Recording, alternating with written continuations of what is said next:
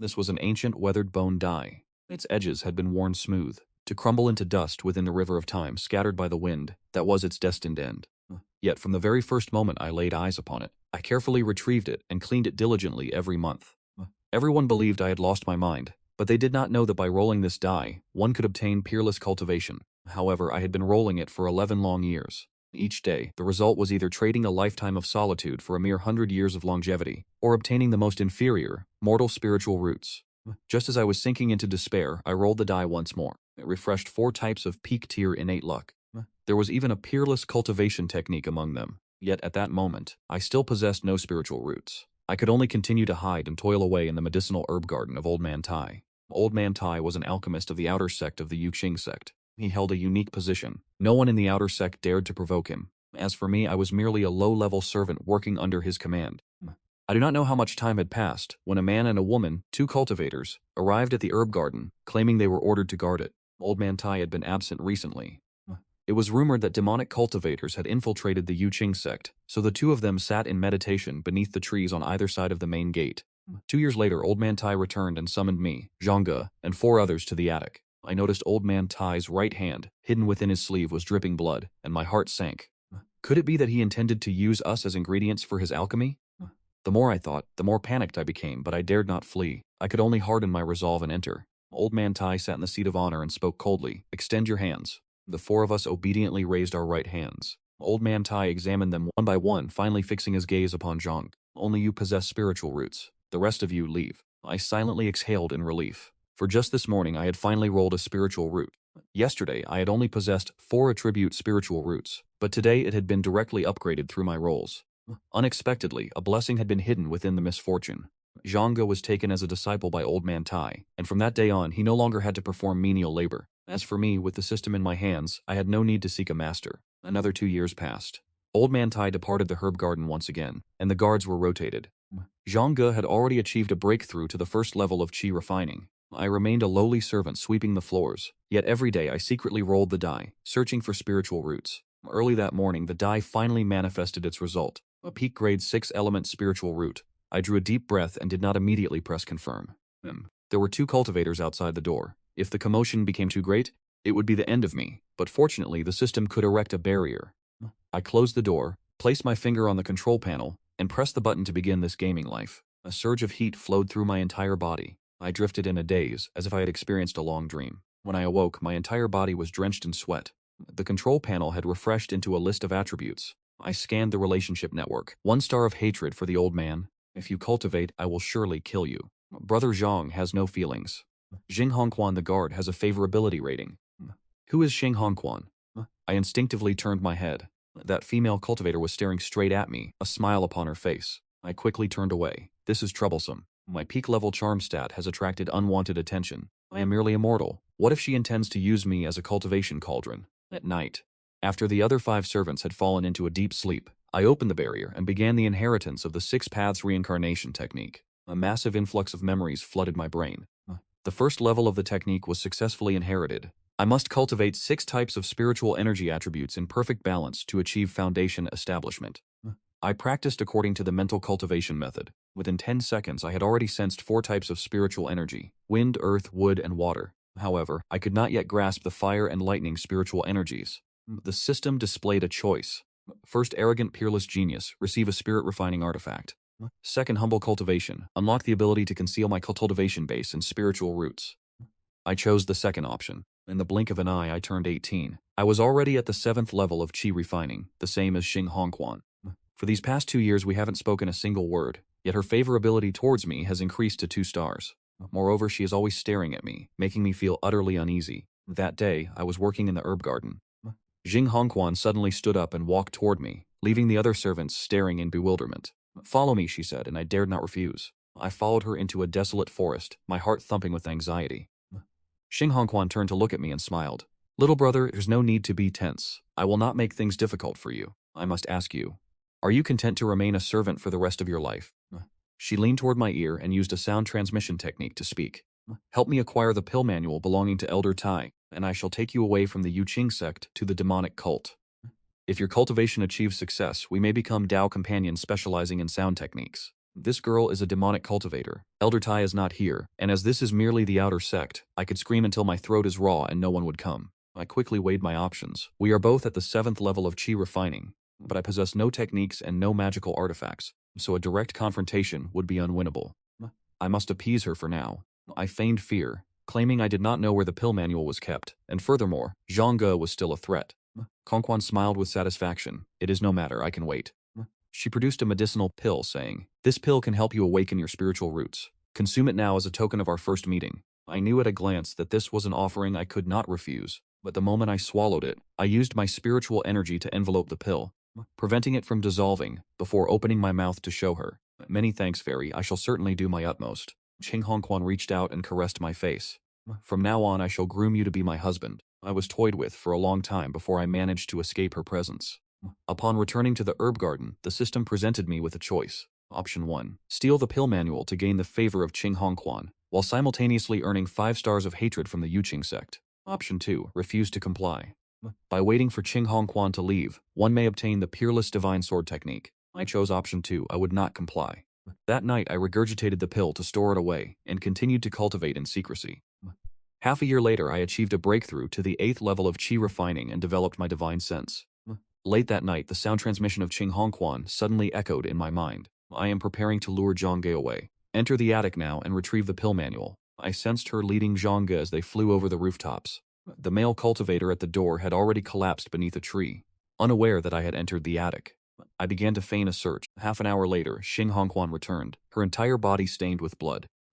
"Did you find it?" I did not. I tore the place apart, but it was nowhere to be found. I stepped back, and in my haste I accidentally knocked over a vase. The vase shattered, revealing an alchemy manual hidden among the shards. I stood stunned for a moment, then feigned shock, before concealing the manual back within the debris. That old man certainly knew how to hide things. Hongquan lunged forward and grabbed my arm, exclaiming, "As expected of you, you are truly my lucky charm." The system notified me that Qing Hongquan's favorability had increased by 3 stars. She stepped past me, picked up the alchemy manual, and began to flip through its pages. At that exact moment, a chilling gust of wind surged in through the main entrance. I was sent flying by an immense force, slamming hard against the wall. Once I regained my senses, I saw that it was Elder Tai. I tilted my head, let my legs go limp, and immediately feigned unconsciousness. Elder Tai's palm, affixed with a talisman, struck Qing Hongquan, sending her to the ground as he seized the manual back. Panic-stricken, Qing Hongquan fled the scene. Both of them rushed out of the attic. I remained on the floor, not moving a muscle. An hour later, Elder Tai returned, standing before me and staring in silence. I crawled up, rubbing my head and feigning bewilderment. "Elder T, you have finally returned. Where is that demonic woman?" Elder Tai remained expressionless. "What did she say to you?" I gave him a completely honest account. Elder Tai gripped my wrist, carefully sensing for any sign of power. The boy possessed neither spiritual roots nor cultivation. Had he been overly cautious? He irritably tossed my arm aside. "Get out of here and go to sleep." Relieved of my burden, I returned to my room to open the system interface. The system notified me. "Because you did not assist Qing Hongquan in stealing the alchemy manual, you have obtained the Peerless Divine Sword Technique. Use your fingers as a blade. Spiritual energy manifests as sword chi. It relies entirely on one's innate supreme aptitude for the sword Tao." That very night, I heard by the next morning that Zhang Ge had met a tragic end. The male cultivator at the entrance had also departed early. The system suddenly displayed a notification that Qing Hongquan's favorability had increased to 3.5 stars? What exactly is wrong with this woman? Half a month later, Elder Tai departed once again. It is said that his great tribulation is approaching, and he is scouring the land for medicinal herbs to extend his life. I only hope that old man dies while he is away. After all, his hatred for me has been steadily climbing. 2 years later, at the age of 20, my 4 spiritual roots have all reached the 9th level of chi condensation. However, the lightning and fire spiritual energy around the herb garden remained elusive and impossible to grasp. It is time for me to depart. I withdrew 1,000 top-grade spirit stones from my system and headed straight for the entrance of the Jade Pure Sect. "Halt and present your sect token," 4 disciples at the 5th level of Ki condensation demanded, blocking my path. I deactivated my concealment ability, cupped my hands and said, "I am Hanzhou, a rogue cultivator at the 9th level of Chi condensation, seeking to join the Jade Pure Sect." The attitude of the 4 disciples shifted instantly. The outer sect deacon Yang Luo came personally to receive me. He politely verified my identity. To facilitate matters, I performed a display of the absolute divine sword technique. A single strand of sword chi pierced straight through the cliff face. Yang Luo decided on the spot, "There is no problem at all. Come, from this day forward, you are a disciple of the Jade Pure Sect's outer sect. On the way." I asked him if there was any place within the sect suitable for cultivating lightning and fair spiritual energy. Yang Luo was stunned, so I raised my right hand, and a bolt of lightning surged from my palm. Yang Luo's pupils contracted as the system notified me that his favorability toward me had increased by 1 star. He immediately promised to introduce me to the elders of the hall. He led me to the registration office to complete the procedures for receiving my sect token, along with my sect robes, a storage bag, 100 low-grade spirit stones, and a bottle of chi gathering pills. I locked my door. Finally, I could cultivate in peace. Just as I prepared to meditate, the system suddenly displayed a notification I had never seen before. It stated that to my surprise, I could sense fire spiritual energy in this very place. I decided to prioritize cultivating my fire spiritual root to the 9th level of chi condensation. Typically, cultivators choose only one type of technique to practice, as most techniques possess a single elemental attribute. Few people cultivate 6 attributes simultaneously like I do, but such is the absurdity of a top-tier aptitude. I feel no fatigue whatsoever. I truly relish the sensation of growing stronger, or more accurately, the feeling of my lifespan extending. My constitution dictates that I have no need to risk my life seeking fortuitous encounters. I shall cultivate diligently and never court trouble. This is the path of immortality for me, Hanjua. Half a year passed in the blink of an eye, and my fire spiritual root had reached the 4th level of chi condensation. The great elder of the outer sect finally returned. Yang Luo came personally to inform me. On the way, Yang Luo smiled and said, "A diligent cultivator like you will surely be highly regarded by the great elder." For half a year I had not once stepped outside. If not for the faint fluctuations of spiritual energy leaking from within, others would have surely mistaken this for an empty room. I replied with a smile. "My gratitude, Brother Yang. Should I come into possession of more chi-gathering pills in the future, I will certainly offer one to you at the Elder Hall." The Grand Elder observed me, satisfied, and remarked, "Your talent is not lacking. You are on par with our inner disciples, and perhaps even nearing the level of the elite disciples." I answered modestly, "This disciple does not dare to compare himself to the elite disciples." The Grand Elder chuckled. "Come then, follow me to the inner sect. To join the inner sect, you must be accepted by a master. The inner sect consists of 18 peaks, each presided over by an elder of discipline. If one of them takes a liking to you, you may become an inner disciple immediately. If not, you have no choice but to participate in the sect's grand tournament, striving to reach the foundation establishment stage as soon as possible before the teleportation array." This was my first time utilizing such a formation, and while my heart was filled with trepidation, I dared not show it, fearing it would be a loss of face. The Grand Elder spoke. "What path of cultivation do you wish to pursue? Because the temperament of each elder of discipline differs, the style of each peak varies accordingly. Some are bellicose and favor combat. Others prefer humble, arduous cultivation, while some spend the entire year abroad completing sect missions. I chose the path of humble, arduous cultivation. I possess no fondness for commotion, nor do I wish to be arrogant." A peculiar smile played upon the Grand Elder's lips. "In that case, I shall take you to Yu Peak first." As the teleportation array activated, a powerful sensation of weightlessness washed over me. Upon opening my eyes, soaring cloud-piercing peaks revealed themselves. Beneath my feet lay the teleportation formation, and looking down, endless mist obscured the abyss below. From time to time, cultivators flew overhead on swords, and one could even glimpse various fierce birds and beasts.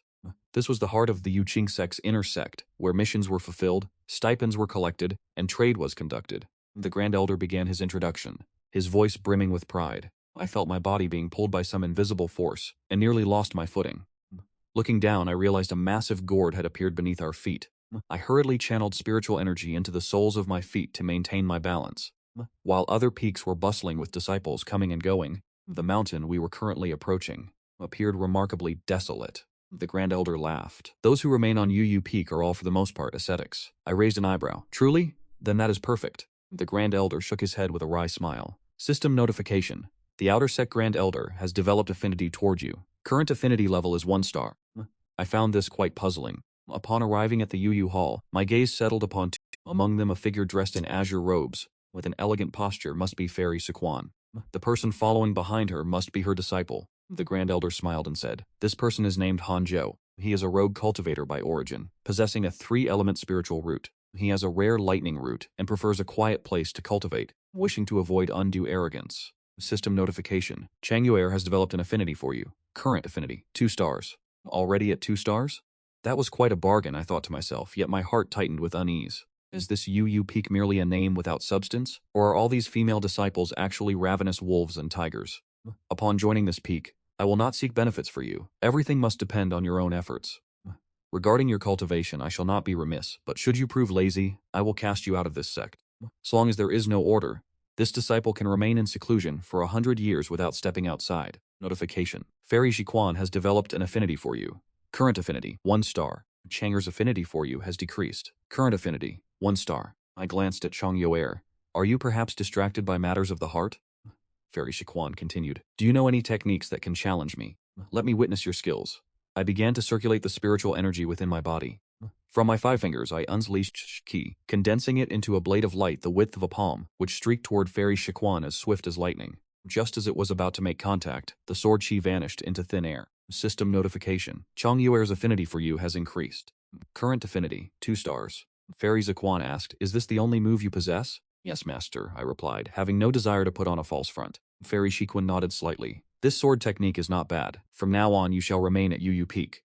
The Grand Elder laughed heartily before taking his leave. Fairy Jiquan stared at me. Why have you not yet knelt to pay your respects? I knelt immediately. Disciple greets master. May master live 10,000 years, 10,000 years, 10,000 times 10,000 years. Fairy Jiquan could not help but laugh, retortingly saying, do you think your master is an empress? Fairy Jiquan thought to herself. This person's image and temperament are excellent, and his disposition is quite commendable. She took an identification plaque from her sleeve and handed it to Chang Yuer. Lead your junior martial brother to register as an inner sect disciple and arrange his cultivation cave. Junior brother Han, I am Chang Yuer. You may call me senior sister from now on. If there is anything you do not understand, feel free to seek me out, Chinkyur said with a smile, while staring intently at me. I bowed my head slightly. My thanks, senior sister. Junior brother does not wish to be a burden, but should you require any assistance, do not hesitate to command me. You are truly kind, and far more handsome than the other junior brothers. Chang Yuer secretly vowed to herself that she must protect junior brother Han. She would not allow him to be bullied. Arriving at the cliff's edge, Chang Yuer drew her flying sword, instructed me to stand behind her, and told me to wrap my arms around her waist. I hesitated, uncertain. Chang Yuer scoffed. Besides you, the other junior brothers would never have the chance to hold their senior sister's waist. In truth, I was her only junior brother. In all of Yu Peak, it took years to recruit a single new disciple. Given the situation, I saw no reason to be overly polite. It must be said that her waist was exceptionally slender. Upon arriving at the dwelling, I sighed inwardly at how close her cave abode was to my own. It was barely 100 paces away. After bidding farewell to Chang Yuer, I entered my cave, sealed the stone door and reflected on the day's gains. I learned from Shang Shuer that 1 high-grade spirit stone is equivalent to 100 mid-grade spirit stones, and 1 mid-grade spirit stone is equivalent to 100 low-grade spirit stones. Spirit stones can be used for cultivation, or as a currency.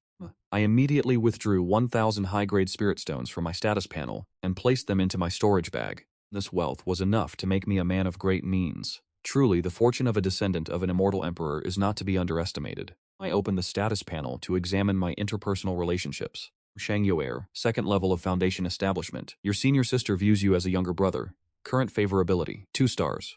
Quan Fairy, 3rd level of Nascent Soul. Your master holds your temperament in high regard. Current favorability, 1 star. To be viewed merely as a younger brother left me speechless. It seems favorability does not equate to romantic affection. I must not let my imagination run wild. Nevertheless, I was astounded by Jiquan Fairy's cultivation level. She is a practitioner of the Nascent Soul realm. The Outer Sect's Great Elder had only reached the Foundation Establishment realm. I am currently aware of the Qi Refining, Foundation Establishment, Golden Core, and Nascent Soul realms. Jiquan Fairy is the most formidable cultivator I have ever encountered. Not bad at all. I must master the art of sword control. Otherwise, I will be forced to cling to my senior sister's slender waist every time I descend the mountain. With my top-tier sword Dao talent, I mastered the art of sword control within half an incense stick of time. Inside the Yu Hall, Jiquan Fairy suddenly opened her eyes. Is it truly his first time practicing the art of sword control? She had eavesdropped on his conversation with Chang Yuer earlier, but if he were lying, why display such mastery only now? Unable to fathom the truth, Jiquan Fairy decided to observe him for a while longer. System notification.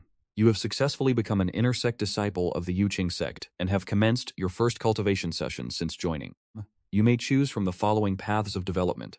1. Accumulate prestige and lead Yu Peak to become the most powerful peak. 1 could obtain a peerless magic artifact, yet it would mean offending Fairy Jiquan. 2. Cultivate with humility, remaining hidden and unknown. Gain the recognition of Fairy Jiquan, and 1 could obtain a secret movement technique. In seeing this, I could not help but put on a mask of sorrow. What in the world is this? Leading Yu Peak to become the strongest peak, only to offend Fairy Jiquan. This master of mine has deep issues. Could it be that she is a demonic cultivator spy? I shook my head with a wry smile, and silently chose the second option. 3 years passed in the blink of an eye. I had successfully cultivated my fire spiritual root to the 9th level of Qi Refining, With only the lightning's spiritual energy missing, yet on UU Peak, it was fundamentally impossible to capture lightning spiritual energy. I decided to pay a visit to my master. Master, your disciple has a request. Shortly after, the great doors opened. Disciple, I have already cultivated the wind and fire spiritual roots to the 9th level of Qi refining. Only the lightning spiritual root is missing to reach foundation establishment. I beg for master's guidance. Where can one cultivate lightning spiritual energy? Fairy Shiquan frowned. You wish to cultivate 3 types of spiritual energy? Master, I understand this path is not easy to walk. The heavenly tribulation I face will be far stronger than that of others. Perhaps I should cultivate one type first, and wait until I have reached the great perfection of the golden core stage to cultivate the others. It would not be too late. Disciple wishes to follow this difficult path, yet I believe that through my own determination I can succeed. Disciple is willing to devote all my time to cultivation. Fairy Shiquan did not directly refuse. There was hope. She looked at me with an enigmatic gaze. The inner sect has a teleportation array to the lightning spirit pool. Staying at the lightning spirit pool for 1 day requires 10 medium-grade spirit stones. Many thanks for your guidance, Master. I shall depart at once. Fairy Shiquan smiled slightly and continued her meditation with eyes closed. Upon arriving at the inner sect city, I casually stopped a female disciple. Senior sister, pardon the intrusion. Where is the lightning spirit pool? The other party pointed in a direction, and I quickly slipped away, giving her no chance to initiate further conversation. Wherever there are people, there is a world of strife. The fewer acquaintances. Finding the mezzanine of the lightning spirit pond, I immediately took out 100 top-grade spirit stones to rent the space for 3 years. Within the lightning spirit pond, the mist was thick and heat shimmered in the air, with thunderclouds hanging so low it felt as if one could reach out and touch them. Not far away, a cold snort came from behind a cultivator, warning that one must not wander aimlessly within the lightning spirit pond. One can only cultivate along the banks of the lake. Should you be struck dead by lightning, you have only yourself to blame. I turned my head to look. The one who spoke was actually a demonic tree. The cultivator nodded and moved to the side to sit in meditation. I was astonished to discover that the lightning spirit chi here was exceptionally dense. The speed of cultivation was far greater than that of other elemental energies. Within a single year, my lightning spirit root had successfully reached the 9th level of the chi refining stage. Yet I did not leave, preparing instead to attempt a direct foundation establishment. Prior to this, my spiritual power of all elements had reached perfection. To achieve foundation establishment with 6-element perfection would typically require a foundation establishment pill. However, that applies only to ordinary cultivators. The first layer of the Six Paths Reincarnation Technique contains records of a secret method to avoid tribulation. It is incredibly tyrannical, absorbing heavenly lightning and refining it into lightning spirit power, which in turn bolsters my cultivation. 1 month later, I began my foundation establishment. The lightning within the lightning spirit pond began to converge toward me frantically. The cultivator not far away increased his distance as streaks of lightning, tangled like dragons and snakes, coiled above my head. Strangely, these bolts of lightning vanished the moment they touched me, causing no harm whatsoever. Both the demonic tree and the cultivator furrowed their brows. What kind of cultivation technique is this brat practicing that he can neutralize lightning so easily? Interfering with another's tribulation is a major taboo in the world of cultivation. The two of them refrained from disturbing me. 3 days later, the foundation establishment was successful. The system issued a notification. Congratulations on reaching the foundation establishment realm. You have the following choices. 1. Humiliate the Yuqing Sect to obtain the 9 Nether Lightning Technique, though this will incur the hatred of Fairy Shiquan. 2. Cultivate in silence. Upon reaching the Golden Core stage, you shall receive a Peerless Grade Dharma Sword. I chose the second option. With the breakthrough successful, I did not depart immediately, continuing to cultivate in the Lightning Spirit Pond until my rental period expired. The cultivator thought to himself, this man has remarkable composure. Even after a successful foundation establishment, he does not go out to celebrate, but instead continues to cultivate. The system notified me. Mofukyu has gained favor with you. Current favor is at 1 star. I nodded politely at him, and he nodded back. Neither of us spoke another word. 2 years later, Hanjo's lifespan is 27 / Cultivation. Foundation Establishment, 3rd Level, Technique. 6 Paths Reincarnation Technique. Spells, Peerless Divine Sword. Talent Spirit Root. 6 Paths Spirit Body, containing the Lightning Spirit Root potential. Fire, Water, Earth, and Wood elemental affinities at the pinnacle, Innate Destiny. Peerless Celestial Talent, Maximum Charm. Sword Fanatic Destiny. Sword Cultivation Aptitude at the pinnacle. Maximum Comprehension. Transcendent Movement Technique. Movement Technique Aptitude at the pinnacle. The descendant of the Immortal Emperor received a Supreme Cultivation Technique. 1,000 high-grade Spirit Stones. And reached the 3rd level of the Foundation Establishment realm, breaking through 3 levels in 2 years. One cannot say this speed is anything but rapid, and most importantly, his lifespan has surged to 187 years. Suddenly, a voice called out from behind. Brother, may I ask your name? I am Ofuju from Tianlei Peak. I am Han Jue from Yu Peak. Yu Peak. No wonder you seemed unfamiliar. It is truly a pity that one with such celestial talent joined Yu Peak. Would you like to come to my Tianlei Peak instead, brother? I am Lei Shu, who has already taken Immortal Fairy Xishuan as my master. For one day as a teacher is a lifetime as a father. How could I simply betray her? I thank you for your kind offer, Brother Mo. Your cultivation technique is formidable. To reach the third level of the Foundation Establishment realm in just 2 years, you would be considered outstanding throughout the entire inner sect. Brother Mo, you flatter me. I have no intention of comparing myself to the other brothers in the inner sect. After chatting for a long time, we each went our separate ways. Upon returning to Yu Peak, I hesitated. Should I go and pay my respects to Immortal Fairy Xishuan? Forget it, my master is also a reclusive cultivator. I should not disturb her. Back at my cave dwelling, I opened my interpersonal relationship interface and noticed a message icon with a red dot in the top right corner. That woman is truly pitiful. The most absurd thing is that after several years have passed, Xing Hongshuan's favorability toward me has actually increased, and we have not even met again. I examined the cultivation levels of those with whom I have connections, and noted that none of them had made any progress. I set a small goal for myself, to surpass Immortal Fairy Xishuan first. 3 years later, my Fire Spirit Root cultivation reached the third level of the Foundation Establishment realm. The spiritual energy concentration at the Thunder Spirit Pool is higher, so it took more time. Waiting for me to cultivate Earth, Wind, Water, and Wood to the third level of the Foundation Establishment realm will take another 12 years. Regardless, I now have a lifespan of 187 years, so there is still plenty of time. However, to cultivate all 6 elemental spiritual roots to the perfection of the Foundation Establishment stage, I fear I would be locked in a race against my own lifespan. To cultivate 6 elements requires 6 times the effort and time of a single element cultivator. My thoughts turn to the lightning spirit pool. It seems I must make full use of these spirit pools. Within the Yuqing Sect, besides the lightning spirit pool, there are others representing all 8 elemental attributes, with the remaining 2 being metal and ice. The Yuqing Sect possesses a truly profound foundation. This is for the best, as I have no need to change sects. A few days later, the sound of a bell suddenly echoed across Yu Peak. Once the bell tolls, it signifies that Fairy Shaquan wishes to summon all disciples. It has been many years, and this is the first time I have encountered Shang Yuer since leaving my cultivation cave. Junior brother, it has been a long time. You have reached the Foundation Establishment stage.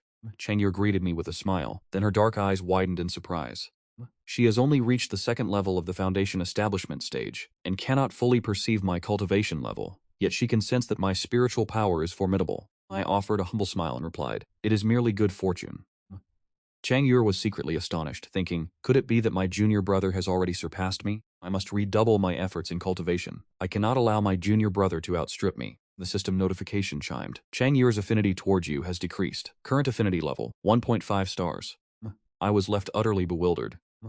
What on earth is happening? Did I say something wrong? Chang Yuer smiled pleasantly as she led me up the mountain, appearing as though our relationship remained unchanged. On the way, we encountered other disciples of Yu Peak. As my seniority is the lowest, I was obliged to address everyone I met as senior brother.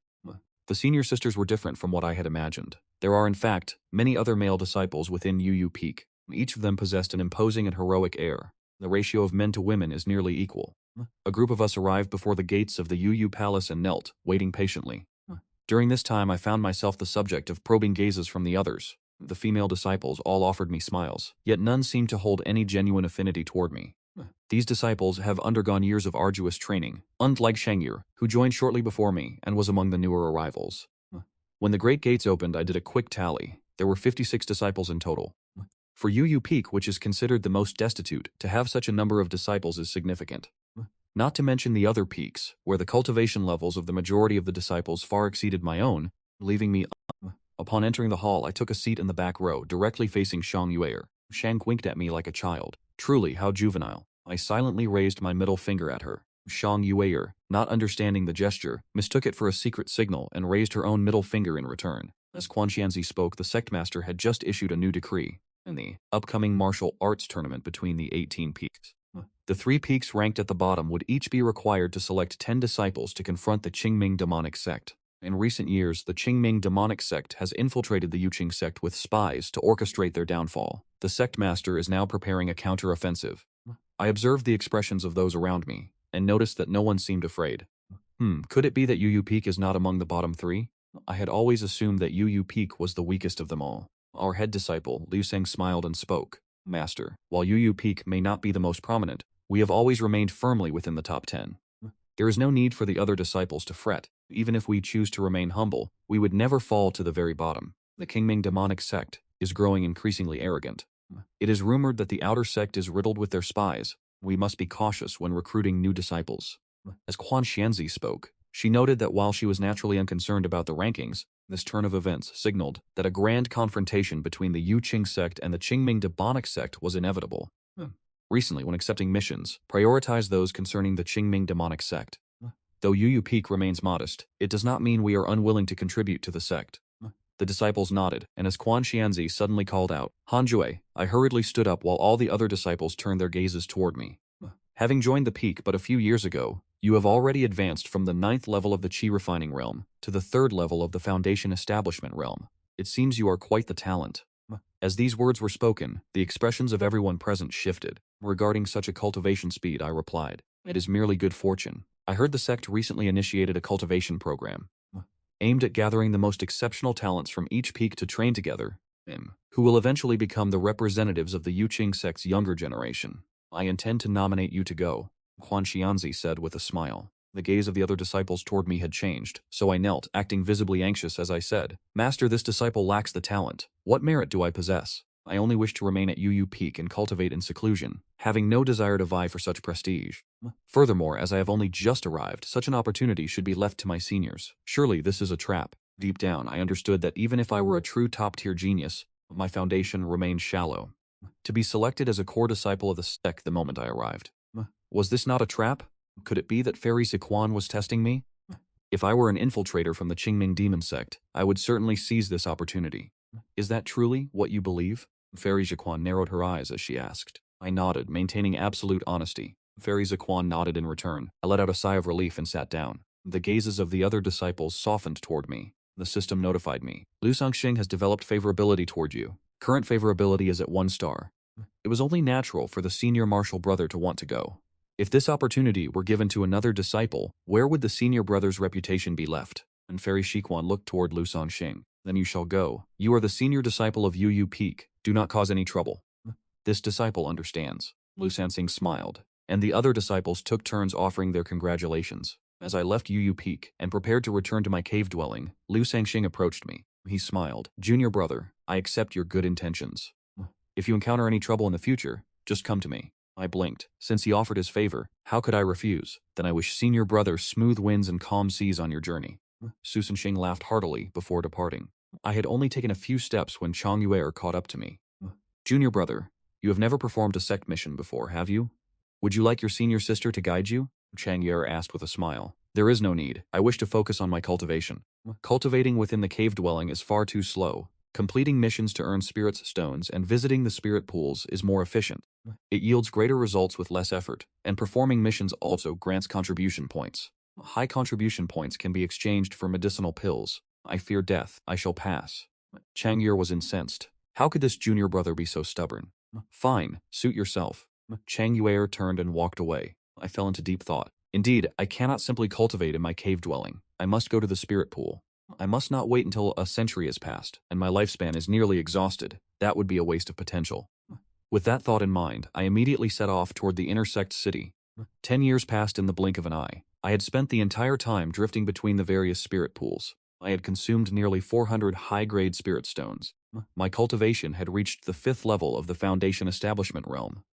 All 6 of my elemental spirit roots had been cultivated to the 5th level of the Foundation Establishment Realm. At this rate, even if I were to exhaust the remaining 400 high-grade spirit stones, I would still fail to reach the Golden Core realm. I began to focus my cultivation on lightning and fire spirit energy. I could not squander all my spirit stones. I would surely have expenses in the future. With another 10 years, I could finish cultivating my lightning spirit root within the cave dwelling, while simultaneously absorbing fire spirit energy. Having made my decision, I headed directly to the lightning spirit pool. There was not a single cultivator at the lightning spirit pool, but I did not fear the solitude. You rotten brat, you have returned. I once thought you were a genius, yet after so many years you are still only at the 3rd level of Foundation Establishment. The demon tree could not help but tease me. I simply shrugged and replied, it is precisely because my aptitude is mediocre that I must be this diligent. That is true. After saying this, the demon tree closed its eyes. As I was a regular, it required no further instruction. Very quickly, I entered a state of cultivation. Time flowed by, year after year. By the following year, my lightning spirit root cultivation had reached the 7th level of the foundation establishment realm. Then Mofuchio returned, bringing a female disciple with him. This female disciple was remarkably beautiful, her demeanor exuding the elegance of a refined young lady. "Brother, you are here as well?" Mofuchio exclaimed in surprise. I opened my eyes and replied with a smile. "Brother Mo, you have arrived as well." Mofuku was an absolute genius. Through my observations, I noted he had already reached the 9th level of the foundation establishment realm. Although nearly 20 years had passed, to have broken through 2 levels in the foundation establishment realm, and to be nearing the golden core realm. If he is not a genius, then what is?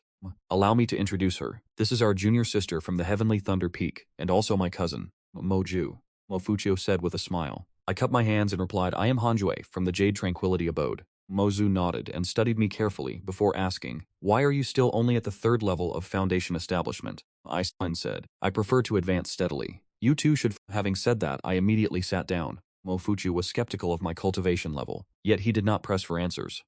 Both of them quickly entered a state of meditation. Before long, they were astounded to discover that my rate of spiritual energy absorption far surpassed their own. What kind of cultivation manual is he practicing after all? No, it must be his spiritual root aptitude. Mofuchio felt a tremor of shock in his heart. Mozu also stared at me in astonishment. I paid no heed to their reactions. I had to make the most of my time. Every passing minute was worth spirit stones. 3 years later, Mofu and Moju prepared to depart. Mofuchio looked at me, intending to speak, but seeing my absolute focus, he felt it would be wrong to disturb me. The 2 siblings left the Thunder Spirit Pool. Big brother, why has his realm not increased? Moju asked, filled with doubt. With his speed of absorbing spiritual energy, he should have achieved a breakthrough long ago. Mofuku's expression was complex. This person surely possessed methods to suppress his cultivation. I fear his cultivation level has already caught up to mine. At stage of the foundation establishment realm, Moju's beautiful eyes widened in shock. Didn't you say that 20 years ago he was only at the 9th stage of the chi condensation realm? How could it be so fast? Mofuchio took a deep breath. Yu Peak was filled with ascetic cultivators, yet he never expected such a genius to emerge there. Let us go, we must work just as diligently as he does. Moju nodded, and at that very moment, 2 system notification lines appeared before me. Mofuku's favorability toward you has increased. Current favorability is 2 stars. Moju has developed favorability toward you. Current favorability is 2 stars. I remained unmoved. I had reached the 9th stage of the foundation establishment realm, and was now pushing toward the perfection of the realm. Half a year later, I finally cultivated my thunder spiritual energy to the point of perfection. No further cultivation could increase it. I stood up, preparing to leave. Boy, it seems you possess a method to suppress your cultivation. That is no simple feat. The demon tree spoke with a laugh, its tone no longer carrying the mockery it once held. I shrugged with a smile and walked toward the teleportation array, ready to depart. I have a fortuitous encounter here. Would you like to participate?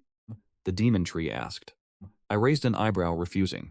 The demon tree was stunned as there were countless spirit stones, sect contribution points, and even the chance to obtain magical artifacts. Heavenly treasures and earthly gems, are you truly certain you will not participate despite the risks? If one desires profound destiny, one must naturally be willing to brave the danger. Then forget it. I fear death. The demon tree's branches trembled with indignation, so I urged, Senior, please let me out. I must return to my cultivation dwelling to enter seclusion. The demon tree let out a cold snort and activated the formation. I had already paid a year and a half of rent for my residence, and there remained nearly 300 spirit stones within my storage bag. Yet I did not return to my dwelling immediately, choosing instead to head to the Fenghu Pavilion. For many years, I had never collected my allotted stipends. It was high time I claimed them. The Yuqing Sect distributes stipends once a year, and they can be accumulated if not collected on time.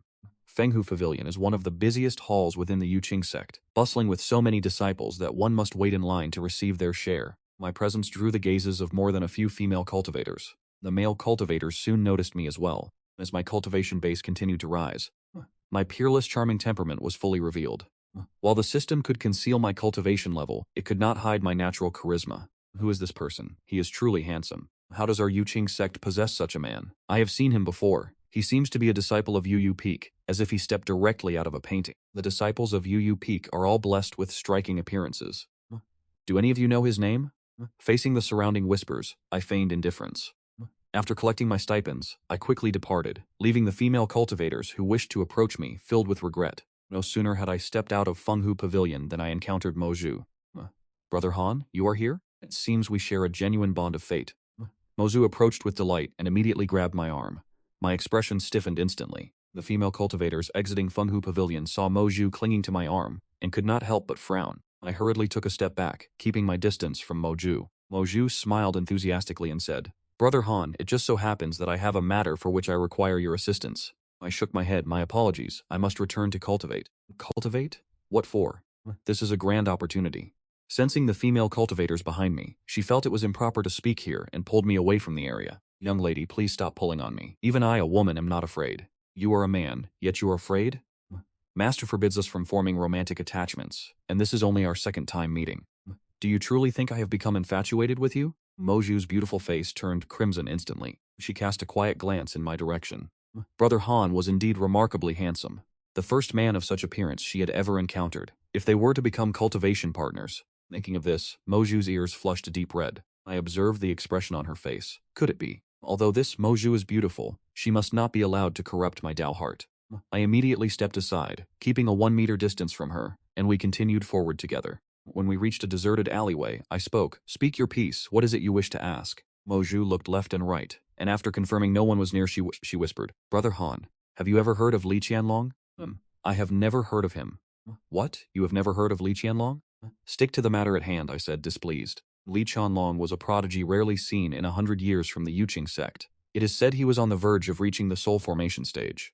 His cultivation cave dwelling is located on a great mountain outside the Yuqing Sect. He placed many restrictions within the dwelling, and it has remained hidden until now. I recently obtained information that his cave has appeared, but his spirit beast remains inside, standing guard. This spirit beast fears lightning, and since we are both lightning cultivators, we surely stand a chance. Moju grew increasingly excited as she spoke. I asked, "Where is your brother?" "After the Inner Sect tournament ended last year, he was selected by the Sect Master for special training. I have been unable to find him." I furrowed my brows. "It is over. I became too absorbed in my cultivation and neglected such a significant matter. I hope the immortal fairy Shi Quan does not blame me. If what you say is true, why would the sect not take the cave for itself?" I countered. Moju shrugged. "His cave dwelling holds little appeal for the sect, but for cultivators at the foundation establishment stage like us, this is a profound opportunity." I asked, "How did you come by this information?" "A friend of mine told me. This information is not on the task board, so if it is a trap, I must absolutely not go." I refused immediately. "It is too dangerous. I am advising you not to participate, or you will meet a miserable end." Moju stomped her feet in fury, yet her favorable impression of me remained unchanged. She hesitated once more. If even a genius like him dared not go, could there truly be such great danger? Upon returning to Yu Peak, I went to the Yu Palace to pay my respects. The Inner Sect Grand Competition is a momentous event. If I were the only one from Yu Peak not to attend, it would be a grave oversight. Enter.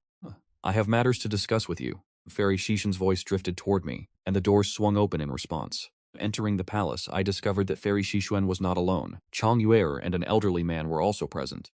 "Wait, this old man?" Elder Tai was stunned, yet he continued to move forward. The moment Elder Tai caught sight of me, his expression shifted to one of disbelief. "This brat is also a disciple of Yu Peak? How is that possible?" Elder Tai was astonished, unable to process the sight before him. "This is a newly initiated disciple of Yu Peak. From now on you may address him as Junior Brother Tai," Fairy Shi Xuan remarked. I nodded and turned my gaze toward Elder Tai. "Junior Brother Tai, should you encounter any trouble in the future, feel free to seek me out." Elder Tai gritted his teeth. "Hanjue, you brat, you have actually become an Inner Sect disciple." He was horrified to discover that he could not discern my cultivation level. In a mere 20-odd years, I had gone from a mortal to reaching a level of cultivation that far surpassed his own. Unaware of our past acquaintance, Fairy Shi Xuan asked, "Why is your cultivation still at the 3rd level of the Foundation Establishment realm?" 3rd level of Foundation Establishment. Elder Tai was even more bewildered. He had exhausted all his efforts just to achieve a basic Foundation establishment, yet Hanzhou had already reached the 3rd level. Fearing that Elder Tai might attempt some scheme, I decided to increase my perceived weight in Fairy Shishuan's eyes, so I ceased concealing my true cultivation level. "Master, your disciple has already reached the 9th level of the Foundation Establishment realm. I merely sought to remain modest, which is why I masked my aura." As these words left my lips, both Elder T and Chang Yuer widened their eyes in shock. "Junior brother, how have you broken through so rapidly?" Chang Yair exclaimed in disbelief. She had personally witnessed my meteoric rise from the 9th level of Qi refining to the Foundation Establishment realm. This was simply too extravagant to believe, so I claimed that I had been cultivating diligently in the Lightning Spirit Pond, daring not to slack off, which allowed for such progress.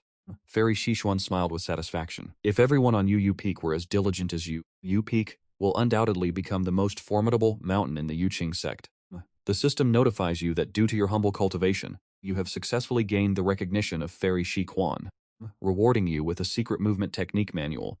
Congratulations on obtaining the 7-layer phantom step. I am secretly astonished and hastily respond. Master, these words are too heavy for your disciple. I simply enjoy the path of cultivation. Elder Tai struggles to compose himself, understanding that he can no longer suppress me, and that it would be best to let bygones be bygones. For if he were to speak of this to Fairy Shi Quan, it might very well incur her displeasure.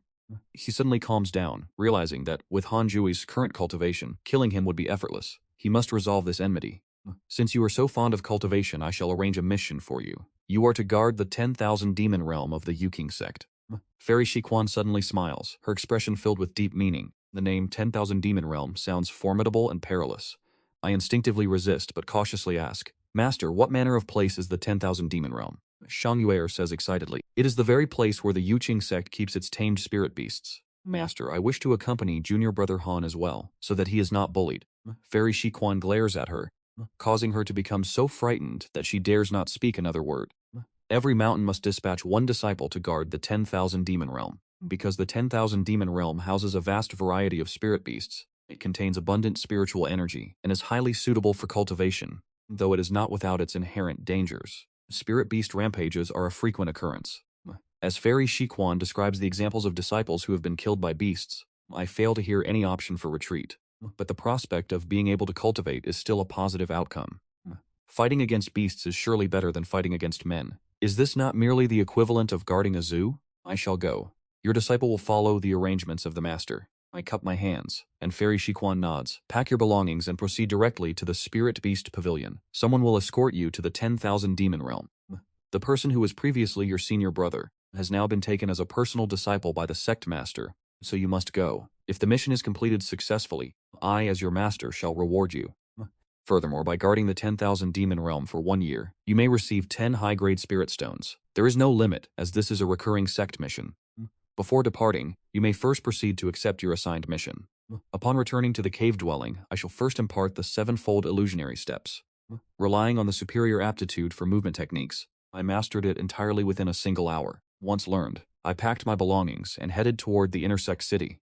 I arrived at the mission hall to accept a task, then proceeded to the beast-taming pavilion. Meanwhile, within the Jade Nether Palace, Fairy Shi Quan stared intensely at Elder Tai. She spoke calmly. Regarding the past between you and him, I do not wish to dwell upon it. From this day forth, Han Ju shall be the direct disciple of Jade Nether Peak. Treating him well will only be to your benefit. These words left Elder Tai astonished as I stepped out of the teleportation formation, arriving in the gloom-shrouded Wanyao world.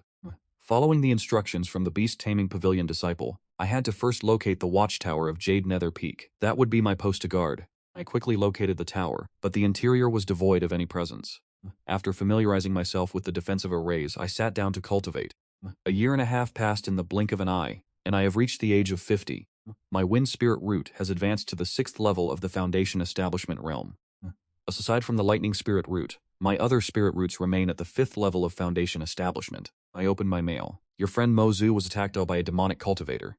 She was nearly gravely injured. Your friend Mo Zhu was attacked by a disciple of the Jade Pure Sect. Her life hung by a thread dangling in the balance. I was left speechless. As expected, that cave dwelling was a trap.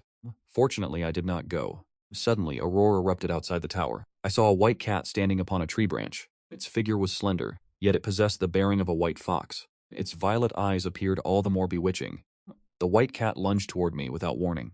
I instinctively activated the 7-fold illusionary steps to evade it. The white cat crashed into the tower wall, then turned and continued to charge at me. My defensive arrays failed to trigger, forcing me to leap outside immediately. Reaching an open clearing, the white cat lunged again. I executed the 7-fold illusionary steps, manifesting 7 afterimages to encircle the white cat, simultaneously raising my hand to unleash a supreme sword strike. The white cat was struck, blood sprang forth. It let out a miserable shriek before darting into the forest and vanishing. I withdrew my hand and returned to the pavilion, exhaling a long sigh of relief. Fortunately, I had mastered the 7-fold illusionary steps beforehand. Otherwise, given the speed of that white cat, I would never have been its match. Within another palace, the head elders from the 18th were gathered. The sect leader was absent, and among those present was the head elder of Tianlei Peak. Elder Daolei spoke up. Recently, the spirit beasts in the myriad demon realm have grown restless. We must conduct an investigation. The elders began to whisper amongst themselves in agitation. Fairy Siquan sat in silence, choosing not to intervene. After a prolonged discussion, the various peaks finally decided to dispatch 2 additional disciples into the myriad demon realm. The elders departed one by one. Just as Fairy Siquan prepared to leave, Elder Daole suddenly called out to her, asking with a hint of suspicion, "Do you know where the sect leader has taken our 18 core disciples?" Fairy Siquan did not answer, so he continued, "If there is truly a mole among the elders, then you and I are on the same side. You are the only junior sister I can trust, and we must join forces." And Siquan replied, "That goes without saying. 2 years after the white cat had departed, my 5 elemental spiritual powers had all reached the 6th level of the Foundation Establishment stage.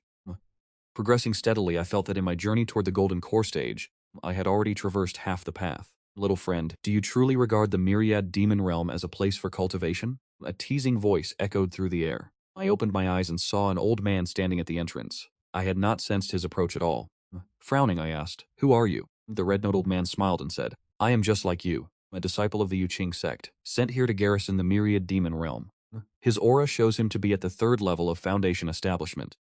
But your rate of cultivation does not belong to the 3rd level of Foundation Establishment. You must have already reached the 9th level of Foundation Establishment, correct?" I could not help but grow vigilant. This was the first time I had met someone capable of seeing through my cultivation level so easily. The red-nosed old man asked, "There is no need for such tension.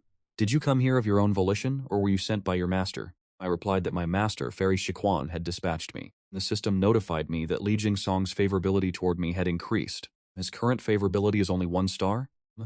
I hurriedly opened the character attributes panel to check our relationship status. Li Jingsong, an 8th stage nascent soul realm cultivator and sect master of the Yuqing Sect, harbors feelings for Fairy Jiquan, and his current favorability is 1 star? The sect master of the Yuqing Sect. Does that not mean he is the head of the entire sect?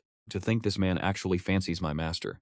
Just imagining Li Jingzong and Fairy Siquan together made me seethy with irritation. "Master, did she assign you any specific tasks?" Li Jingsong asked. I replied, "Even if she did, how could I possibly disclose it to you?" Li Jingsong smiled faintly and said, "It is true, missions are not meant to be shared with others. Then follow me. You have stirred up quite a bit of trouble. For the sake of your master, I may be able to assist you." I stood up, feeling suspicious, and followed him. As the sect master of the Yuqing Sect, Li Jingsong surely would not intend to harm me. We then made our way into the forest. Li Jingsong walked with his hands clasped behind his back and asked with a smile, "Do you know why I have come here?" I shook my head, noting that the spirit beasts in the vicinity have been increasing in number, showing signs of a growing frenzy. The most concerning part is that these beasts are currently unnervingly quiet, as if they are lying in wait. And such a multitude of beasts, it must be the work of a demon king. You must have provoked the heart tiger white dragon. The father of that creature is a renowned demon king, and it was born possessing the bloodline of a demon king. It has summoned so many beasts, only, before Li Jingsong could finish his sentence. I could not help but think of the white kitten I encountered 2 years ago. Could that have truly been the heart tiger white dragon? I recounted the events of that time to him.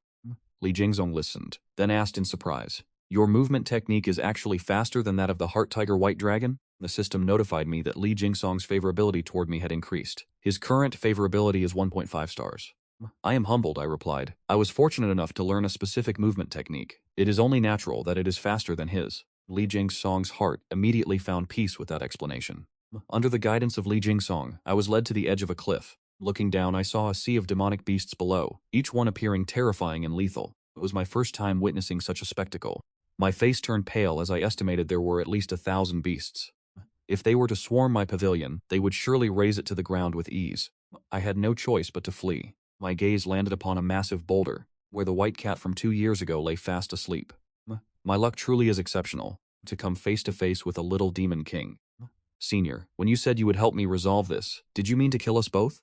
Li Jingsong glared at me. "This heart-piercing white dragon is an enormous find. We must slay it."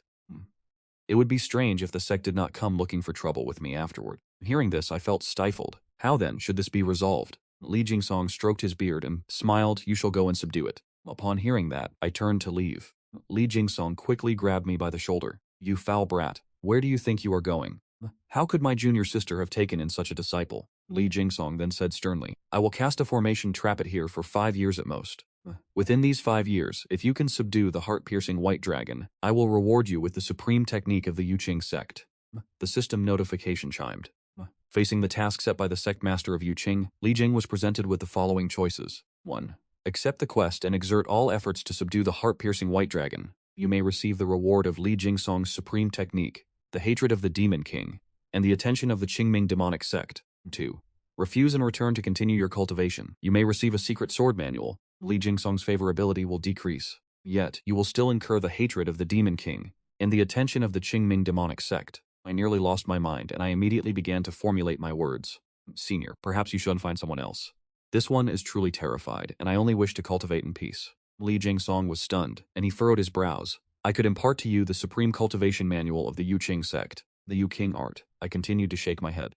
Li Jingsong's favorability toward you has decreased. Current favorability is 0.5 stars? Li Jingsong let out a cold huff. Then get out of my sight. I cursed silently and fled as quickly as I could. Li Jingsong let out a heavy sigh. Could it be that the person my junior sister arranged is not the one to return to guarding the pavilion? I chose the second option, and the system notified me that I had refused Li Jingsong's quest. Congratulations. You have obtained the Peerless Sword Technique, the threefold Absolute Shadow Sword. The Peerless Sword Technique has finally arrived. While the Absolute God Sword is not bad, its effective range is limited. It would be difficult to defend against a mass invasion of demonic beasts. Half an incense stick's time later, I began the inheritance of the sword technique. As I received the legacy of the threefold Absolute Shadow Sword, my body began to absorb the spiritual energy of heaven and earth. Before long, a violent gale surrounded the pavilion, and the surrounding trees swayed in response. This anomaly persisted for half an incense stick's time. The inheritance concluded, revealing supreme aptitude for the sword path. My enlightenment in the sword path ensured that I faced no difficulties whatsoever during the inheritance. I suddenly opened my eyes within the room, a chilling glint flashing within them. I raised my hand to form a hand seal, channeling the spiritual energy within my body. As I unleashed the threefold Absolute Shadow Sword, 3 sword silhouettes appeared behind me, each possessing a different hue. The lightning attribute sword silhouette crackled with electric light, while the fire attribute silhouette blazed like a raging inferno. The wind attribute sword silhouette was cyan in color, with blades swathed in powerful gale force winds. The technique was truly formidable. It is truly worthy of being called a peerless sword technique. I rose immediately and stepped out of the pavilion. The 3 sword silhouettes hovered behind me like shadows attached to a form. I pointed my finger toward the 3 sword silhouettes behind me, and they lunged forward, their speed even swifter than the white dragon of the tiger heart. As the sword light flashed, more than a dozen towering trees within 100 meters were severed into 3 segments by the silhouettes, the trunks flying upward as the leaves cascaded down. This is what one calls a masterpiece. It is incredibly powerful, and I have yet to exert my full strength. If I were to face a great army of demonic beasts, I could turn the battlefield into a mincing machine in an instant. Having mastered the threefold Absolute Shadow Sword, my confidence has increased significantly. My spiritual energy far surpasses that of cultivators at the same realm. After all, I am cultivating the Six Paths Reincarnation Technique passed down by the Immortal Emperor. From this day forward, I am no longer the weakling. Brimming with pride, I returned to the pavilion to steady my mind, preparing to continue my cultivation. Cultivation base is, after all, of the utmost importance. The higher my cultivation level, the more devastating the effects of my techniques will be. Once I reach the nascent soul realm, unleashing the threefold Absolute Shadow Sword will surely bring about cataclysmic destruction. It is a prospect truly worth anticipating. A few days later, Yu Peak dispatched 2 more disciples. One was Chong Yuer, and the other was senior brother Meng Ke, and is the 7th senior brother of Yu Peak, and his cultivation has reached the 9th level of the Foundation Establishment realm. Your strength is truly extraordinary, but why has the forest outside been completely leveled? What transpired here? Meng Ke asked, filled with suspicion. I replied, a demonic beast attempted to attack me earlier. It was fortunate that a senior stepped in, Chong Yuer observed. Turning to me, junior brother, are you unharmed? As she spoke, he reached out toward me, and I hastily retreated a step. Chang Yuer instantly bristled, shouting, are you serious with that retreating motion? I gave a light cough. Master has instructed that disciples of Yu Peak must not. You think too highly of yourself. Senior sister was merely concerned for you. Ke looked on, shaking his head with a laugh. He did not find this strange. Though I am humble, news of my appearance has already spread. Many intersect female cultivators are whispering about a male disciple of Yu Peak with peerless features. Once Meng Ke heard this, he knew exactly who they meant. It is no exaggeration to say that within the entire inner sect, one would be hard-pressed to find a male disciple more handsome than I. Chang Yuer is certainly not plain, but compared to the top beauties within the sect, there remains a noticeable gap. I am the junior brother. I have no shortage of potential Dao companions. Master feared there might be danger, so she dispatched them to assist. It is rumored that the Qingming Demonic Sect may have infiltrated the 10,000 Demon Realm. We must exercise greater caution. Meng Ke cautioned. It is no wonder. that if I were to subdue the White Tiger Heart Dragon, it would draw the attention of the Qingming Demonic Sect. So the 10,000 Demon Realm has already been infiltrated by the Qingming Demonic Sect. Perhaps this is the very reason Li Jingsong came to the 10,000 Demon Realm. I suddenly felt an urge to depart from the 10,000 Demon Realm. Junior sister, rest for now. I, your senior brother, shall go outside to investigate. After speaking, Monke stepped out of the pavilion. I moved to the side and sat down to continue my cultivation, leaving Chang Yuer no opportunity to strike up a conversation. Chang Yuer pouted, then began to cultivate as well.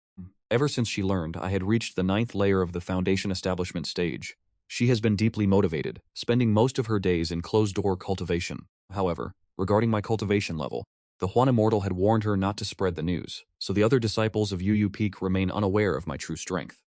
2 days later, Monke returned. He appeared somewhat disheveled. Chang Yuer stood up hurriedly to meet him, wiped the blood from the corner of his mouth. Still trembling with fear as he spoke, I encountered a great demon equivalent to the Golden Core stage. I nearly lost my life. Seeing this, I asked, are there many demonic beasts in the vicinity? There is a pack of demons outside the forest, but it is unclear who has trapped them there using a formation. There is no cause for concern. The great demon I encountered is quite far away and poses no immediate threat to us here, Monke replied, then sat down to circulate his inner energy. Before long, he coughed up a mouthful of blood. The blood was a terrifying jet black color. Could he have been poisoned? It is fortunate that I did not wander off. Truly, one should not act recklessly. I pondered this while continuing my cultivation. Shang Yuer was also deeply worried. Only 2 days after arriving, the 7th senior brother was already wounded. This myriad demon realm is truly perilous. Why is it that junior brother Han has remained safe here for several years? Shang Yuer looked at me with suspicion. Could he truly be more capable than the 7th senior brother? After Monk was injured, he dared not venture outside. I was occupied with my cultivation and did not step out either. Naturally, Shang Yuer did not dare to venture out alone. A year passed in the blink of an eye, and on that day I was in the midst of cultivation. Monka suddenly spoke. The demonic aura in the vicinity is growing denser by the day, and it is moving rapidly. Their target is undoubtedly us. As these words left his lips, Shang Yuer opened her eyes. I spoke up. Then why have we not yet fled? Shang Yuer frowned. But this location falls under the jurisdiction of Jade Nether Peak. Would it not be an unauthorized abandonment of our post? If you wish to stay here and await your death, be my guest. I will be sure to recount your heroic sacrifice to the master. Having said that, I rose to my feet, and Shang Yuer scrambled up to follow me. Seeing this, Monk remarked, Junior Brother Han is correct. All 18 peaks have their own designated areas of responsibility. It is certain that we are not the only ones being besieged by demonic beasts. Surely there must be others who have also chosen to retreat. Ever since he was attacked by the great demon, he had lost the bravado he possessed upon arrival, adopting the mindset that as long as the green hills remain, one need not fear for firewood. Let us move, I said, before darting out of the pavilion. Shang Yuer and Monke followed closely behind. The three of us mounted our swords and took to the sky. As we looked down, our suspicions were confirmed. Centered on our pavilion, an endless tide of demonic beasts. Have I grown so accustomed to breaking into a cold sweat? It seems my vigilance is still lacking. If not for Mukai's warning, we would surely have been in a panic by now. The sound of whistling wind approaches from ahead. The three of us turned to look, only to see a black eagle with a wingspan of 3 zhang diving toward us, its feathers sharp as metallic arrows. Look out. Minka acted instantly, drawing a talisman from her sleeve. She chanted a quick incantation and 3 fireballs erupted from the talisman, surging toward the black eagle. The black eagle dodged with agility, circled widely in the air, and continued its assault upon us. At the same time, more demonic birds descended to attack. I swept my gaze across them. There were 7 in total, all moving at a blistering speed. Shang Yuer's face paled with terror, her hands trembling as she clutched her Dharma artifact, and even Monke was shaken, shouting loudly, "We must split up and run." In truth, splitting up was merely a pretext for her to escape alone. Monke turned and fled, manifesting a gust of wind with her magic, moving with great haste. Shang Yuer was at a loss. This was her first time encountering such a dire situation. Seeing 7 demonic birds diving toward us, I immediately unleashed the 3 Purities Absolute Shadow Sword. 3 sword silhouettes condensed rapidly and shot outward. Shang Yuer only saw a flash of sword light, and the 7 birds were hewn into pieces, dying on the spot. Her eyes widened, and she stared at me in utter disbelief. My long hair danced in the wind, my gaze cold, exuding an aura that commanded reverence. System notification: Shang Yuer's favorability toward you has increased. Current favorability: 4 stars? That is done. I turned my head to see Shang Yuer gazing at me with shining eyes, while Monke had already vanished without a trace. Shang Yuer exclaimed excitedly, "Junior Brother Hang, I never knew you were so formidable," I replied with a solemn expression. "Senior sister, this matter must not be spoken of to others. I wish to continue my cultivation in humility. If my true strength were exposed, there is a chance I would be recruited as a core disciple. By then, it would be difficult for you to see me, even if you wish to. Upon hearing this, Xiangyue nodded hurriedly. Finishing my sentence, I lunged downward. Xiangyue hurriedly gave chase. Junior brother, what are you intending to do? I replied that the spirit beast's remains held many valuable materials, and the previous exchange had made me realize that these beasts were not as formidable as I had imagined. As this thought took hold, I felt an immediate sense of relief, and my body surged with newfound confidence. Ah, that is right, junior brother. I once studied the anatomy of spirit beasts. Let me assist you as a gesture of gratitude. Xiangyue spoke with enthusiasm, and after a moment of consideration, I nodded in agreement. With two of us working, the task proceeded with greater haste. Roughly 5 minutes later, we had thoroughly harvested the remains of the 7 spirit beasts and departed the area in a hurry. Along the way, Xiangyue remained high-spirited, though she would grit her teeth in resentment whenever Meng He's name was mentioned. 7th senior brother went too far. No, that is not right. He does not deserve to be called our 7th senior brother. When I return, I shall certainly report his actions to Master. I only hope he perishes in the jaws of the spirit beasts. Junior brother, where shall we head next? I was quite hesitant, as the situation remained far too perilous. Let us return. The worst that can happen is that I kneel and beg for the Master's forgiveness. I spoke with gravity. While ordinary spirit beasts cannot harm me, what if a spirit king or the Qingming demonic sect were to appear? With that, the two of us proceeded toward the teleportation array. Before long, we located the teleportation array meant for our departure. More than 10 cultivators had gathered before the array. Meng He was among them. Upon seeing me and Xiangyue, Meng He froze, then hurriedly forced a look of feigned surprise, saying, Junior brother, junior sister, you are both still alive. This is wonderful news. Xiangyue was so incensed she gritted her teeth, but as she moved to berate Meng He, I raised my hand to signal her to remain silent. Suddenly, I noticed Mo Fuhan and asked, Brother, why are you here? Mo Fuqiu laughed and asked, Did Master arrange for your arrival? Indeed, your younger sister, Mo Zhu, encountered your sister heading toward Li Qianlong's immortal cave in search of treasures. Even though I urged her not to go, she insisted regardless. I began to speak. Having said my piece, Xiangyue and I stepped toward the teleportation array. We retrieved our spirit stones to activate the array and departed. Upon returning to the inner sect, Xiangyue and I headed out to sell the beast materials. The inner sect possesses a dedicated facility for the acquisition and sale of materials harvested from demonic beasts. To my surprise, these materials fetched a total of 497 high-grade spirit stones. I had not expected that hunting demonic beasts could be so lucrative. I spoke with excitement, suddenly tempted to return and continue the slaughter. Xiangyue hurriedly restrained me, speaking in a low voice. Junior brother, do not think on it further. The 10,000 Demon Realm is a minor world specifically maintained by the sect for cultivation purposes. The demonic beasts within all possess significant value. Under normal circumstances, disciples are strictly forbidden from massacring the beasts inside. While this instance was exceptional, and we may escape investigation, doing so again would surely lead to grave trouble.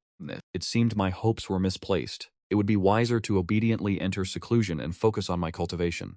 Afterwards, we returned to Jade Tranquility Peak to pay our respects to Fairy Siquan. As the great doors opened, we stepped into the hall to offer our greetings. Why have you both returned? Fairy Siquan asked with a furrowed brow, and I replied. Disciple discovered that the 10,000 Demon Realm is extremely perilous. There are demon kings and demonic cultists. We were previously besieged by demonic beasts, and I even offended the son of a demon king. It was truly impossible to remain there any longer. Master, feel free to punish me. I am willing to spend 100 years in solitary confinement to reflect upon my failures. Fairy Siquan was rendered speechless. Xiangyue looked at me with a peculiar expression. 100 years? That is too harsh. What if you are unable to progress in your cultivation during that time? Fairy Siquan asked, causing my expression to instantly stiffen. Xiangyue seized the opportunity to speak. Master, we were attacked by beasts, and the 7th senior brother, Meng He, abandoned us to save himself. At the mention of this, her indignation was clear. However, Fairy Siquan did not show the slightest anger. Instead, she said calmly, Your 7th senior brother merely chose not to save you. Ultimately, it is because you are both too weak. You cannot expect your 7th senior brother to stay behind and await death alongside you. Xiangyue opened her mouth to retort, but remained silent. Though cold-blooded, the truth of the statement could not be denied. Meng He did not intend us harm. He simply prioritized his own survival. Fairy Siquan spoke. Shengxier cast a glance at me, performed a ritual salute, and took her leave. Once the great hall was left with only myself and Fairy Xishuan, a somber atmosphere descended upon the room. My heart trembled. Hanju, for what purpose do you cultivate? When Fairy Xishuan spoke, her voice was frigid and detached. If you seek only immortality, constantly secluded in bitter cultivation, you will never truly achieve eternity. The phrase man can conquer nature refers to the struggle for destiny and opportunities. This disciple understands, but I wish to elevate my cultivation first.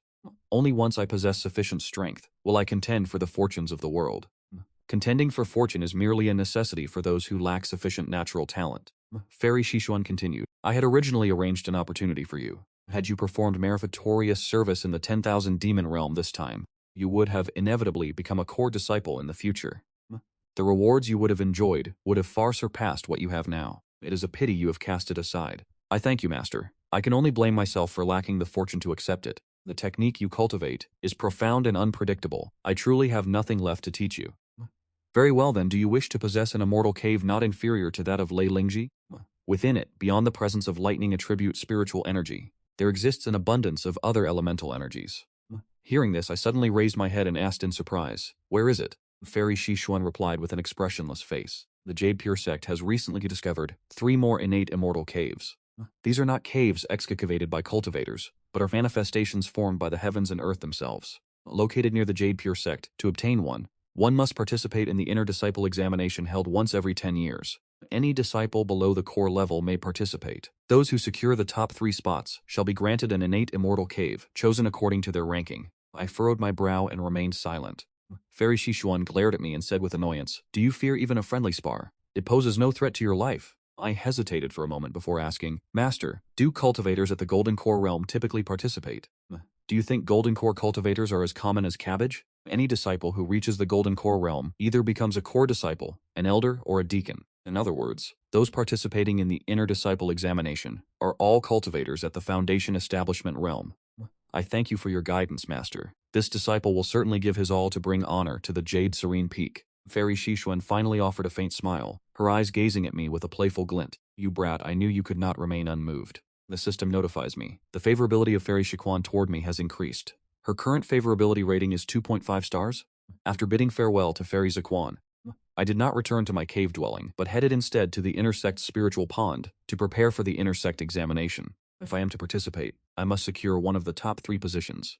With an innate cave dwelling, I would no longer have to worry about spiritual energy and could truly seclude myself from the outside world. Before that, I must raise my cultivation level as much as possible. There are still 8 years remaining until the next Intersect examination. I arrive at the Fire Spiritual Pond, purchasing 1 year of access. There are quite a few disciples in the Fire Spiritual Pond, perhaps 20 or 30. I find a secluded corner and begin to meditate. My appearance draws glances from several female disciples. He looks so handsome. Could he be that mysterious, dashing disciple from Yu Peak? Perhaps, aside from him, I have never seen anyone who looks so refined. I truly wish to make his acquaintance. I hear their faint whispers. I pretend not to hear them. My heart is clear, for a man without women in his thoughts cultivates with natural speed. 1 year later, my fire spiritual root has reached the 8th level of the Foundation Establishment stage. Perhaps because my lightning spiritual root has already reached the 9th level of the Foundation Establishment stage, my cultivation of other spiritual energies is faster than before. Without rest, I head to the water spiritual pond. Just like that, 4 years pass, and all my other spiritual roots reach the 8th level of the Foundation Establishment stage. With 3 years still remaining, I continue to cultivate, striving to reach a specific goal before the Intersect examination. I intend to bring all 6 spiritual roots to the 9th level of the Foundation Establishment stage. Today, as I arrive at the Wind Spiritual Pond, I see a crowd of disciples gathered. Chufan, did you not boast that you would surpass me in the upcoming Intersect examination? How is it that your cultivation is still merely at the 1st level of the Foundation Establishment stage? Ha ha ha. With his mediocre spiritual root aptitude, how could he ever hope to surpass us? If you kneel and kowtow to us today, we shall make things easy for you.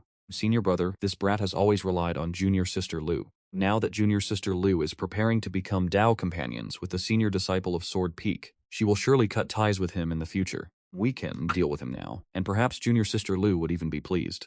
Listening to the words of these disciples, I shake my head and find a corner to begin my meditation. Conflicts like these are not uncommon within the Yuqing Sect. Although the Yuqing Sect is an orthodox sect of high standing, wherever there are people, there is a martial world. I have witnessed incidents of this nature more than once in the past. You bunch of trash, you dare to lay a hand on me here? Do you not fear the retribution of the enforcement hall? The demonic sect has been stirring of late, yet you continue to indulge in infighting. I have reason to suspect, and have informed the elders, that you are all spies for the demonic sect. A cold snort rang out, brimming with stubborn defiance. I opened my eyes to see that the speaker was none other than Chu Pham, who was currently surrounded. The system notification chimed, announcing the detection of an individual with innate destiny. Do you wish to view the background of this individual? Suddenly, a line of text appeared before my eyes, leaving me stunned. You possess innate destiny. I immediately chose to inspect it. A reincarnated Mahayana cultivator was born in a mortal town alongside his childhood sweetheart, who was discovered to have spiritual roots during an inspection by the Yuqing Sect. Deep within his soul lies a sealed spiritual treasure, which was severely damaged while protecting him. Currently, to facilitate its own recovery, the spiritual treasure has been unconsciously absorbing the spiritual energy that Chu Pham cultivates, causing his cultivation speed to be agonizingly slow. Now, this spiritual treasure is on the verge of a full recovery. A strange expression crossed my face. Such a background is truly formidable. Even in a novel, he would be worthy of being the protagonist. I narrowed my eyes to observe Chu Pham, who remained calm while surrounded. Despite being shoved by others, he showed no signs of anger. Though not conventionally handsome, he exudes a sense of unwavering determination, maturity, and forbearance. Should I perhaps offer this protagonist some assistance? Assist him? I simply closed my eyes. No matter how extraordinary Chu Pham's background may be, it has nothing to do with me. On the contrary, with someone possessing innate destiny nearby, I am even more compelled to seize every moment to cultivate. My goal is immortality and unrivaled power. Once I reach the pinnacle and become invincible, I shall do as I please. For now, if I can avoid trouble, I shall do my utmost to keep it that way. The group of disciples berated Chu Pham for a while, only to be intimidated by him in the end. They dared not strike. Everyone here has paid a high price. Further delay would only result in a loss for them. The funneling pool descended into silence, and 1 year later, my funneling route reached the 9th level of the Foundation establishment stage. I rose to my feet and departed for the pavilion of the Fengling pool. By mere coincidence, I encountered Chu Pham once more. Chu Pham was in conversation with a young woman in green, whose appearance was striking. I noticed that Chu Pham's hands, hidden within his sleeves, were clenched into tight fists. It was clear he was struggling to restrain his emotions. The young woman in green wore a composed expression and turned to leave shortly after. Chu Pham remained where he stood, his shoulders trembling. I could easily deduce what had transpired. I continued walking. Chu Pham was still simmering with anger. Catching sight of me, he could not help but knit his brows. Halt. Chu Pham barked the command, and as these words left his lips, the disciples walking nearby all came to a standstill. Yet I did not stop, swiftly striding out of the pavilion, intending to head toward the other spirit pools. Chu Pham suddenly intercepted my path. I furrowed my brow and asked, "Does this brother have further business with me? Are you Han Jue?" "Indeed, I am Chu Pham. I often hear senior brother Mo mention you, saying that you will undoubtedly become a great cultivator of the Jade Pure Sect in the future." I felt a sense of embarrassment. I had not expected Mo Fuchu to boast about me so openly. I asked politely, "What business do you have with me?"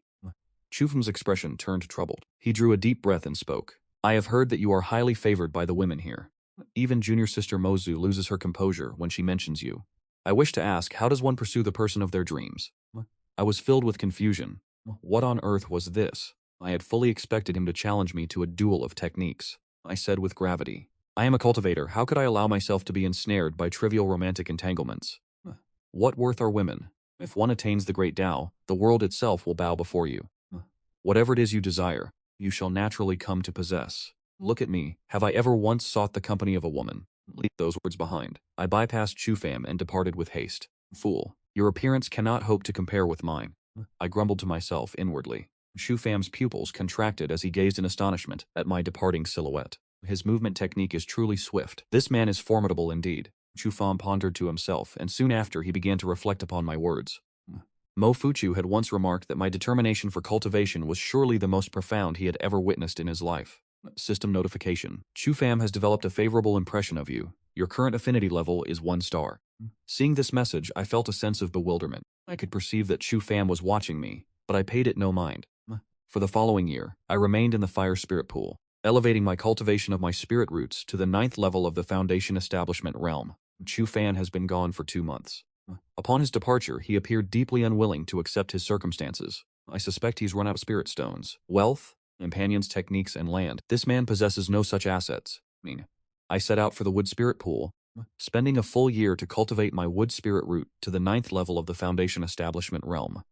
At this stage, only my Water and Earth Spirit roots remain at the 8th level of Foundation Establishment. I am quite satisfied with the steady progress of my cultivation. As the Inner Sect Assessment Assembly drew near, I returned to my cave abode. Less than half a month after my return, the bells of Jade Serenity Peak began to chime. All disciples gathered before the gates of the Jade Serenity Palace. A massive wooden board hung upon the main gate, detailing the match times and locations for each disciple. On the first day, every disciple was required to participate in the martial trials. My first match was scheduled to take place at Heaven Pillar Peak. Heaven Pillar Peak is ranked among the top 3 within the Jade Pure Sect, possessing formidable strength. The match is set for noon tomorrow. Having committed this to memory, I quickly returned to my cave abode. Upon arriving at my entrance, I suddenly spotted a familiar figure. It was Xing Hongshuan, whom I hadn't seen in decades. She wore the Taoist robes of the Jade Pure Sect, her temperament even more refined than in years past. "Husband!" Xing Hongshuan suddenly called out, quickly approaching me. I was left speechless and took a step back, protesting that she could not address me so recklessly. Hongshuan covered her mouth and giggled, asking, "Did we not agree upon this back in the outer sect?" Helpless, I spoke truthfully. At that time I was merely acting according to the situation. "Had I refused you then, I feared what might happen." "Well, I took it to be the truth," she replied. "When I met the headmaster, I worried whether you would betray me, yet you gave me the chance to confess of my own accord. Because of that, I had the opportunity to rejoin the Jade Pure Sect and attain the status I hold today." Xing Hongshuan smiled and produced a jade bottle from her sleeve. "This is a Jade Pure pill, highly suitable for Foundation Establishment cultivators to bolster their power. I have yet to reach Foundation Establishment, so you should use it first. I'm currently training under Perfected Jingxi and receive these medicinal pills periodically." Xing Hongshuan pressed the bottle into my hands and said, "Do your best in the Inner Sect Assessment Assembly." Initially, I did not expect my husband to be such a genius. "My own talent is mediocre, but I will work hard. If my husband achieves great things in the future, surely you won't treat me poorly, will you?" She smiled sweetly and innocently, showing no trace of the demonic cultivator she once was. I stood there, conflicted, unsure whether I should refuse her or not. Hongshuan suddenly turned and departed, performing a sword kinesis technique to swiftly vanish into the mist, giving me absolutely no opportunity to refuse. I returned to my cave abode and opened the medicinal bottle, discovering 7 Jade Pure pills inside. I consumed one first, only to find the spiritual key contained within a single pill to be immense. I hurriedly circulated my technique to refine the medicinal power. Half an hour later, it had been fully converted into water spiritual power, equivalent to at least half a month of cultivation. Given my aptitude, half a month of cultivation is equal to several hundred days for an ordinary person. For an elixir to be this potent, this is truly the treatment of a core disciple. I was secretly stunned, suddenly feeling that Xing Hongshuan's affection for me carried significant weight. Simultaneously, I grew curious. By merely providing the Blue Clarity Demonic Sect's operational plans for the Myriad Demon Realm, could she truly have secured such exceptional treatment? Previously, Xing Hongshuan was only a Qi refinement cultivator, active within the outer sect of the Jade Pure Sect. How could she have so quickly obtained the inner secrets of the Blue Clarity Demonic Sect? It seems her identity is not as simple as I imagined. Setting my thoughts aside, I continued to consume the Jade Pure pills. After 3 pills, my water spirit root successfully reached the 9th level of the Foundation Establishment realm. I refined the remaining pills into Earth spiritual power, successfully reaching the 9th level of Foundation Establishment for that as well. With this, all 6 of my elemental spirit roots have reached the 9th level of the Foundation Establishment realm. I swept my divine sense outward. It was already the middle of the night. These Jade Pure pills are truly formidable. No wonder the status of an alchemist is so exalted. I pondered to myself, a sudden inspiration regarding alchemy striking me. Within a somber hall on the main peak, Xing Hongshuan sat before an elderly Taoist nun. This elder was none other than Perfected Jingxi. "You gave the Jade Pure pills to that boy at Jade Serenity Peak. Do you not regret it?" Perfected Jingxi asked. Xing Hongshuan replied softly, "I have no regrets. Your disciple has already fallen deep into the snare of love. Is the fact that he has such a handsome countenance not enough? His appearance is indeed peerless. In all my life, I have never seen a man more beautiful than he. But to devote yourself so fully to him based solely on his looks, your master believes it is not worth it. His talent is also quite exceptional. When I first met him, I heard from the sect master that he has already reached the 9th level of the Foundation Establishment realm." Jingxi Zhenren furrowed her brows, lost in deep thought. "Such talent is truly remarkable." She asked skeptically, "Why is it that for all these years I have never heard his name?" Xing Hongshuan replied, "The sect master says he's very reclusive. Ever since entering the inner sect, he's been constantly in closed-door cultivation. Previously, the sect master even intended to offer him a fortuitous encounter, but he declined it, stating his reasons." Jingxi Zhenren teased, "If one fears death, how can one ever hope to gain such profound experiences? It seems he is very resolute and possesses great self-confidence." Xing Hongshuan nodded, recalling his exceptionally handsome face. Her cheeks flushed slightly as she added, "It seems I, your teacher, must pay closer attention to him," Jingxi Zhenren remarked with an enigmatic smile. At noon, I set out for Tianju Peak. I stood upon my flying sword, my expression fraught with internal conflict. How should I act today? I must not draw too much attention. With my wood attribute spirit roots, 9th level foundation establishment cultivation, and supreme sword techniques, I truly do not consider the average intersect disciple a match for me. I have inquired thoroughly. The highest cultivation level among disciples participating in the intersect examination is merely the 9th level of foundation establishment. Those with higher cultivation have either already graduated or have become true inheritor, elite, or core disciples. Regardless of the rewards for the intersect examination or my own strength, I feel that I simply cannot afford to lose. The Sisters announced that the Yuqing Sect's intersect examination was about to begin, presenting me with the following choices. 1. Achieve a resounding victory, shocking the intersect with my reputation, to receive 1,000 high-grade spirit stones. 2. Humbly secure a top 3 position while minimizing my influence to receive a spirit treasure, which made my eyes light up. I have heard that spirit treasures are far more powerful than ordinary Dharma artifacts. Every time a choice arises, there is always an option to remain humble. It seems to be linked to the path of development I originally chose. I prefer this style, playing the pig to eat the tiger. No, that is not quite right. It is to stay low profile until I am invincible. I wish to be the sweeping monk of the Yuqing Sect. Without hesitation, I directly chose the second option. I must wait until the intersect examination concludes. I steeled my resolve and accelerated toward Tianju Peak. Upon arriving at Tianju Peak, dozens of disciples were gathered around the dueling arena. Mofuju and Moju had arrived as well. Watching the match on the stage, their expressions were quite peculiar. My opponent and I were deadlocked, but for the most part I was on the defensive, dodging, appearing clearly at a disadvantage. My opponent, a disciple of Tianju Peak, grew more and more excited as the battle progressed. Facing such a weak opponent in the first round, how fortuitous. The disciple from Tianju Peak was self-satisfied, waving his spiritual energy around and maintaining a composed, heroic posture throughout the bout. I was speechless, burdened by the exhaustion of having to act out this charade. I continuously utilized the sevenfold illusionary steps to evade his attacks, all while forcing myself to appear clumsy in my footwork. I gritted my teeth and persisted. As the match dragged on, the spectators grew bored and began to leave one by one. Mofuchio and Mozu were still watching. He knew his brother should not be this weak. Moju could not help but ask. Mofuchio spoke calmly. He is stalling intentionally. At that moment, I suddenly unleashed my ultimate sword finger technique, using my finger as a blade to project sword ki, piercing through the opponent's shoulder. I executed the sevenfold illusionary steps to close the distance instantly, sending him off the stage with a single kick. The match concluded, leaving the 3 presiding deacons stunned. As the spectators had already departed, no one expected such an abrupt finish. I cupped my hands and walked toward the 3 deacons to register my victory. The disciple from Tianju Peak left the area, utterly dejected. The Mo siblings immediately approached me. Brother Han, why did you not secure your victory sooner? Mo Fuchu asked. In his eyes, I was the most gifted disciple in the Yuqing Sect, unmatched by anyone, save for my excessive humility. I shook my head and replied with a smile. I was merely waiting to find an opening in his defenses. Mo Ju and changed the subject. Miss Mo, have you been well lately?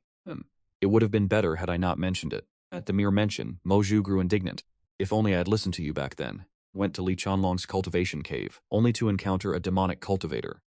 Fellow disciples and I were forced to join forces, but eventually we had no choice but to leap from a cliff. Fortunately, a senior expert intervened to save us. Mozu recounted the events, her voice trembling with lingering rage. I asked, who was that senior? I am not entirely sure. After rescuing me, they departed immediately. Perhaps it was a reclusive master from the Yuqing Sect. With the story concluded, I bid the siblings farewell and departed in haste. Moju watched my retreating figure and said sullenly, Big brother, why do I feel as though he is avoiding me? He doesn't seem to want to converse with me. Mo Fuchu laughed and said, your intentions are far too transparent. Brother Han is a dedicated ascetic. If he refuses to let emotions tether his path of cultivation, then continues to toil in solitude, what meaning does his life truly hold? Every individual pursues a different path. What he seeks is immortality, the great Tao itself. Returning to my cave dwelling, I continued to practice the 9 Dragons demon-slaying seal. In the previous matches, I relied solely on the sevenfold illusion, so I did not exhaust much of my stamina. For the next few days, I followed this routine, waiting every time for the spectators to disperse before defeating my opponents. The defeated contestants dared not linger for long. Thus I cleared every trial and defeated every foe in my path, yet my reputation remained unremarkable. What is worth noting is that the reincarnated Mahayana realm cultivator, Zhou Fan, has suddenly risen to prominence, securing consecutive victories to break into the top 10.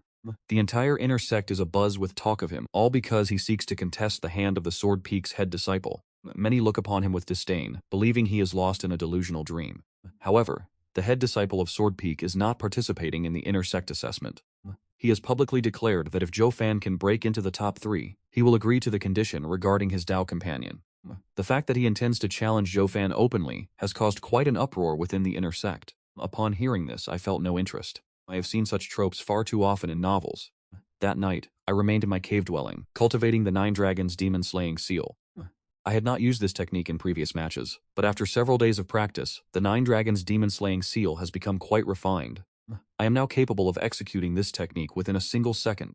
Most techniques require the formation of hand seals and the circulation of internal mantras to cast, rather than being unleashed directly like martial arts. Yet, as one's proficiency increases, it will eventually become possible to cast them instantaneously. Outside the cave dwelling, the sound of wind began to stir. At first I paid it no mind, but soon an inexplicable sense of unease washed over me. I hurriedly ceased my practice and projected my divine sense outward. Outside the cave there was no one, no demonic beasts, no wild animals, not even a single bird. Under the light of the crescent moon, the jade hidden chamber appeared truly ominous. What is happening? I furrowed my brows. The trees outside were not swaying, which confirmed there was no wind. Then why could I still hear the sound of it? Cold sweat drenched my body. Have I truly been reborn for decades? This is the first time I have encountered such a situation. In a world where demons, monsters, and cultivators exist, the presence of a ghost should be expected. I held my breath, focusing my senses with intense strain. If this is truly a malevolent spirit, it must be powerful enough to evade even the senses of Fairy Jiquan. Begone, you wretched spirit. Begone, you wretched spirit. I chanted silently in my heart. At that exact moment, I saw a streak of black mist drift from the crevice of the cave gate, heading straight toward me. Without a second thought, I raised my hand and unleashed the Nine Dragons demon-slaying seal. A golden jade seal streaked across the air, directly shattering the black mist and collapsing the stone gate. I watched closely as the dissipated black mist began to condense once more. I lunged forward without hesitation, manifesting the Nine Dragons demon-slaying seal again. Standing before the mist, I unleashed blow after blow, carving a massive crater into the ground and cracking the surrounding cavern walls. This was only because I maintained precise control. Otherwise, a single strike would have demolished the entire cave dwelling. Wait, stop, stop, stop! A shrill, miserable cry rang out, forcing me to cease my assault as I narrowed my eyes at the mist. I am the Supreme Elder of the Yuqing Sect. How dare a mere junior show such disrespect toward a senior? The black mist roared in fury, leaving me stunned by the revelation. The Supreme Elder? I watched as the mist rapidly condensed into a human form, albeit minuscule, standing barely half a meter tall. The figure was gaunt, clad in a wide white robe with flowing silver hair, glaring at me in indignation. I spoke with a sigh of helplessness. Senior, it is the middle of the night. What business do you have sneaking into my dwelling? The Supreme Elder grumbled in frustration. I was merely practicing a divine ability. My soul had left its vessel, and upon hearing sounds from your cave, I could not help but be overcome by curiosity to investigate. Despite his outward rage, he was inwardly astonished. What technique had this lad just unleashed that nearly annihilated his soul? The spiritual energy he displayed was already on par with the fifth layer of the Golden Core realm. Has the inner sect of the Yuqing Sect truly become this formidable? I must report this matter to my master. Senior, acting in such a manner is an easy way to frighten a disciple to death, I said, shaking my head. I was truly speechless. Practicing divine arts in the dead of night. Acting like a specter. I really should have just obliterated the soul of this Supreme Elder when I had the chance. No, I was merely playing a momentary prank. I apologize to you. The Grand Elder spoke hurriedly. I replied with a smile. You should know that your master is my disciple, and the current sect leader is as well. The Grand Elder lifted his head and puffed out his chest, his expression one of arrogance. However, my expression remained unchanged, and I was entirely unmoved. The smile on the Grand Elder's face vanished instantly. Could this junior truly not believe him? I spoke up. Consider tonight's events as having never occurred. You may leave. The Grand Elder turned to leave immediately. After walking only a few paces, he suddenly turned back and asked, Boy, I see that your bone structure is remarkable. Would you like to inherit my mantle and legacy? I raised an eyebrow and asked, What legacy? I shall pass down to you the Peerless Cultivation Manual, the Heavenly Firmament Golden Body. Do you wish to learn it? In the entire Yuqing Sect, only the sect leader and I possess this knowledge. The Firmament Golden Body sounded quite formidable, and my eyes lit up. Yet, upon reflection, something felt amiss. We had only just met, and our encounter had been far from pleasant. Why would this old man offer to pass on his cultivation technique to me? There must be an ulterior motive. Is he trying to deceive me? I shook my head and said, No thank you.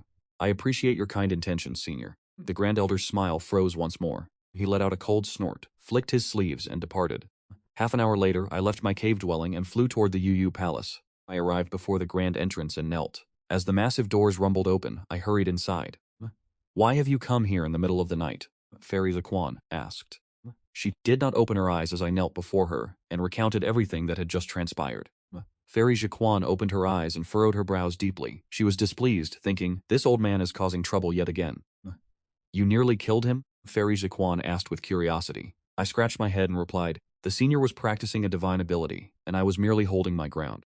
These matters are of little importance. Master, will he return to harass your disciple? I do not wish to live in fear every night. Rest assured, I shall pay him a visit tomorrow. If he dares to approach you again, I shall deal with him personally. Thank you, Master.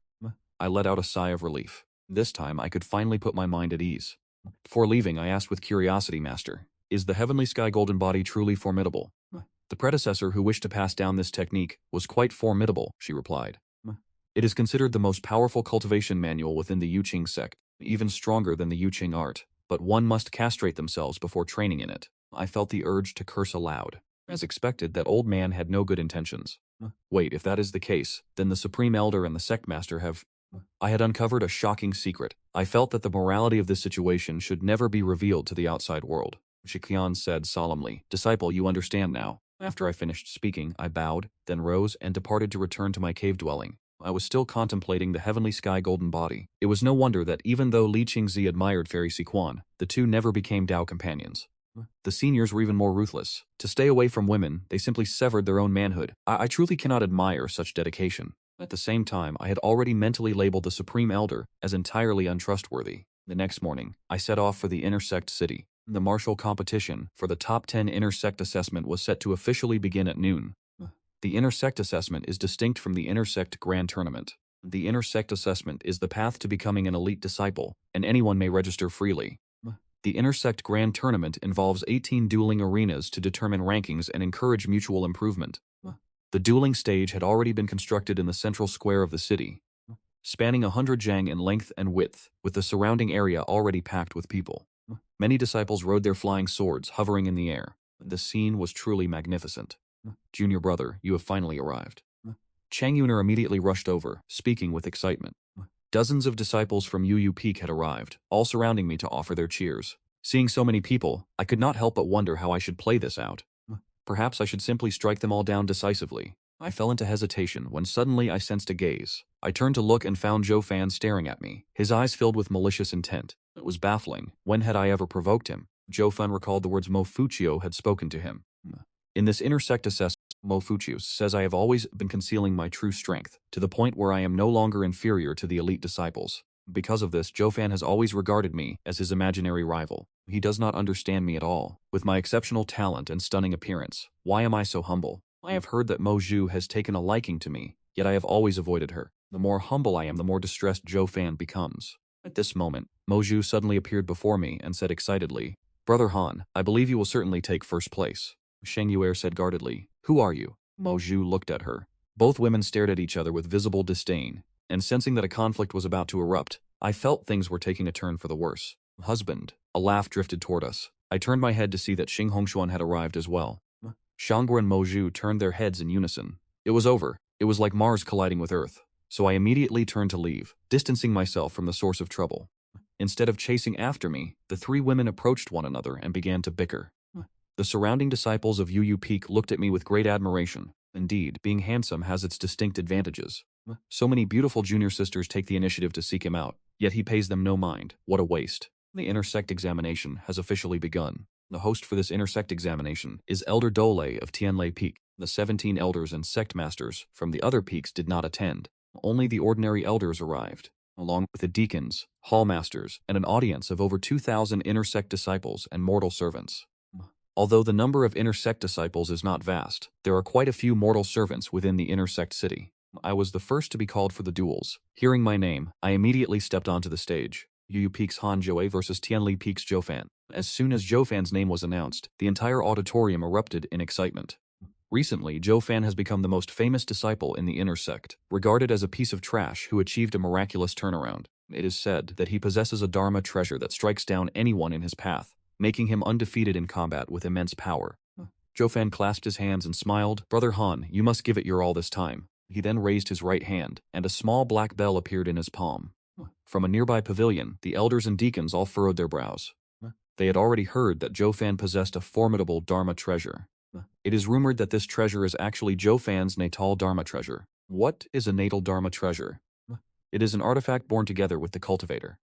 Generally speaking, natal dharma treasures are legacies from one's ancestors.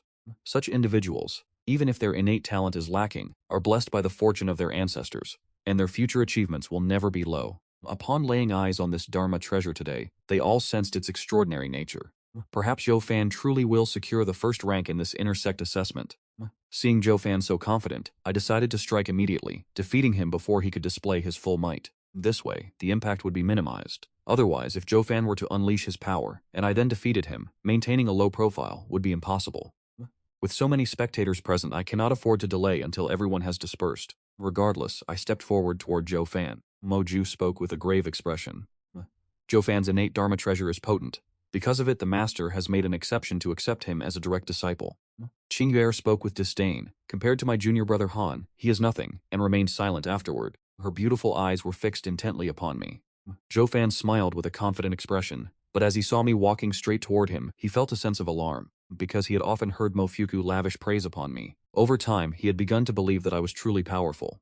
Today, I will defeat you and ascend to greatness. Watch closely. I will make you regret this and realize that you have misjudged me. Zhou Fan thought to himself, and at the mere memory of that flower-like, beautiful face, he became incensed.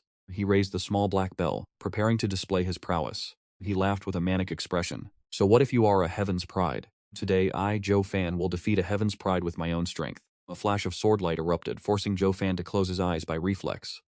Zhou Fan was sent flying backward, blood spraying like a snapped axe as he was launched straight off the dueling platform. The entire arena fell into silence. Everyone was stunned. They had not yet recovered their senses. The duel had only just begun, and already the duel was over.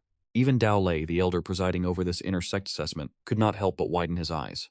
I withdrew my hand, and the sword shadows behind me vanished as quickly as they had appeared, manifesting for less than 2 seconds. I turned toward Elder Dao Lei, bowing with my hands cupped in salute. Elder Dao Lei regained his composure and declared that I of Yu Peak had won. The entire audience erupted in an uproar. The male disciples were all whispering amongst themselves. The eyes of the female disciples shone with brilliance as they looked at me. I quickly descended from the platform and disappeared into the sea of people. Because the dueling platform remained intact, the second match began in short order. Zhou Fan was helped away by a group of disciples from Tianlei Peak. Stains of blood remained at the corners of his mouth, and his face was deathly pale. His eyes were vacant, his entire being utterly hollow and defeated. The blow to his pride was too great. He did not even understand how he had lost. However, in that fleeting moment, he had been struck by the Sanqing Jueying sword. He caught the scent of death. A mere second ago, he was overflowing with confidence. A second later, he had been sent tumbling off the combat stage. Zhou Fan simply wished for a hole to crawl into. He knew he was about to become the laughingstock of the sect. Shang Yu, Xing Hongshuan, and Mo Ju searched for me, but I remained hidden among the crowd, quietly observing. An hour later, the 5 strongest disciples emerged, and they were tasked with drawing lots to determine who would receive a bye. The individual granted this exemption would advance directly to the top 3. The disciples raised no objections. At this stage, the disparity in strength between everyone was minimal. Any one of them could feasibly enter the top 3. Luck has always been an indispensable component on the path of cultivation. If I were granted a bye and reached the top 3, would I be able to simply forfeit? After all, reaching the top 3 is enough to earn the right to choose a cave dwelling in Heaven's Peak. If that were possible, my presence and influence would be reduced to a bare minimum. I offered a silent prayer. The one granted the exemption. Yu Peak, Han Jue, Elder Dao Lei announced, and the 4 remaining disciples turned their gazes toward me, filled with both admiration and caution. They had all witnessed me defeat Zhou Fan in a single breath. I had barely exhausted any spiritual energy, remaining in peak condition. Overjoyed, I quietly stepped down from the platform. The 3 women, Shang Yuer and the others, immediately surrounded me before I could find a chance to slip away. Junior brother, you have a very strong chance of taking first place this time, Shang Juer said with great excitement. Mo Jun Xing Hongshuan were equally thrilled. They were fond of me and naturally hoped to see me shine. I shook my head and replied, I am not capable of that. It was already difficult enough to reach this point. And Zhou Fan, who was pushing through the crowd nearby, heard this and nearly laughed out loud. He had intended to ask what kind of technique I used to defeat him. Hearing such words instead, Zhou Fan was choked with anger and could not help but vomit blood, drenching the disciple standing in front of him. He hastily turned and fled the scene. I looked back, but Zhou Fan was nowhere to be seen. The 2 subsequent artifacts, arts, movement techniques, and talismans were all displayed to their fullest extent. The strength of the 4 disciples was remarkably balanced. One could say they were evenly matched, and regardless of who won or lost, each provided a spectacular performance. The 3 strongest competitors take the stage. Each fights 2 matches, and whoever remains undefeated takes first place. 1 win and 1 loss results in second place, while 2 losses results in third. Elder Dao Lei suddenly raised my hand. Elder, I concede. In order to defeat my previous opponent quickly, my spiritual energy was exhausted and has yet to recover. Let those 2 decide the victor. I am content with third place. Everyone was astonished. Xior and the others stared in disbelief. Zhou Fan, standing among the crowd, was stunned to hear this. So that is how it is. If that were not the case, why would Hanzhou concede? It turns out I am not as weak as I thought. I saw these lines of text and secretly cursed, thinking the system was insane. Elder Dao Lei gave me a profound look before nodding. The rules were adjusted. Hanzhou is in third place, so I immediately stepped down. Compared to the previous matches, the intensity of the following duels had diminished somewhat, as both individuals had already expended a significant amount of spiritual energy. I felt as though I could take them both on. In the end, the 3 strongest competitors were decided, and this round of examinations concluded. As the 3 of us followed Elder Dao Lei to the main peak, a notification appeared before my eyes. You have modestly attained a top 3 position in the intersect examination and received a spirit treasure. Congratulations on obtaining a 7th rank spirit treasure. Golden Cicada Mysterious Divine Garment. The Golden Cicada Mysterious Divine Garment is a 7th rank spirit treasure, capable of automatically defending against enemy attacks. At its peak, it can withstand 1 full strength strike from a spirit-severing realm cultivator. If spiritual energy is channeled into it, its defensive capabilities increase further. I raised an eyebrow. Being able to block a strike from a spirit-severing cultivator is truly impressive. It is no wonder a spirit treasure surpasses a common artifact. If there is a 7th rank spirit treasure, could there be 6th or 5th rank treasures? Just how powerful is a 1st rank spirit treasure? I speculated inwardly, my mood lifting. This has been incredibly rewarding. To have obtained the Golden Cicada Mysterious Divine Garment, my sense of security has increased significantly.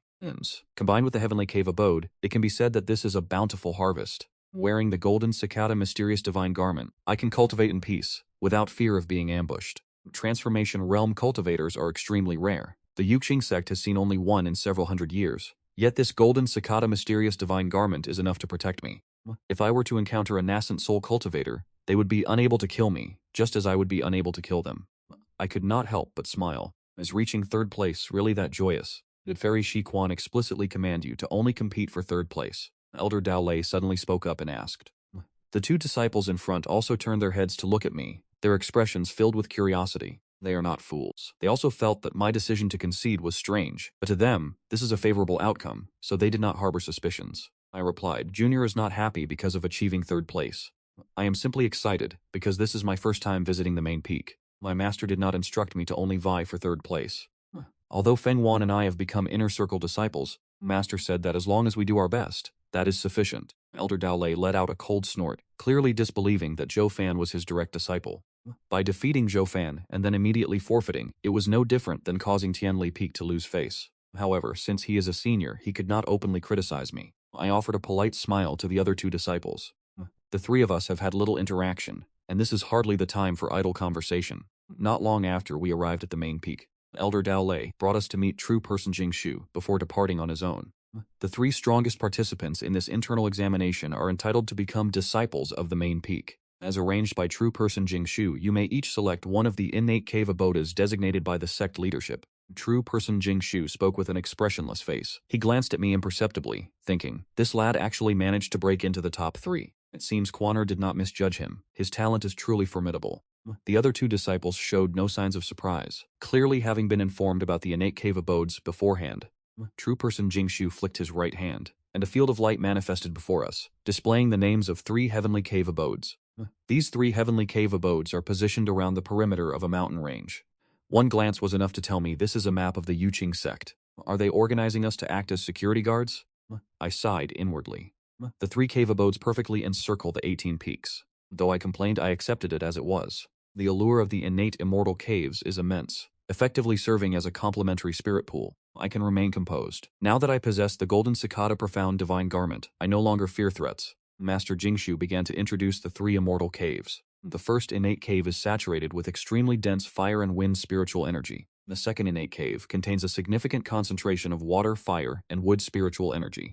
The third innate cave possesses spiritual energy density equal to a spirit pool, yet the elemental attributes are chaotic and unremarkable. The third innate cave belongs to me. Any cultivator capable of reaching this stage possesses either 3 spiritual roots, or is a genius with 4, but since they only cultivate one attribute, they would naturally select the first 2 caves. I had no other choice, yet I received the innate cave most suitable for my own cultivation. Once the cave was selected, I was presented with a talisman. By tearing the talisman, one can locate their objective. We offered our salutations and departed. Upon exiting the main hall, I immediately tore the talisman. A golden dove manifested from the void and flew off into the distance. I followed it immediately, while the other 2 cultivators exchanged bows before parting ways. After following the golden dove for half an hour, I finally discovered the innate cave. This cave is situated within a mountainous forest. The golden dove flew into the cliff face, causing the rock to emanate a brilliant light. I could sense the fluctuations of spiritual power. Presumably, a formation had been placed here previously as the cliff face transformed into an entrance. I stepped inside without hesitation. The passageway within the cave is wide enough to accommodate 3 people abreast. After walking 50 paces, I reached the stone chamber. The chamber is quite vast, with damp walls, and a fissure at the ceiling, from which a cold breeze drifts in. In the center of the chamber lies a pool of water emitting steam, surrounded by an abundance of moss. I sensed the dense spiritual energy. It truly does not fall short of the inner sect's spirit pool, and is perhaps even slightly more concentrated. With all 6 spiritual attributes present, I am exceptionally satisfied. I retrieved the golden cicada profound divine garment, donned it, and layered my jade pure sect robes over it. The moment I wore this spiritual treasure, I felt my entire presence shift. The sense of security was overwhelming.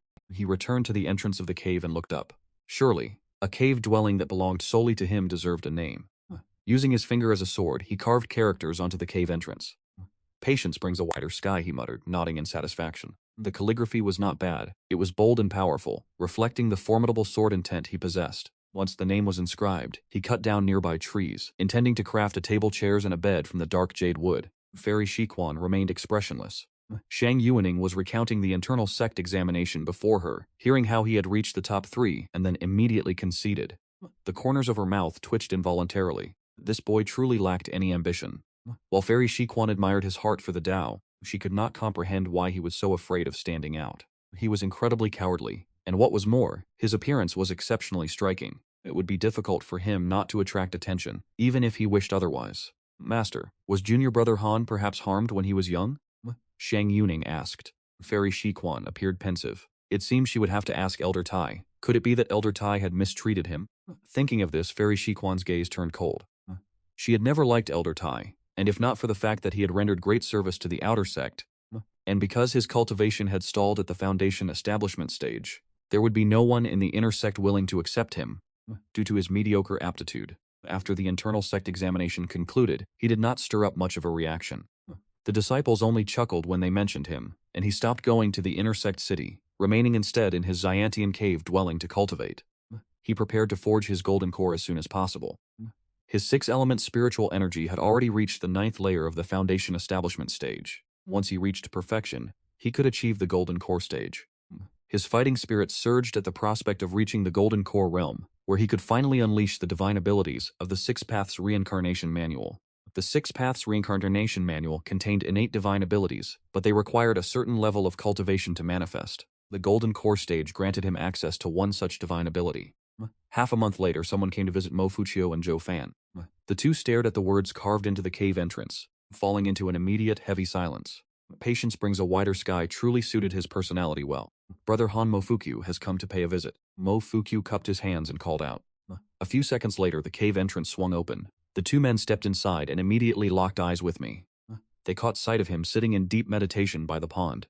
I opened my eyes and asked, "What brings you 2 brothers to my dwelling?" Zhou Fan looked at him with a complex expression. Mo Fuchio smiled and said, "The friction between the Qingming Demonic Sect and our Yuqing Sect has been intensifying lately. It is only a matter of time before full-scale war erupts. We wish to invite you on a mission to eliminate a subsect of the Qingming Demonic Sect. It is said that this branch holds a vast treasury of medicinal elixirs that could greatly aid your cultivation." Before arriving, Mo Fuchio had resolved that the only way to persuade me was by appealing to the allure of cultivation resources. I shook my head and replied, "I appreciate your kind intentions, but I have no desire to leave for the time being. I must remain in seclusion to break through." Seclusion to break through. Both men were stunned. Zhou Fan could not help but ask, "Do you intend to reach the golden core stage?" I nodded in affirmation. The golden core stage is not easily attained. The heavenly tribulation one must face is far more terrifying than that of the foundation establishment stage. You will require specific tribulation transcending elixirs to mitigate the might of the heavenly lightning and stabilize your Tao heart. Mofuchu offered this reminder, and Zhou added, "This mission is of great importance. If we perform well, we will undoubtedly be rewarded for our contributions. Our status within the Yuqing Sect will surely rise accordingly. You would also establish a formidable reputation within the cultivation world. You have received an invitation from your fellow disciples. Faced with the lure of fame and fortune, you are presented with the following choices. 1. Accept their offer, achieve merit together, and receive a low-grade spirit stone. 2. Decline their offer and continue your humble cultivation, gaining a magical artifact." 3 lines of text suddenly manifested before my eyes. Was this even a question worth pondering? I spoke with solemnity. "My apologies, but I have no interest in fame or gain. I only wish to pursue my cultivation with a sincere heart. Should the Yuqing Sect face a crisis in the future, I will certainly defend it with my very life. However, for now I have no intention of leaving the sect, regardless of what Mofukyo may say." No matter how Zhou attempted to persuade me, I remained unmoved. The two of them had no choice but to depart in frustration. After leaving the cave dwelling, they flew a short distance away. Zhou could not help but remark, "He may be formidable, but he is perhaps far too timid." It sounded eloquent, but in Zhou eyes, this was merely a rumor he had gathered from the disciples of the Yuqing Peak, that I am excellent in all respects yet hindered by excessive cowardice. This time Mofukyu did not defend me, sighing instead. "One cannot spend an entire life of cultivation strictly in seclusion. You and I are mortals who must fight for every opportunity. Wait and see. Sooner or later he will come to his senses." Zhou nodded. He suddenly found himself anticipating this upcoming mission. Once he acquires those spirit elixirs and medicinal herbs, he might finally surpass me. At this thought, Zhou heart burned with intensity. Having been directly defeated by me during the inner sect assessment, he had suffered a profound psychological blow. Although he does not harbor hatred toward me, he is desperate to reclaim his lost dignity. Congratulations on obtaining the Small Universe Belt. The Small Universe Belt contains a vast spatial dimension within it. It functions similarly to a storage ring or a spatial bag. It is flexible, easily adjusted, and highly resistant to destruction. Hanju stared at the Small Universe Belt in his hand. It resembled a scroll, albeit a very narrow one. He channeled his divine sense into the belt, discovering a spatial dimension spanning 1,000 square miles, far larger than his previous storage bag. He immediately dripped a drop of blood onto it to claim ownership. Once successful, he transferred all his belongings from his storage bag into the Small Universe Belt and fastened it around his waist. The Small Universe Belt contracted slightly, tightening against his robes, yet his waist felt neither constricted nor loose. It was incredibly comfortable. He toyed with it for a moment, before returning to his cultivation. 2 years passed in the blink of an eye, and his 6 elemental spiritual powers reached perfection. Preparing for his tribulation, he promptly activated the cave abode's barrier. He would undergo his tribulation from within the safety of his cultivation cave. Though the Golden Core Realm Heavenly Tribulation is domineering, it is not destructive enough to level mountains, focusing its force primarily upon the one attempting the breakthrough. It is said that the Golden Core Tribulation is prone to manifesting inner demons. Out of 10 Foundation Establishment cultivators, only 2 or 3 successfully break through. The rest are either struck down by the tribulation lightning or succumb to key deviation. Hanju possessed peerless aptitude and cultivated top-tier manuals, so naturally he feared none of this. As he continuously circulated his cultivation technique, dark clouds gathered above his head, crackling with lightning. At that same moment, a voice echoed within Hanju's heart. "What is it that you desire? Fame, fortune, or women? You are already strong enough. Stop restraining yourself and reveal your true might to the world." The voice sounded like a demon, relentlessly tempting Hanju. Hanju remained unmoved, a cold smile forming. "Is this a mere inner demon? It is not even enough to breach my defenses." Hanju shifted his hand seals, and the spiritual energy within his body followed suit, condensing toward the formation of a golden core. Within his dantian, spiritual energy began to converge, acting as the eye of the vortex within his body. Streaks of heavenly lightning suddenly descended from the dark clouds, raining down upon Hanju. Hanju immediately activated the Six Paths Reincarnation. The Ixil's spiritual energy breakthrough was truly beyond description. Hanju's lightning spiritual root could not fully absorb the heavenly lightning, yet the support of his other spiritual energies allowed him to endure without pain. He soon realized it was not his own spiritual energy that was strong, but the golden cicada mysterious divine garment. This spiritual treasure was actually capable of aiding in a tribulation. Hanjo thought in astonishment. The golden cicada mysterious divine garment could withstand the attacks of a soul formation cultivator. It would likely prove useful for his nascent soul tribulation in the future. Hanju was exhilarated. It was truly a magnificent treasure. Hanju rallied his spirits and continued his tribulation. 7 days later, Hanjue finally completed his tribulation successfully. Congratulations on breaking through to the Golden Core Realm. You have received a peerless grade Dharma sword. Congratulations on receiving the Qilin Sword. The Qilin Sword, forged from the bones of a Qilin and containing its soul, possesses the ability to ward off evil. A sword appeared in Hanjue's hand. The blade was jet black, inlaid with Qilin scales, and the hilt exuded a domineering aura. The blade was 3 fingers wide and over a meter long. Holding the sword, Hanju felt a cool sensation in his palm. It was a beautiful weapon that suited him perfectly. Hanju sheathed the Qilin sword and began to stabilize his golden core cultivation. Half a month later, he began practicing the 3rd layer of the Six Paths of Reincarnation Technique, and inherited his first divine ability, the Six Paths Soul Absorption. Just as the name suggests, this divine ability can absorb souls, especially wandering spirits and ghosts. After mastering this ability, Hanju is also able to perceive spiritual entities invisible to ordinary people. Once Hanjue learned the mental cultivation method, he began to practice this divine ability. His top-tier 6-element spiritual root aptitude allowed him to master it in 10 days. A divine ability is indeed a divine ability. It is far more profound than standard spells, and its power is naturally far greater. Hanju greatly desired to find wandering spirits to test it, but as he was within the Yuqing Sect, he opened his attribute panel instead. Name, 499 years. Race, mortal. Cultivation, 1st layer of the Golden Core Realm Technique. 6 Paths of Reincarnation Technique. Inherited spells. Absolute Sword. 7-fold illusionary steps. 3 pure ones. Peerless Shadow Sword. 9 Dragons Exorcism Seal Divine Ability. 6 Path Soul Absorption. Artifact. Golden Cicada Mysterious Divine Garment. High-grade Spiritual Treasure. Universe Spirit Belt. Qilin Sword. Aptitude. Spiritual Root. 6 Paths Spirit Body, including top-tier Wind, Fire, Water, Earth, Wood, and Lightning spiritual roots, accompanied by increased Destiny. Innate Destiny. Peerless Beauty. Immortal Posture. Top-tier Charm. Heavenly Sword Fanatic. Top-tier Sword Dao Aptitude. Top-tier Sword Dao Enlightenment. Peerless Movement Technique. Top-tier Movement Technique Aptitude. Descendant of the Immortal Emperor. Received 1 set of Peerless Immortal Cultivation Techniques, 1,000 top-grade Spirit Stones, and interpersonal relationships. His lifespan has increased by 499 years, not bad at all. 400 years is enough time for him to reach the nascent soul realm. If it takes more than 100 years, he would consider it a failure. Hanjue thought with satisfaction, but he suddenly remembered that after the intersect examination concluded, he had not yet bid farewell to Fairy Xishuan. Realizing his discourtesy, Hanzhou immediately rose to his feet and departed. After leaving his cultivation cave, he flew toward the inner sect of the Jade Pure Sect, the direction being easily identifiable. The 18th peak was far too conspicuous. As Hanju rode his sword through the air, he checked his interpersonal relationships. The favorability and hatred levels of the characters remained largely unchanged. He opened his mail. Your friend Li Qingzi was attacked by demonic cultivators. Your friend Li Qingzi was attacked by demonic cultivators, skipping over dozens of similar notifications. Your friend Li Qingzi was attacked by demonic cultivators, sustained heavy injuries, but narrowly managed to escape. Hanju was stunned. It seemed the elder who cared for him so dearly had suffered a miserable fate. Hanju could not help but worry. Could it be that the Qingming demonic sect was on the verge of assaulting the Jade Pure Sect? Lost in thought, Hanju arrived at Jade Mystery Peak. He quickly reached the front of the Jade Mystery Hall and knelt. The massive doors swung open, and he stood to enter the hall. Junior Brother Han, you have finally decided to return. Chang Yue remarked with a tone of grievance. Hanju furrowed his brows. Could this young girl truly be related to Fairy Xishuan? Why is it that every time he arrives he encounters her? Chang Yuer's cultivation had reached the 5th level of the Foundation Establishment realm.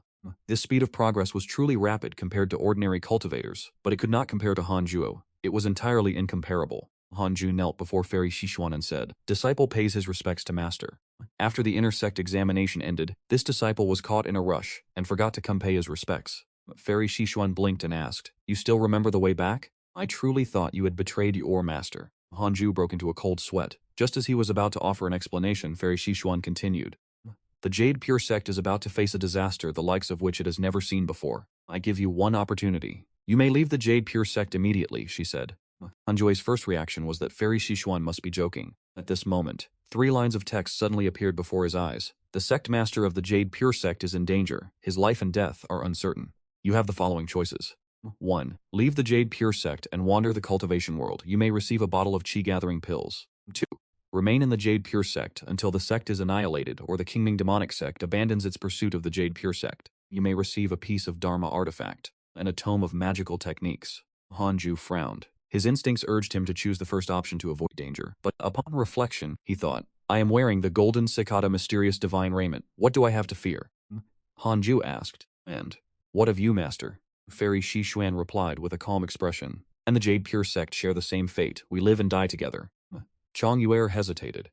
Hanju said solemnly, Then this disciple shall stand with Master through life and death. completing my mission while conveniently increasing our affinity. Fairy Shishu's affinity toward you has increased. Current affinity is 3 stars. 3 stars already. If it increases by 1 more, could it develop into a romantic relationship? Such a thought flashed through Hanzhou's mind. I am overthinking. One who pursues the Tao should not be swayed by worldly desires. Fairy Shishuan's expression remained unchanged as she asked, is that true? Are you not afraid of death?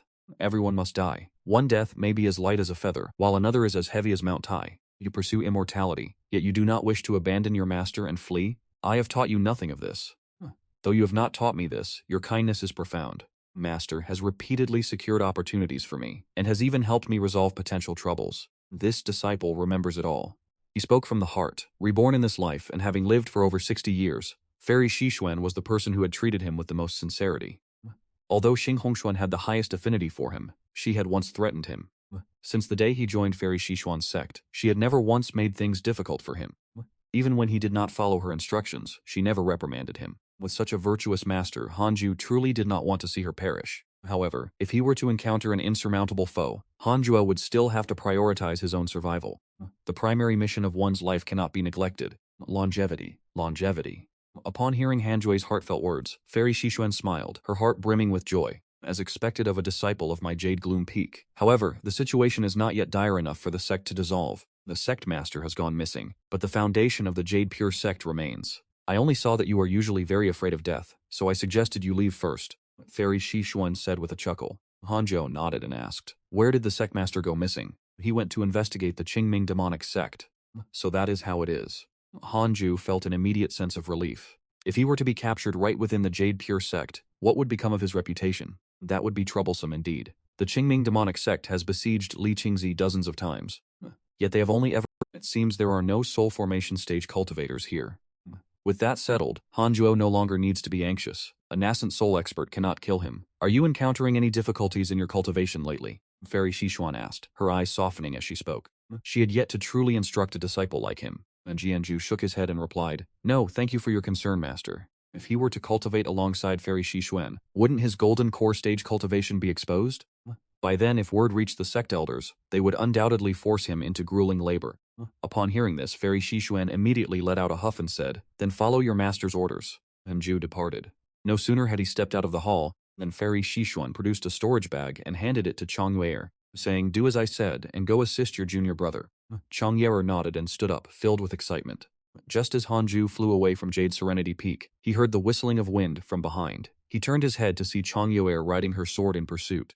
Junior brother Han, wait for your senior sister. Chang Yuer waved her hand, her face bright with a joyful smile. Hanzhou frowned, then came to a halt, and Yuer arrived at his side, held up the storage bag in her hand, and said, inside are a set of formation arrays and various spirit herb seeds. Master ordered me to help you arrange these arrays and plant the spirit herbs to enhance the spiritual energy within your cave dwelling.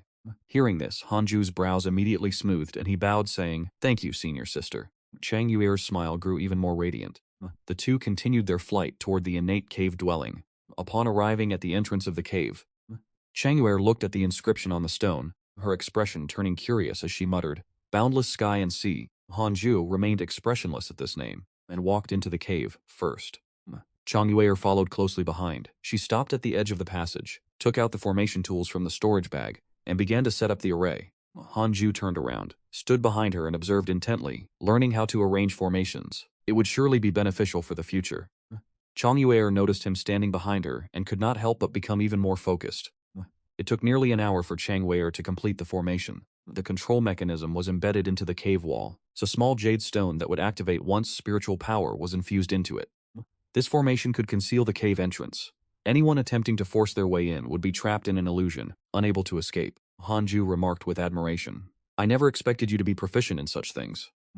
Chang Yuer laughed triumphantly and said, what did you think I was learning while following Master all this time? Do not be deceived by the fact that my cultivation base is inferior to yours. Alchemy, talisman crafting, array formation, and more. I have mastered them all. Hanzhou looked at her with a newfound perspective. Shenxiu turned and walked into the immortal cave. She surveyed the surroundings before approaching the pond and began to plant the spirit herbs. The day I ascend to immortality, I shall make you my medicine boy. You had better work hard to increase your power, she said with a smile.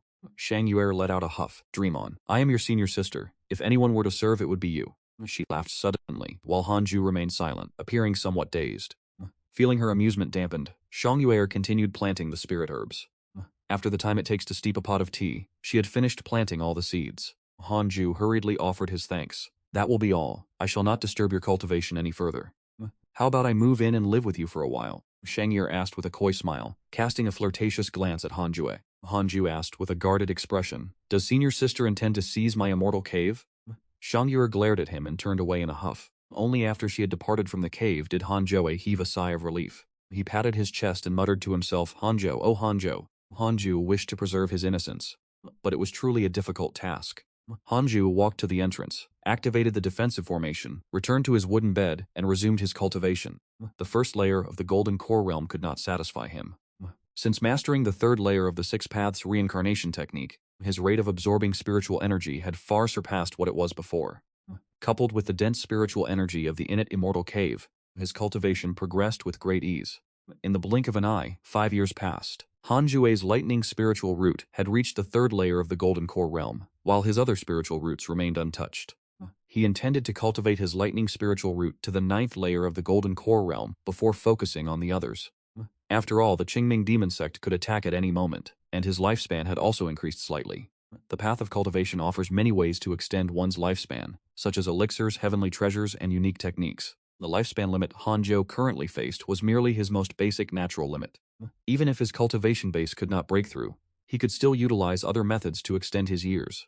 Throughout this year, the Jade Pure Sect remained peaceful and safe. However, the sect leader, Li Qingzi, was frequently hunted by demonic cultivators and was often left severely injured. The vengeful Chu Fan was also frequently targeted by attacks from the demonic cultivators. It appeared they were having quite the extraordinary adventure. Whenever he saw them being besieged by demonic cultivators, Hanjue felt a sense of fortune, grateful that he had not accompanied them. As Hanjue continued his cultivation, a line of text suddenly appeared before his eyes. An individual with innate destiny has arrived. Do you wish to view their origins? An individual with innate destiny? Hanju frowned. Could there be someone outside his cultivation cave? He hurriedly checked the individual's history. Chen Sanqian, born with a demonic womb, possessed an extreme affinity for demonic cultivation techniques. He wandered the lands with his parents during his youth. After his parents were slaughtered by bandits, he unexpectedly awakened his demonic womb, slaying hundreds of those bandits at the mere age of 7. Once his bloodlust was unleashed, it became impossible to restrain. He actually joined the Qingming Demonic Sect, where he thrived, and he now served as a core head disciple of the sect. As expected, he was an agent of the Qingming Demonic Sect. Being a core head disciple meant he had not yet reached the rank of an elder. According to Hanjue's understanding, the strength of the Qingming Demonic Sect and the Yuqing Sect were not significantly different. At best, Chen Sanqian would only possess the cultivation of the 9th level of the Golden Core Realm. What was this man doing at the Yuqing Sect? Was he alone or was a hidden army lurking nearby? Hanju stood up and carefully approached the entrance of the cave. Gazing outward, he spotted a man in black robes emerging from the nearby forest, moving with a clandestine air. Hanjo could not sense the man's aura. Had he not seen him with his own eyes, he might never have detected Chen Sanqian at all. Apart from Chen Sanqian, no one else was in sight as the man walked toward the entrance of the cave. His eyes fell upon a line of text inscribed on the cliff face. Endure for a moment, and the seas will be calm. How ridiculous. The people of the Yuqing Sect truly are nothing but spineless cowards. Chen Sanqian could not help but sneer in mockery. Hanju, still inside the cave, felt insulted. Are you looking to die? Hanju channeled the 3 pure Shaso swords. 3 sword phantoms hovered behind him, ready to strike down Chen Sanqian at a moment's notice. Because of the protective formation, Chen Sanqian could neither see Hanjue nor sense his presence. The two were separated by less than 10 paces. After observing for a moment, Chen Sanqian noticed something was amiss. Could this be a cultivation cave? Chen Sanqian narrowed his eyes. He flipped his hand, drew a sword, and gently thrust it toward the cliff face. A flash of sword light erupted, startling Chen Sanqian, who instinctively leaped backward. Like streaks of lightning, the 3 sword phantoms pierced directly through Chen Sanqian's body, causing blood to spray into the air. A discarded sack, Chen Sanqian was flung more than 10 meters away, crashing into a massive tree, and the pain was unbearable. Tran Tam Thien gritted his teeth and looked up. 3 sword shadows hovered above his head, ready to descend at any moment, nearly scaring him out of his wits. What is this? He shouted in a panic. Senior, please hold your hand. Hanju stood at the entrance of the cave and shook his head, so weak. You could not even withstand a single strike. Could it be that my 3 pure absolute shadow sword is too powerful? Hanju stroked his chin in thought. After being struck by the 3 pure absolute shadow sword, Tran Tam Thien's spiritual aura was revealed. Hanwei made a quick comparison. Tran Tam Thien's spiritual energy was not as potent as his own, Yet he could not discern Trentamthien's cultivation realm. In other words, Trentamthien's realm was higher than his, but the intensity of his spiritual energy was inferior. The overbearing effectiveness of the Six Paths Reincarnation Technique finally revealed itself, putting Hanzhou in a very good mood. He opened his mouth to ask, "Why have you come to the Yuqing Sect?" Trentamthien replied, "I was merely passing through. I had no intention of entering the Yuqing Sect." A blatant lie. And with that, the three sword shadows descended once more. Trentamthien's expression changed, and he scrambled to the side, but his right leg was still pierced by a sword shadow. Pinning him firmly to the ground, he collapsed, looking like a starving dog lunging for food. Trentamthien was incensed to the point of madness. He was the core head disciple of the Qingming Demonic Sect, yet he had been subdued by his opponent before he could even strike a blow. The three sword shadows were like specters, moving with an unbelievable speed. They remained pinned to his leg, continuously draining the spiritual energy from his body. What kind of cultivation technique was this? Tamthien was deeply unsettled, for he had already investigated the Yuqing Sect. The Yuqing Sect was not a sect purely dedicated to the sword, and none among the elders were known to possess such formidable sword techniques. Could it be the mysterious Supreme Elder? Trentamthien, possessor of the innate demonic womb, and head disciple of the Qingming Demonic Sect. If I were to hand you over to the Yuqing Sect, what fate do you think would await you? Hanzhou's voice echoed once more. Tranthien's expression shifted drastically, his heart surging with terror. How could his opponent know his true background so clearly? Trentamthien was completely panicked and hurriedly knelt toward the immortal cave, saying in a trembling voice, "Senior, I was wrong. I was wrong. Please give me a chance. I have never killed any disciples of the Jade Pure Sect." Hanzhou hesitated whether he should kill Chen Sanqian. According to his experience in reading novels, killing this type of heaven-favored talent might trigger an endless series of side complications. Usually, geniuses carry some form of communication method left by their elders. Once they die, their elders will sense it, and subsequently hunt down the protagonist. If you kill the child, the master comes. Kill the master, and the elder arrives. Kill the elder, and someone even older and more powerful descends from the heavens. Perhaps it would be better to capture him. If the sect master is ever captured in the future, he could be used as leverage to negotiate with the Qingming demon sect. Hanzhou mused to himself, feeling this was a viable plan. After all, he was currently wearing the golden cicada mysterious divine garment, and Chen Sanqian could not inflict any injury upon him. Hanzhou waved his right hand and the three sword shadows vanished into thin air. Chen Sanqian did not dare to flee. He could only kneel on the spot trembling violently. He had already been wounded. Given the strength Hanzhou had displayed, even if he exerted his full effort to escape, he would not be able to get away. Enter. Hanzhou's voice drifted out, and the entrance to the cave appeared. As the stone door opened, Chen Sanqian beheld Hanzhou. What a handsome man, and so young. He had assumed Hanzhou was merely a disciple of some senior expert.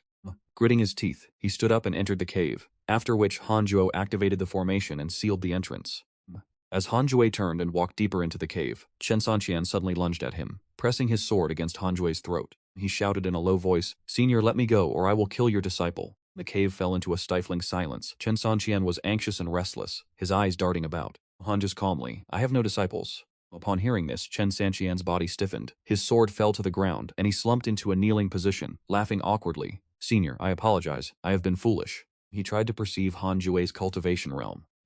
It couldn't possibly be the 9th level of the Foundation Establishment realm. It must be a concealment technique. To be able to suppress him so effortlessly, and to accurately discern his origins, he must surely be an expert of immense standing. Hanzhou walked deeper into the cave, leaving behind a single command, "Follow me." And Chen Sanqian hurriedly followed. Hanzhou approached his wooden bed and sat down. Chen Sanqian knelt before him, appearing extremely respectful. This individual is the core senior disciple of the Qingming demon sect. Hanzhou had initially intended to hand Chen Sanqian over to Fairy Shiquan, but doing so would undoubtedly drive Chen Sanqian to risk his life in a desperate escape. He did not possess the strength to fully suppress Chen Sanqian. At best, he could only defeat him. The only reason Chen Sanqian dared not flee at this moment was because he had overestimated Hanzhou's true combat prowess. Regardless, with the golden cicada mysterious divine garment protecting his body, Hanzhou had no fear of a sneak attack from Chen Sanqian. The golden cicada mysterious divine garment protected not only his body but also his head. In any case, Chen Sanqian could not inflict any damage upon him. Hanzhou said softly, "Pick up your sword and strike me with everything you have." Chen Sanqian trembled, breaking into tears. "Senior, I know I was wrong. I was truly wrong. Try it. Just try once, and you will never again harbor thoughts of a sneak attack. I will not hold it against you. Just strike. Senior, I beg you, let me kowtow to you instead." On the verge of tears, Chen Sanqian hurriedly kowtowed to Hanzhou. He suspected that Hanzhou was laying a trap, searching for a pretext to execute him. He knew that if he were to actually strike, the outcome would be dire. Hanzhou was left speechless. Am I truly that terrifying? Having previously examined Chen Sanqian's background, he had assumed this man was extraordinarily ruthless, a figure who would prefer death over submission, yet he turned out to be quite the opposite. From today onward you shall remain here. You will assist me in tending to the spirit herbs and sweeping the grounds. You may also cultivate here. Hanzhou, I understand. Then when will I be allowed to leave? I misspoke. He had tripped over his own words. Chen Sanqian's integration into his daily routine did not alter Hanzhou's way of life. He remained focused on his cultivation every day, using his wooden bed as a focal point for his barrier. While he was cultivating, Chen Sanqian could not sense even the slightest fluctuation of spiritual energy from him. The edge of Hanzhou in Chen Sanqian's mind became increasingly profound and unfathomable. In the blink of an eye, a year passed by. With the continuous cultivation of spirit herbs, the spiritual energy within the cave dwelling grew increasingly dense. Hanzhou's lightning spirit root successfully reached the 4th level of the Golden Core realm, 1 level per year. The speed was not bad at all. If word of this were to spread, it is unknown how many people would be frightened to death. Chen Sanqian had since calmed down. He realized Hanzhou was not making things difficult for him, yet he still dared not flee and could only follow suit by cultivating. Hanzhou remained in constant cultivation, never once leaving, which caused Chen Sanqian's inner anxiety to grow. Although the cultivation environment was exceptional, continuing like this would only delay his intelligence gathering. Chen Sanqian turned his back toward Hanzhou, frowning as he pondered. If he does not return for a long time, the Qingming Demon Sect will certainly grow anxious, perhaps even descend into a panic. What is to be done? Trantim Thean was deeply troubled by the predicament he had been dealt, and when he recalled how he had been defeated by Hanzhou a year ago, he could not help but shiver. The disparity in their strength was simply too vast. Hanzhou dared to cultivate without the slightest fear. He must surely have him completely under control. Damn it, what on earth is this person planning? Keeping me imprisoned here indefinitely. If only my strength were not inferior to his, I would certainly make you pay back 100-fold. A glimmer of chilling malice flickered in Trantam Thean's eyes. Who was he? He was the demonic embryo, whose mere name struck terror into the hearts of those within the Qingming Demon Sect. Your hatred from Trantam Thean has increased. Current hatred level is 4 stars. Hanzhou, currently in meditation, furrowed his brows. Damn it, it has risen again. Hanzhou felt as if he might cough up blood. Throughout this past year, he had not mistreated Trantam Thean in the slightest. Tran Fien had appeared obedient, yet his hatred toward him continued to climb, reaching 4 stars. A level that could only be resolved by the death of one party. Trantam Thean was unaware of Hanzhou's inner turmoil. He was still formulating plans on how to kill Hanzhou and find a method to escape, waiting only for the moment Hanzhou had to leave the sect for business. Given his cultivation base, he must be an elder or a supreme elder. Recently, the Demon Sect has been constantly harassing the Jade Pure Sect. He surely cannot stay in seclusion forever. Once I escape, I will lead the Demon Sect to raise the Jade Pure Sect to the ground, and then I will hack this bastard into 1,000 pieces and refine his soul. Trantam Thean's heart was filled with killing intent, though he dared not show the slightest hint of it. Just picturing the scene where Hanzhou would kneel before him, begging for mercy, filled him with immense, uncontrollable pleasure. At that very moment, a familiar sound of whistling wind erupted. Before Trantam Thean could even react, 3 sword shadows pierced through his chest, spraying blood across the ground. Trantam Thean's eyes widened, bloodshot and frantic. He turned his head in disbelief to look back at Hanzhou, who stood with an expressionless face, and with a flick of his right hand, the 3 pure shadow swords began to spin, blasting his head into a mist of blood. The innately gifted demonic embryo, Trantam Thean, was dead. The execution was far more decisive than a year ago, leaving him no time to evade. Until the very moment of his death, Hanzhou still did not know the full extent of his strength. Trantam Thean had long since lowered his guard, thinking that Hanzhou intended to keep him alive for some greater purpose, never expecting to be killed on this day. As the corpse of Chen Sanqian collapsed to the ground, a sphere of light emerged from within his remains. Hanzhou arched a brow. The sphere of light shifted rapidly, manifesting into the silhouette of an old man whose eyes were brimming with malevolent energy. The old man glanced at Chen Sanqian's body, before fixing his gaze intensely upon Hanzhou. Within the cave dwelling, Hanzhou sighed, never expecting that an elder would truly arrive. The old man let out a cold snort. Are you sighing in regret for killing my disciple? You are as good as dead. Drawing his, Hanzhou spoke with an expressionless face. I am Cao Cao and you belong to the Qingming Demonic Sect. Zhang Kunmo, prepare to meet your end. After these words, Zhang Kunmo vanished. Zhang Kunmo has developed hatred towards you. Current hatred level is 5 stars. 5 stars? That is truly high. Hanzhou felt a flicker of panic. He hastily checked the character relationship status, only to breathe a sigh of relief afterward. Only the 8th level of the nascent soul realm. Given his tone, that was all he amounted to. Hanzhou had mistakenly assumed he was a powerful spirit-severing expert. He was nothing more than this. Hanzhou stood up and began searching for the storage items. Chen Sanqian's storage ring. Upon a cultivator's death, the imprint on their storage ring and bags will naturally dissipate. This young man was quite wealthy. There were spirit stones, countless medicinal elixirs, and a vast quantity of paper talismans. However, there were very few magical artifacts, and not a single manual of secret techniques to be found. He traveled with nothing but money. Hanju transferred all the items into his own small universe belt, and with a wave of his right hand, his fire attribute spiritual energy transformed into a raging blaze, enveloping Chen Sanqian's corpse and reducing it to ash. Hanju returned to his bed to continue his cultivation. Time slipped away, and 8 years passed in the blink of an eye. Hanju had finally reached the 9th level of the Golden Core realm. Aside from his lightning spirit root, his other 5 spirit roots remained at the 1st level of the Golden Core realm. If such a breakthrough speed were to become public, no one would dare believe it. Hanju began cultivating his wind spirit root, as it would enhance his flight speed, perfect for fleeing. Half a month later, someone arrived to visit Xing Hongshuan. "Husband, are you there?" The corner of Hanjuo's mouth twitched. Many years had passed, and Xing Hongshuan's cultivation had reached the 3rd level of the Foundation Establishment realm. It seems that true Master Jingzhu treats her very well. Previously, she was only at the 10th level of the Qi refining realm. Her breakthrough speed should not be this rapid. Hanzhou pondered for a moment, then waved his hand to deactivate the protective array at the entrance of the cave. As the stone gate rumbled open, Xing Hongshuan quickly stepped inside. The moment she laid eyes on Hanzhou, her face lit up with a radiant smile. She first surveyed the situation within the cave dwelling, then walked over to sit beside Hanzhou, leaning her body against his.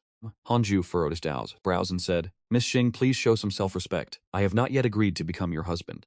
Xing Hongshuan pouted and retorted, "Back in the outer sect, weren't you quite stirred up by my presence?" Hanzhou felt inwardly awkward, yet his expression remained unmoved, maintaining an aura of cold, arrogant indifference. Xing Hongshuan waved her right hand toward the ground, and 10 bottles appeared on the floor. These are all jade pure pills, accumulated over many years of effort. Xing Hongshuan spoke with a smile, her face filled with pride. "I do not believe you could remain unmoved by this." Hanju's expression softened slightly. "Take them back. I have no need for them." The smile on Xing Hongshuan's face stiffened, her eyebrows knitted together instantly, and her expression changed drastically as she trembled. "Could it be that you have already?" Hanju smiled, and as Xing Hongshuan attempted to throw herself at him, he blocked her with a surge of spiritual energy. "Miss Xing, if you truly wish to be my Tao companion, you must cultivate diligently. Otherwise, when hundreds of years have passed and I have attained the Tao to become an immortal, while you have withered into a pile of white bones, your deep feelings for me will be truly spoken of in earnest then." Upon hearing this, Xing Hongshuan could not help but calm down. His words were indeed logical. She immediately stood up and said, "You are right. I cannot hold you back. I will go and find medicinal pills to help you reach the Golden Core realm." Having said that, she collected the medicine bottles from the floor and headed toward the entrance. "Miss Xing, do not speak of my breakthrough to anyone outside," Hanju reminded her. His speed of cultivation was far too astonishing, and if word were to leak out, he would never find peace to cultivate. Xing Hongshuan turned her head and smiled. "Rest assured, I am more afraid of other talented beauties pestering you than anything else." She smiled as brightly as a flower, appearing incredibly charming. Hanju hurriedly suppressed the agitation in his heart. What a terrifying woman. He had nearly fallen into her trap. After Xing Hongshuan departed, Hanjue waved his hand to restart the array, sealing the stone gate once more to resume his cultivation. Xing Hongshuan and Fairy Shi Xuan both share the character Xuan in their names. Could there be some connection between them? As Hanju absorbed qi, he pondered to himself that the enmity between the Qingming Demonic Sect and the Jade Pure Sect had persisted for several decades. This was merely Hanju's perspective. In reality, it had lasted far longer than that. The world of cultivation was not limited to their two sects alone, as many others existed. Their list of enemies was not confined to one another either. It was precisely for this reason that neither the Qingming Demonic Sect nor the Jade Pure Sect dared. They feared a Pyrrhic victory, lest other sects should seize the opportunity to reap the rewards as the fishermen. Elsewhere, within a somber great hall, 8 figures sat in deep meditation. Zhu Kunmo was among them. At their head sat a man clad in blood-red robes. His hair was a mixture of black and white. His countenance cold, a horsetail whisk held firmly in his hand. He was the sect master of the Qingming Demonic Sect, Duan Tongxian. "Has Li Qingzi still not been captured after all this time?" Duan Tongxian asked in a low, heavy voice. The 7 elders remained silent. They had been hunting Li Qingzi for nearly 20 years, yet every time he managed to slip away with cunning evasion. Li Qingzi intentionally avoided returning to the Yuqing Sect, constantly drawing the majority of the Qingming Demonic Sect's attention toward himself. Zhu Kunmo spoke up. "Stop concerning yourself with him. Launch a direct assault on the Yuqing Sect. My disciple perished at the Yuqing Sect. The Demonic Sect invested so much effort into him. How can you simply let this go?" At the mere thought of Hanju, he gnashed his teeth in fury. Though he had spoken aggressively in the past, years had passed, and he had yet to settle the score with Hanzhou. He could easily imagine how Hanzhou would mock him for his empty boasting. I agree with that sentiment. We must launch a direct assault on the Yuqing Sect. Our total strength surpassed the Yuqing Sect during the Demonic Path Assembly, and the other sects have already made their stance clear. Unless we annex our neighbor, the Yuqing Sect, they will never submit to our rule. That is true. A hegemon of the demonic path who cannot even defeat a neighboring righteous sect, how can they be expected to submit? I am willing to lead the disciples to attack the Yuqing Sect myself. The Yuqing Sect possesses an old monster aside from Li Qingzi. The elders began to deliberate, while Duan Tongshan's eyes flickered, though he remained silent. After a long while, the elders ceased their discussion and turned to look at him, awaiting his final decision. Duan Tongshan declared, I am preparing to undergo spirit transformation. If the breakthrough is successful, it will not be too late to attack the Yuqing Sect then. By that time, victory against the Yuqing Sect will be assured. Spirit transformation? The elders stared at him in astonishment. Zhu Kunmo drew a sharp breath and asked, Sectmaster, are you confident? Duan Tongshan replied calmly, I have been preparing for this for decades. I have 90% confidence. Waiting another 30 years is no great burden. To mortals 30 years may be half a lifetime, but to us it is but a fleeting moment. 10 years have passed since Xing Hongshuan departed. I have cultivated my wind spirit root to the 9th level of the Golden Core realm, and my fire spirit root has reached the 3rd level. Ever since my lightning spirit root reached the 9th level of the Golden Core realm, cultivating the other spirit roots has become far more efficient, and I can already see the nascent soul beckoning to me. Growing stronger with each passing day, the sensation is nothing short of miraculous. It makes the solitary life of seclusion feel anything but tedious. Only upon reaching the nascent soul stage can one truly be considered to have transcended the ranks of the weak. I am now 88 years old, standing at the peak of the 9th level of the Golden Core stage. In this world of cultivation, you will not find a sect soul with such attainments at my age. Yet, I still feel it is insufficient. Even reaching the nascent soul stage is not enough. I desire to cultivate to the very end of the path, to stand unrivaled above all others. Today, Chang Yur arrived to pay a visit. I lowered the defensive array and welcomed her into my residence. Junior, brother, I have come to see you, and I have brought along some rare spiritual treasures grown by the pond. They will surely enrich the spiritual energy within your dwelling. Who knows? Perhaps in time this will become the residence with the most potent spiritual essence in the entire sect. Chang Yur of the Yuqing Sect smiled as she walked to the pond and began to sow the seeds. I smiled in return. My thanks, senior sister. But do not thank me. These were rewards from master. You are merely helping with the labor.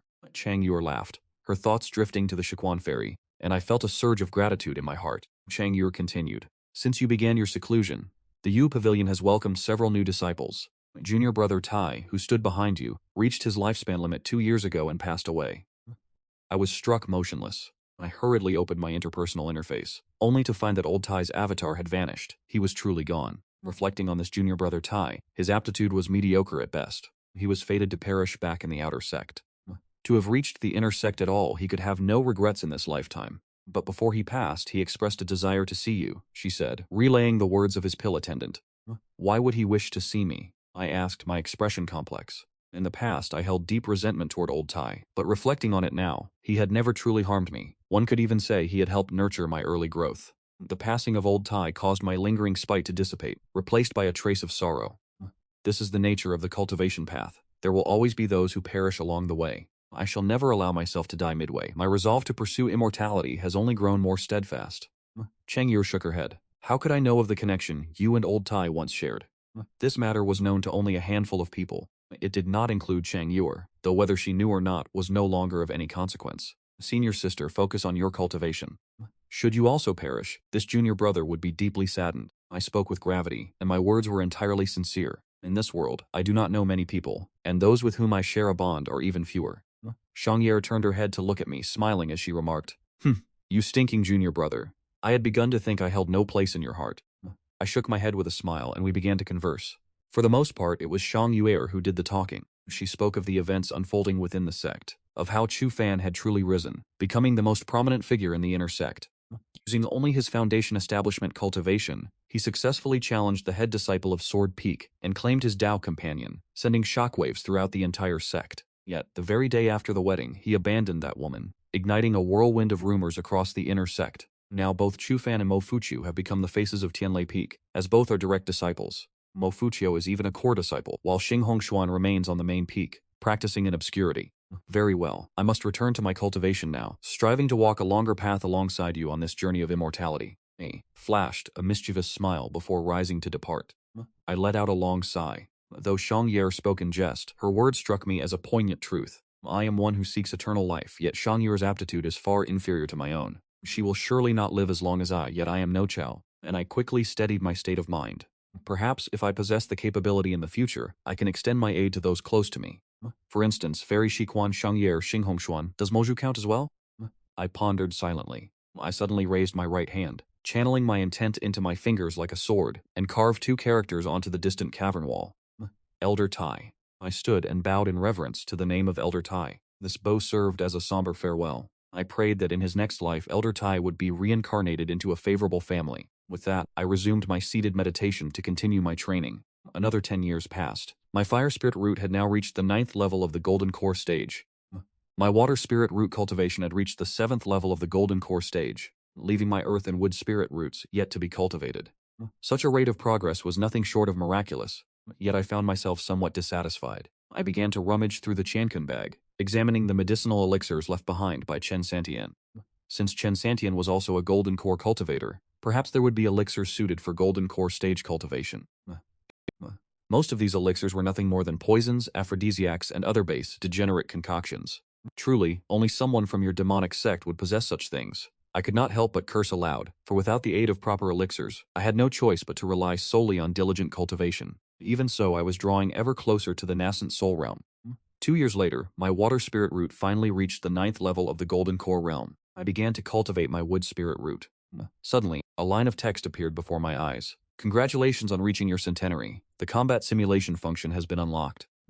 With the combat simulation, you may determine the cultivation level and strength of your opponent, conduct simulated battles, and detect all living beings within a radius of 100 miles, replicating their strength for the purpose of sparring. The results of these battles do not affect the physical body or mental state, and the number of uses is unlimited. The combat simulation can also scan for all living beings within a 100-mile radius. I was stunned, followed immediately by overwhelming joy. This was a divine ability, and I, who had never known the true extent of my own power, could finally put it to the test.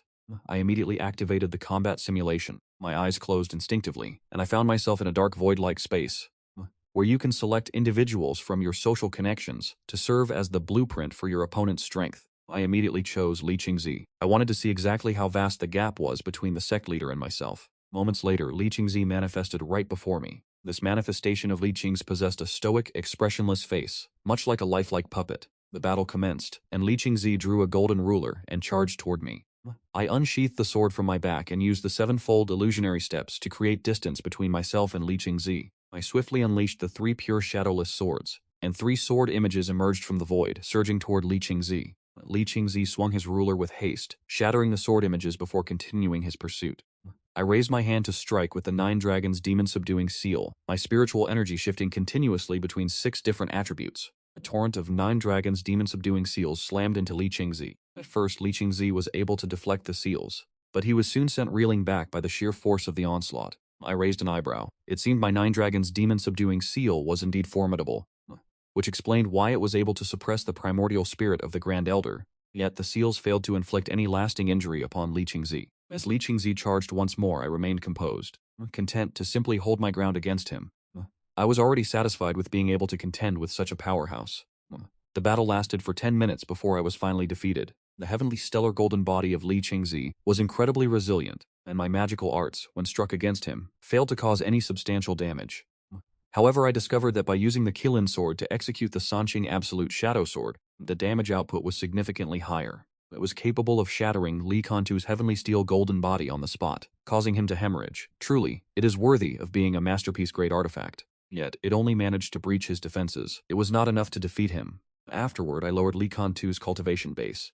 Even at the 7th level of the nascent soul realm, he could not overcome me. At the 6th level, he struggled. At the 5th level, he was utterly crushed. I wielded the Qilin sword to unleash the Sanqing Absolute Shadow Sword, and the 3 sword projections tore Li Kantu's body to shreds. Not bad at all. To bridge the gap and slay a cultivator at the 5th level of the nascent soul realm is a feat worthy of my cultivation manual, my aptitude, my sword techniques, and my masterpiece-grade artifact.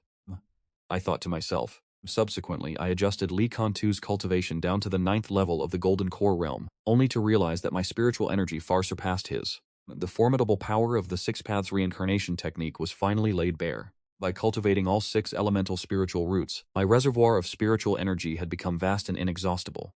Without even needing the Qilin sword, I could slay Li Kuntu directly while facing an equal cultivation base. My consciousness returned to reality. I opened my eyes, knowing now that I have the power to kill a master at the 5th level of the nascent soul realm.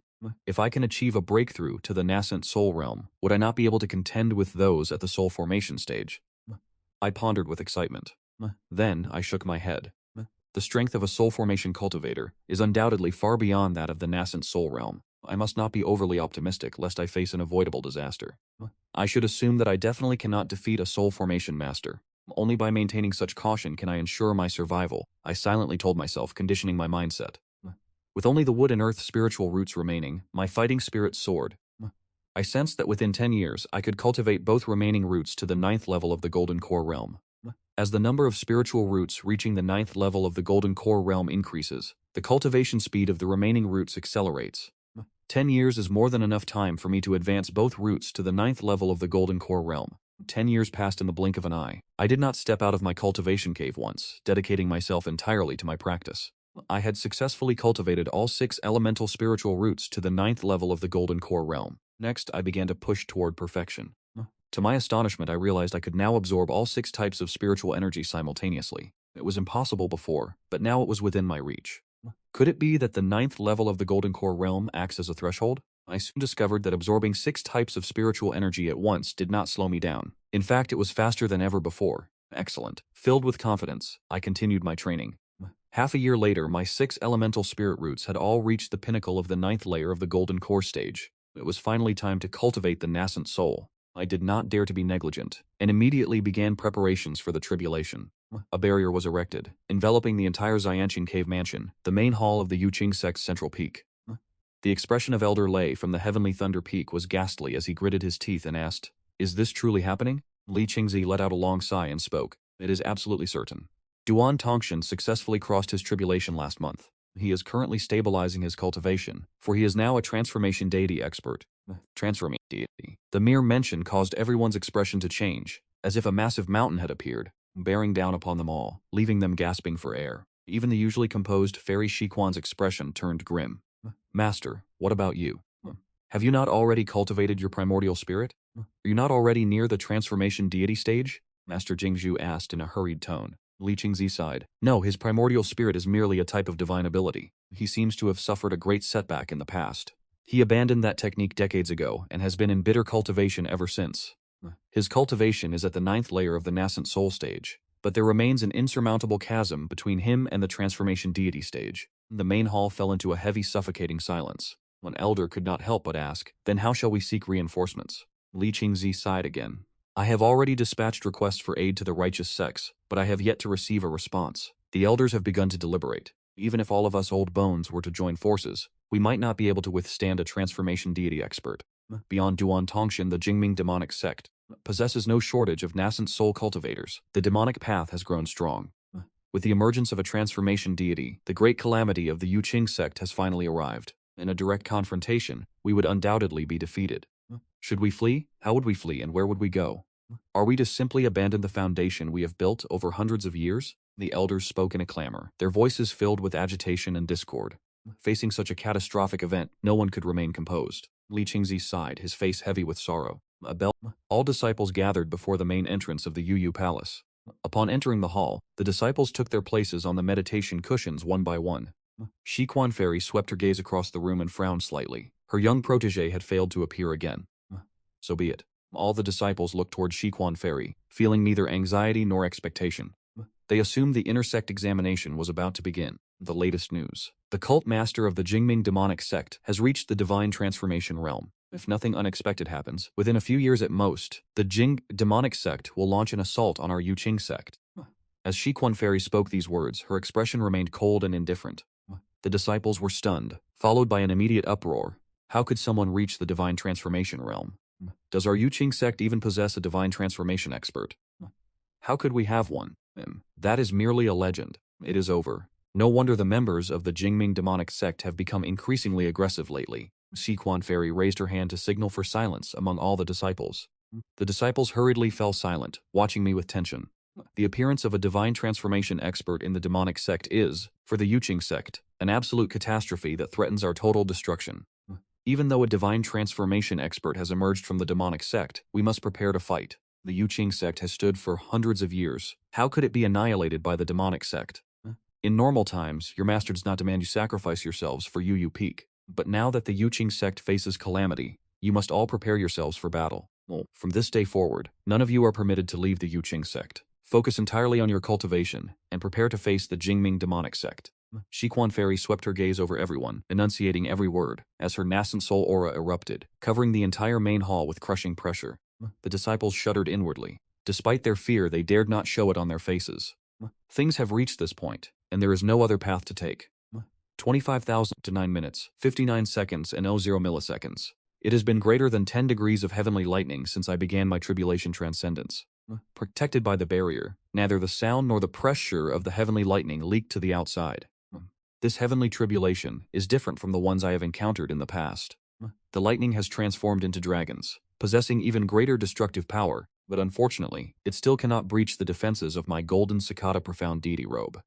To prevent the flora in my cave dwelling from being destroyed, I used my spiritual energy to shield them. Fortunately, the heavenly lightning has been fixated entirely on me. Although the cave dwelling is not large, it is quite tall. The dark, ominous clouds just happened to cover the cave entrance above. During the tribulation process, I occasionally suffered from nightmares, all manner of nightmares. I saw my friends and master meet tragic ends. I saw myself return to Earth, only to wake in a panic, realizing it was all a dream. Fortunately, my resolve remained steadfast. These nightmares could not sway me, and as for heart demons, they had no hope of taking root. Nascent. I have broken through, I thought with excitement, as I continued to circulate my cultivation technique. The 6 streams of spiritual energy within my body swirled once more, gathering upon my golden core, taking on the faint semblance of an infant. I was on the verge of reaching the nascent soul stage. Outside the cave dwelling, the voice of Chang'Yer called out. I assumed I had misheard, as I had hallucinated her voice before, and chose not to dwell on it. Outside the dwelling, Chang'Yer called several times, but I did not respond. She could not help but frown, muttering, "Stubborn junior brother is still so obsessed with cultivation, even when the sect is on the brink of catastrophe." After a moment's thought, she decided to remain, moving to sit beneath a tree not far away. If the Jingming Demonic Sect were to breach the Yuqing Sect from this direction, she would surely be the first to suffer. She felt compelled to protect me. Naturally, with her level of strength, protecting me would be a daunting task. But should I emerge, she could immediately relay the news and help me retreat to the inner sect for shelter. 10 days later, I finally achieved the nascent soul stage. My spiritual energy erupted, as the 6 elemental currents within me fused into a singular, immensely powerful force. 6 paths of spiritual energy. Suddenly, a line of text appeared before me. Congratulations on breaking through to the nascent soul stage. You have received a reward, a divine ability. You have chosen the path of the Sword Immortal. Congratulations on receiving a Sword Dao divine ability. Heavenly Boat Ghost God Sword. Heavenly Boat Ghost God Sword, how formidable. A true cultivator's art indeed. I thought with mounting excitement, immediately beginning the inheritance of this Sword Dao divine ability. Although it was a divine ability, it was rooted in the Sword Dao. For me, comprehension was not difficult. Divine abilities differ from standard spells. Once one attains enlightenment, it is mastered, requiring no tedious physical practice. Naturally, one may continue to refine it after enlightenment, increasing its purity and strength. Outside the cave dwelling, Chang'Yer was sitting in meditation, having grown accustomed to cultivating in this spot. She opened her eyes and gazed toward the Xiantian cave dwelling, muttering, "That stubborn junior brother still hasn't emerged. It is fortunate. The demonic sect has not launched their attack at this moment." She had wanted to leave several times, but feared missing the exact moment I emerged from seclusion. Chang'Yer let out a sigh and closed her eyes once more. After all, who could blame her? She was fond of me. I decided to wait a little longer. The next day, I successfully mastered the heaven-severing Ghost God Sword.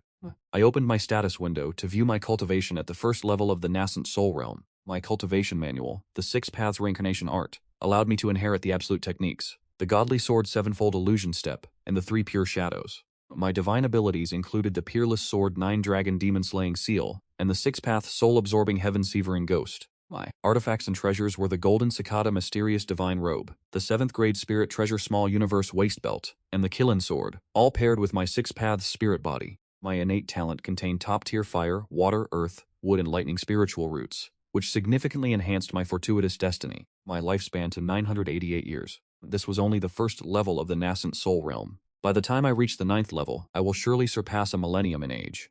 I smiled with satisfaction, choosing not to leave the cultivation cave, and instead intended to continue my practice. Suddenly, I discovered that Chang Yuer was still sitting in meditation outside the cave. I had heard her voice earlier, but as I was in the middle of a breakthrough, I had assumed it was merely an illusion. I hesitated about whether or not to leave the cave, but seeing her meditating, it seemed there was no urgent matter at hand. This girl was clearly trying to siphon the spiritual energy from my cave. Considering that the spiritual herbs planted within the cave were all provided by her, I tacitly allowed her to stay while I resumed my cultivation. A year later, Chang Yuer suddenly stood up, staring in horror toward the horizon, where storm clouds began to gather over the 18 peaks of the Yuqing Sect. They rolled in violently, blotting out the sky and covering the earth. From the west of the Yuqing Sect, countless demonic cultivators erupted from their hiding places, flying on their swords and rushing toward the sect. With aggressive momentum, their demonic energy gathered like a black sea. The demonic sect was attacking. Ching Yuer was immediately gripped by fear and instinctively wanted to call out to me, but she realized the attack was coming from a different direction. My cave happened to be shielded from the path of the attack. To disturb me now and pull me toward the inner sect would surely be courting disaster. Gritting her teeth, Chang Yuer leaped up, flying on her sword toward Yu Peak. Within the cave where I was practicing, a notification suddenly appeared before my eyes. Your sect, the Yuqing Sect, is currently under attack by the Jingming Demonic Sect. I was stunned and hurriedly projected my divine sense outward. I witnessed the scene of the Jingming Demonic Sect launching their assault on the Yuqing Sect.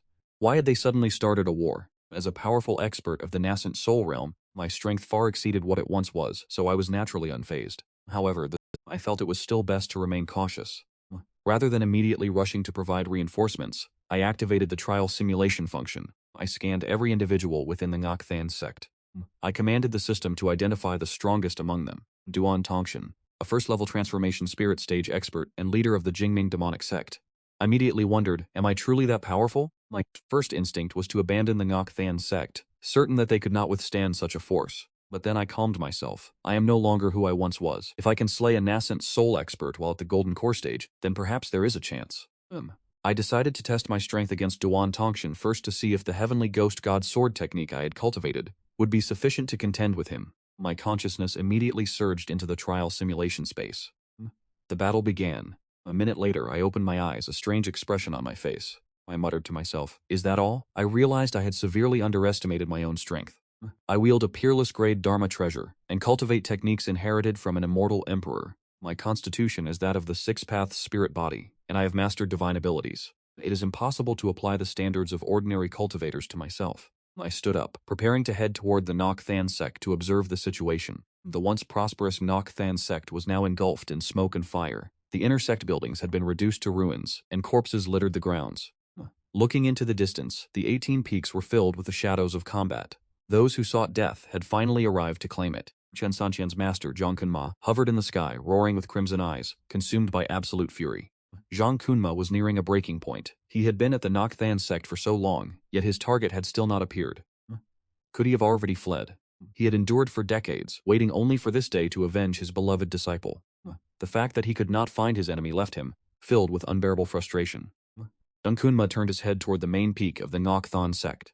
The majestic main peak was now wreathed in raging flames, burning toward the heavens in a spectacular display of destruction. The sect master must be finished soon, thought Zhang Kunma. He could feel the auras of the Ngok sect elders rapidly fading away. Facing a transformation spirit expert, no one in the Ngok sect could stand against him. At the Ngok sect main peak, all 18 peak masters and elders had suffered grave injuries. Some were sitting in meditation to tend to their wounds, while others lay upon the ground, unable to rise. Every one of them stared toward the sky. Li Kantu and the Grand Elder were engaged in a fierce battle against Duan Tongshan. Duan Tongshan stood shrouded in black robes that billowed in the wind, with a colossal black mountain hovering behind his back. Lightning crackled across the black mountain, and its immense gravitational pull made every movement agonizing for Li Kantu and the Grand Elder. A violent gale shrieked across the mountain, uprooting countless trees and sending dust and sparks swirling into the chaotic air. Li Kantu and the Supreme Elder were both heavily wounded. Their robes were shredded, their hair disheveled, and their appearances wretched. Though they were exhausted, and at the end of their rope, they had no choice but to keep fighting. They understood all too well that if they were to fall, the Yuqing sect would truly be finished. Beneath their tattered Taoist robes, both men's skin had turned a brilliant golden hue, their muscles taut and radiating raw visual power. Had they not relied on the Tiangong golden body technique, they would have long since perished. Duan Tong looked down at them and sneered. Give up, you are fundamentally no match for me. If you kneel and beg for mercy, perhaps I might allow your Yuqing disciples to suffer a little less. This feud, which has lasted for several hundred years, should finally come to an end. Li Kantu spat out a mouthful of fresh blood. Gripping his golden chain, he cursed Duan Tongshan. The disciples of the Yuqing Sect will never yield to the demonic path, even in death. He swung his chain with a furious roar, summoning a storm of wind and fire that surged toward Duan Tongshan. With a mere wave of his hand, Duan Tongshan commanded the black mountain behind him to absorb the incoming gale and flames entirely. The Supreme Elder cursed under his breath. That mountain is a piece of innate black magnetite. Any spiritual power it absorbs is neutralized instantly. This demon doesn't even need to cast spells. He can rely on that magnetite to wear us down until we perish. Duan Tongshan had not yet used his full strength, purposefully toying with them. He toyed with like this. What are we to do? Li Kantu clenched his fists, grinding his teeth in frustration. Not far away, the Supreme Elder remained silent, while Fairy Shishuan sighed. The Yuqing Sect is finally at its end. Fairy Shishuan could not help but think of Hanzhou. That young man was surely still in seclusion. She felt both furious and helpless, her heart filled with bitterness. Thinking of the other disciples, she felt even more self-reproach. Your master, I have failed to protect you. I can only go ahead of you into the afterlife. Fairy Shishuan rose to her feet, her body swaying as if she might collapse, yet her gaze remained filled with resolve. Even if she were to die, she would die for the sake of the Yuqing Sect. Near the cliff edge, Moju found herself cornered by two demonic cultivators. Little beauty, if you agree to serve my brother and me and keep us entertained, perhaps you won't have to die. One of them spoke with a bizarre, twisted laugh, his eyes brimming with greed as he looked at Mozu. Mose glanced behind them, but her companion was being pinned down by a golden core stage cultivator from the Qingming Demonic Sect, making it impossible for him to break free and rescue her. Damnable bastards. Moju gritted her teeth, turned and threw herself off the cliff. She would rather die than suffer humiliation at the hands of demonic cultivators.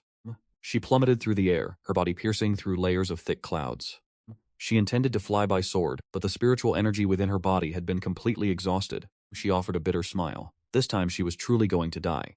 She slowly closed her eyes, and a face appeared in her mind, an otherworldly visage more beautiful than any woman's. If I had possessed his willpower, a heart dedicated solely to cultivation, even in death, I could have taken a few more demonic cultivators with me. Hanzhou, will we meet again in the next life? No. My hope for your next life is that you have already attained the Tao and become an immortal. A single, transparent tear fell from the corner of Moju's eye. At that very moment, she suddenly felt herself being caught by someone. A familiar voice reached her ears. Miss Mo, why did you come down here? Hanzhou. Mozu was stunned. What did he mean by down here? Could it be that Hanzhou had died as well? Had they met in the underworld? Moju opened her eyes, and before her was the peerlessly handsome face of Hanzhou.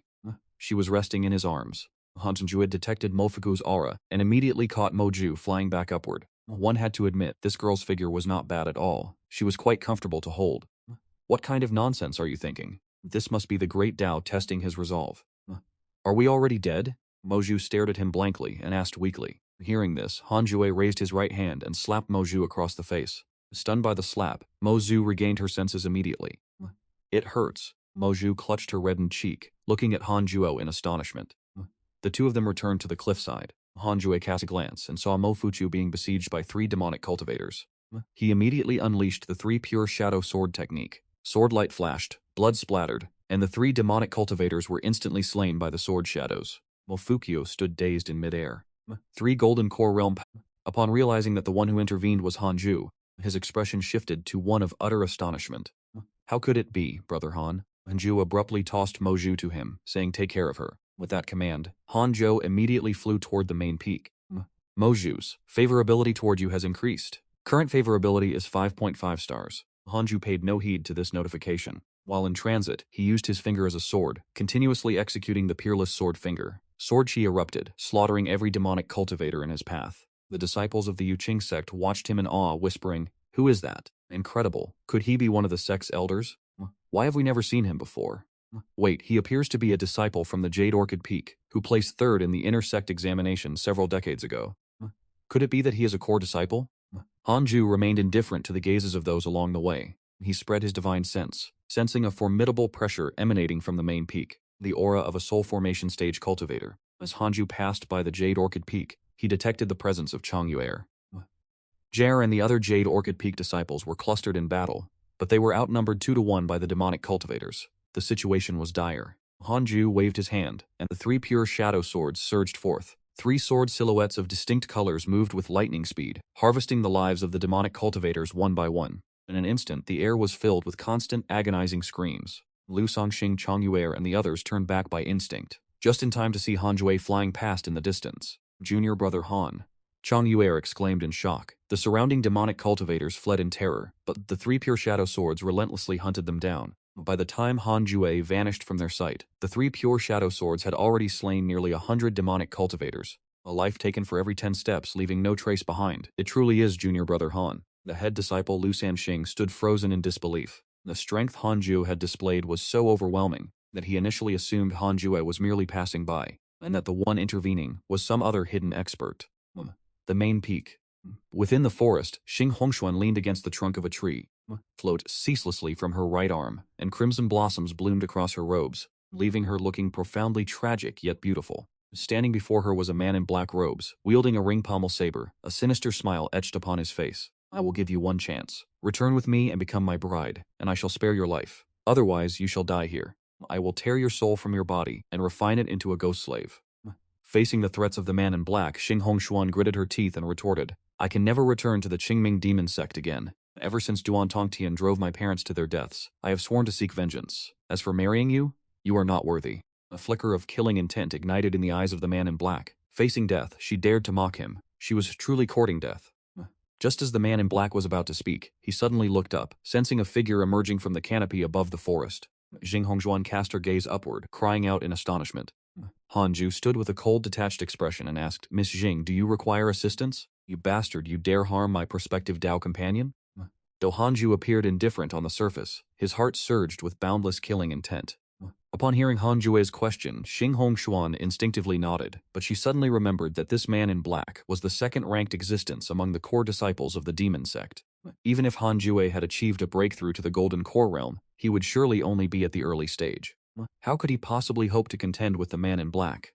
Xing Hongshuan opened her mouth to say, Husband, run quickly, but before she could finish, the man in black had already struck. In the perception of the man in black, Han Jue's cultivation was merely at the 9th level of the Foundation Establishment realm. For a 9th level Foundation Establishment cultivator to dare interfere with his affairs, it was sheer arrogance. The man in black swung his blade, the blade energy soared, moving with blinding speed. Han Ju simply raised his hand and unleashed the 9 Dragons demon-slaying seal. A golden jade seal descended from the heavens, shattering the blade energy and bearing down upon the man in black. The terrifying pressure descended, causing the man in black's expression to shift violently. He lunged aside to evade the impact. Han Ju immediately followed up with the 3 Purities shadowless sword.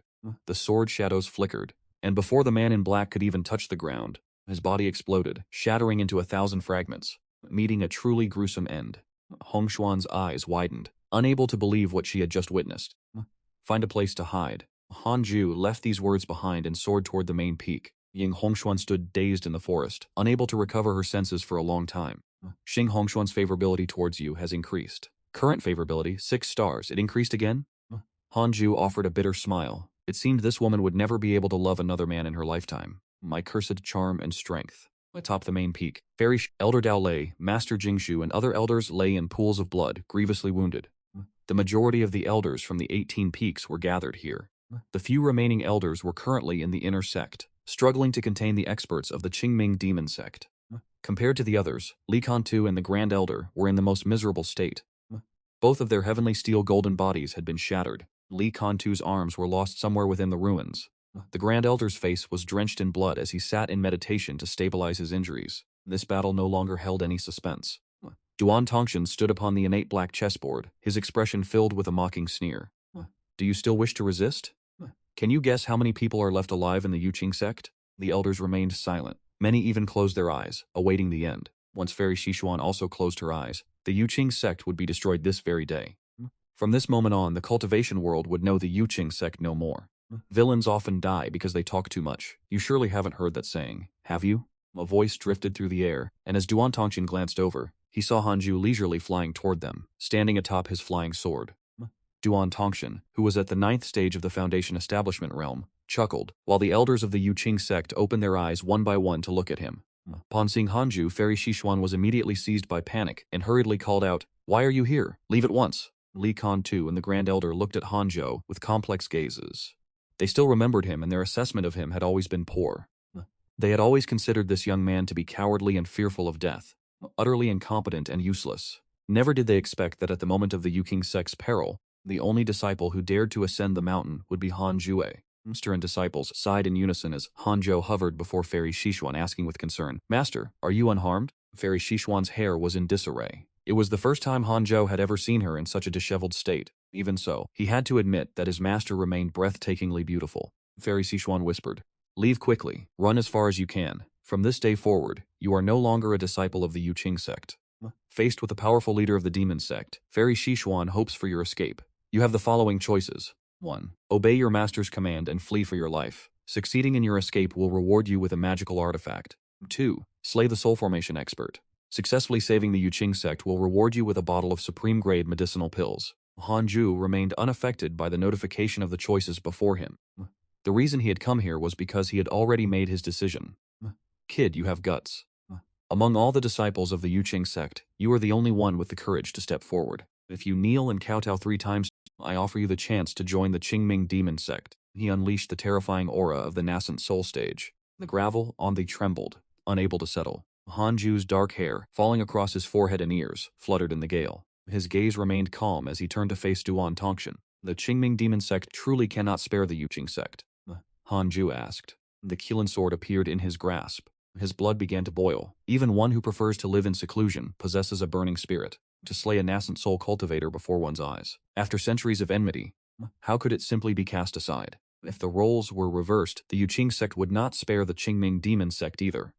Hanju nodded, finding the logic sound, and stepped toward Duan Tongtian. Have you finally chosen to compromise? Duan Tongtian remarked with a cryptic smile. Hanju laughed and replied, that is not what I prepared for. I prepared to kill you. This statement brought an indescribable shock to everyone from the Yuqing Sect. With all the experts of the Yuqing Sect defeated, a Foundation Establishment disciple dared to stand forth and declare his intent to kill the Demon Sect leader. What manner of courage is this? In this moment, the gaze of every elder toward Hanju shifted. Their eyes were filled with respect, for even if one must die, it is better to die with such magnificent glory. If our Yuqing Sect possesses such a disciple, what does it matter if we are destroyed? Adale the Immortal laughed aloud. However, the force of his laughter agitated his wounds, causing him to cough in pain. The other elders also heaped praises upon Hanjue. Duan Tongxin furrowed his brows, murder flashing in his eyes. Just as he was about to speak, a roar like thunder erupted. Cao Cao, so this is where you are hiding. Prepare to die. Zhang Kunmo charged forward, brandishing an iron whip and riding a flying sword, his momentum surging like a tidal wave. Han Jui turned to look at him. Observing closely, he realized this was the master of Chen Sentian. An enraged Zhang Kunmo rushed straight toward Hanjuo without the slightest hesitation. Seeing him closing in, Hanju raised his hand and unleashed the Nine Dragons' demon-slaying seal. 6 surging currents of spiritual energy coalesced into a golden jade seal, descending like a mountain. The attack was unstoppable. All the elders of the Yuqing Sect widened their eyes in shock. Even Fairy Xuanqing was stunned, her beautiful eyes widening at this display of spiritual power. Zhang Kunmo's expression shifted violently, and he immediately lashed out with his iron whip. Demonic energy surged, pouring into the weapon. This single blow stirred up a gale, causing the Nine Dragons' demon-slaying seal to shatter instantly. Even Zhang Kunmo was struck with such force that he vomited blood and was sent flying.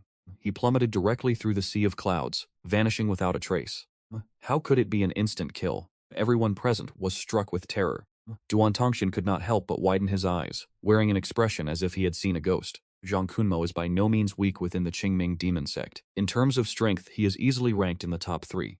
This boy's spiritual energy is truly tyrannical. He is absolutely not at the 9th level of the Foundation Establishment realm, nor the Nascent Soul realm. How is it that he did not know the Yuqing Sect possessed such a Nascent Soul expert? You have talent, boy. No wonder you dare to be so arrogant. But do you know what my cultivation level is? Duan Tongxin asked with a cold, mocking smile. Hanju felt that there was something wrong with him. Why was he talking so much? He is just showing off. Hanju feigned ignorance and said, 9th level of the Nascent Soul realm? I am at the Soul Formation realm. Duan Tongxin burst into boisterous laughter, and Hanju laughed along with him, simultaneously raising his middle finger toward Duan Tongxin. Li Qingzi suddenly sent a voice transmission to Hanjue. He is stalling for time. Although he is arrogant, he has never been this talkative before.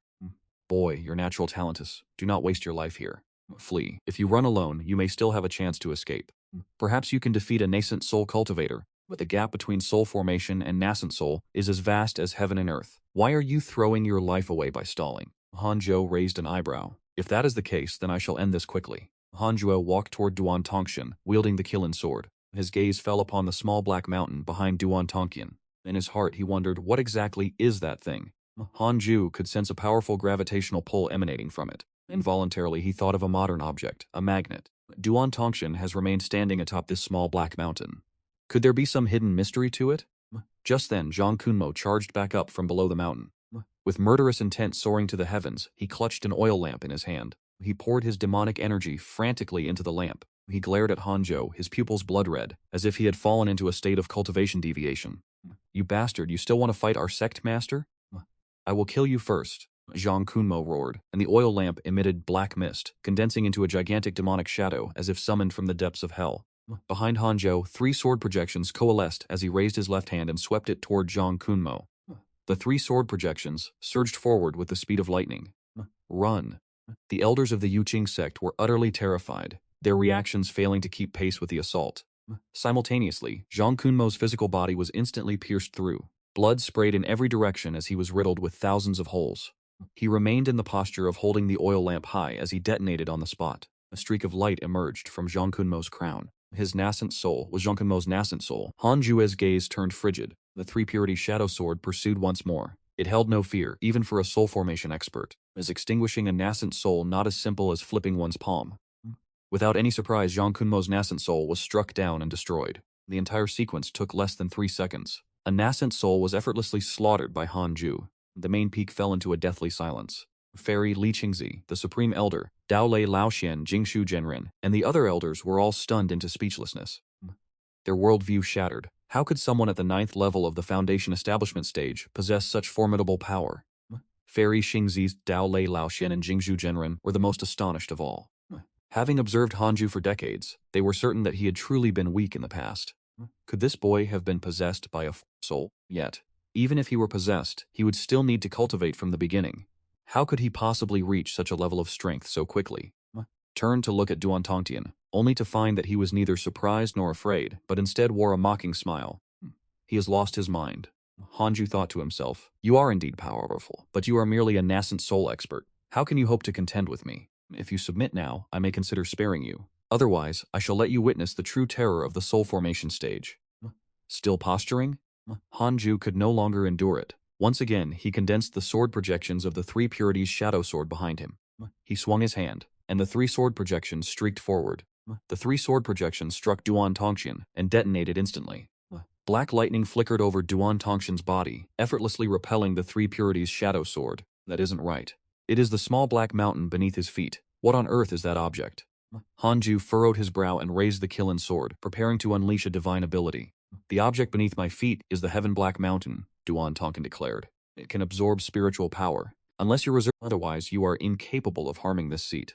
Duan Tongqian burst into thunderous laughter, while Hanju pointed at him and remarked, your words are flowery, yet I could end your life with a single strike. Do you not believe me? No sooner had the words left his lips than Duan Tongqian unleashed the terrifying pressure of the soul formation realm, engulfing the entire Jade Pure Sect. In an instant, every disciple of the Jade Pure Sect, as well as the disciples of the Qingming Demon Sect engaged in battle, came to a sudden halt. They gazed toward the main peak in terror, struck by the sheer dread of his aura. Even the elders of the Jade Pure Sect turned pale, their breathing ragged and shallow. Being in such proximity to Duan Tongqian, they felt the disparity most acutely. The gap between the nascent soul and soul formation realms was as vast as heaven and earth. Hanju remained unmoved. The soul formation realm was indeed formidable, but having already faced Duan Tongqian in the trial simulation, he was brimming with confidence. Having attained the soul formation realm, with my destiny guarded by the heavenly Tao, I am undoubtedly the foremost expert in this cultivation world. The Jade Pure Sect of Great Yan shall be the first stepping stone I use to unify the cultivation world. Submit and live, oppose me and perish. Boy, if you truly believe you can kill this seat with one sword strike, then dare to make your move, and you shall surely die. I have already granted you your chance. Duan Tongqian raised both arms, laughing with manic intensity. The elders of the Jade Pure Sect wore grim expressions. The momentum Duan Tongqian exuded was truly overwhelming, so powerful that it made the very thought of resistance seem impossible. Hanzhou wore a peculiar expression, muttering, this fellow speaks far too much. I reached the Golden Core realm at 100 years old and the Nascent Soul realm at 200. Such talent. Curse it all, I cannot stand this arrogance any longer. Before Duan Tongqian could finish his boast, Hanzhou swung his blade. In that moment the world itself seemed to stand still. Not only on the main peak but throughout the entire Jade Pure Sect, Everyone witnessed a stroke of black sword chi, sharp as a brushstroke of ink, flash across the sky. Hanging high above the heavens, it exuded a peerless shockwave, accompanied by the roar of a Keelan echoing over the main peak. The heaven-destroying ghost god's sword. Duan Tongshan's eyes widened, unable to evade in time. Under the shocked gazes of Fairy Xishuan, Li Qingzi and the others, Duan Tongshan's physical body was sliced through by Han Jue's sword chi, leaving behind only a ghostly, illusory figure hovering above the black void. Duan Tongshan's primordial spirit remained, his face etched with absolute horror, unable to comprehend the events unfolding before him. His primordial spirit trembled as he stared at Hanzhou, stammering, Who exactly are you? Hanzhou stepped into the air as if ascending invisible stairs, advancing toward Duan Tongshan like Zhao Zilong of Mount Chang. Hanzhou did not reveal his true identity, lest there be even older enemies lurking should word of Duan Tongshan's death spread. He utilized the 7th layer Mirage Step and materialized directly before Duan Tongshan. Duan Tongshan reflexively turned to flee, but Han Jue's movements were swifter. He raised his left hand, unleashing the divine ability of the Six Paths of Reincarnation Technique. With the Six Paths soul absorption, he directly devoured Duan Tong's primordial spirit. Zhao Zilong, even as a ghost I will not let you off. Duan Tongshan shrieked in agony, but before he could finish his desperate cry, his primordial spirit was refined by Hanzhou. He was truly beyond redemption. A powerhouse at the soul formation stage who had yet to display his true talents, was effortlessly executed by Hanzhou with a single strike. A nascent soul cultivator slaying a soul formation expert defies all logic, yet Hanzhou had achieved exactly that. Hanzhou sheathed his sword and looked down at the innate black egg at his feet, while the disciples of the Jade Pure sect stood in utter shock, unable to regain their senses. Fairy Xishuan's gaze toward Hanzhou was filled with profound shock. She could hardly believe this was her own disciple. He was simply too powerful. Fairy Xishuan felt as if she were trapped in a dream, and the others shared the same sentiment. Just moments ago they were teetering on the edge of life and death. But now Elder Dao Lei raised his hand and struck several points on his own chest. The sharp, piercing pain radiating from his meridians confirmed that he was not caught in any illusion. So that's it. The Supreme Elder was overcome with immense agitation. Years ago he had cultivated the primordial spirit divine ability, only to be nearly killed by Hanzhou, which caused him to doubt his own path and abandon that technique entirely. It was clear. It was not that his ability was inferior, but that this man was simply too formidable. Li Qingzi stared at Hanzhou with a complex expression, unable to help but recall their shared experiences in the 10,000 demon realm. He had never expected that he had misjudged him so completely. Ignoring the gazes fixed upon him, Hanzhou stared intently at the innate black egg. You have successfully executed a soul formation cultivator, and received a bottle of premium medicinal pills. Congratulations on obtaining a bottle of divine consciousness pills. Xiao Yi has developed hatred for you. Current hatred level is 5 stars? Who is Xiao Yi? A 5-star hatred level right out of the gate? Hanzhou cursed silently, thinking the person was truly inhuman. Hanzhou hurriedly opened the social relationships menu to investigate. Xiao Yi, 2nd level of the void amalgamation realm. Because you executed his puppet, Duan Tongshan, he is filled with such hatred for you that he wishes to strip your bones and refine your soul. Current hatred level is 5 stars? 2nd level of the void amalgamation realm. Heavens, there is truly always someone stronger. Hanzhou went silent. Chi refining, foundation establishment, golden core, nascent soul, soul formation, void amalgamation, void integration, tribulation, transcendence, Mahayana. These were the stages of the cultivation world. The higher one climbed, the harder it became to break through. A soul formation expert was already enough to suppress the entire Jade Pure sect, let alone one at the void amalgamation realm.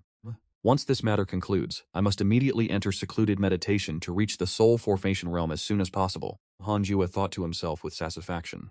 At this moment, a figure appeared within the innate black magnet. This person was also in the form of a nascent soul.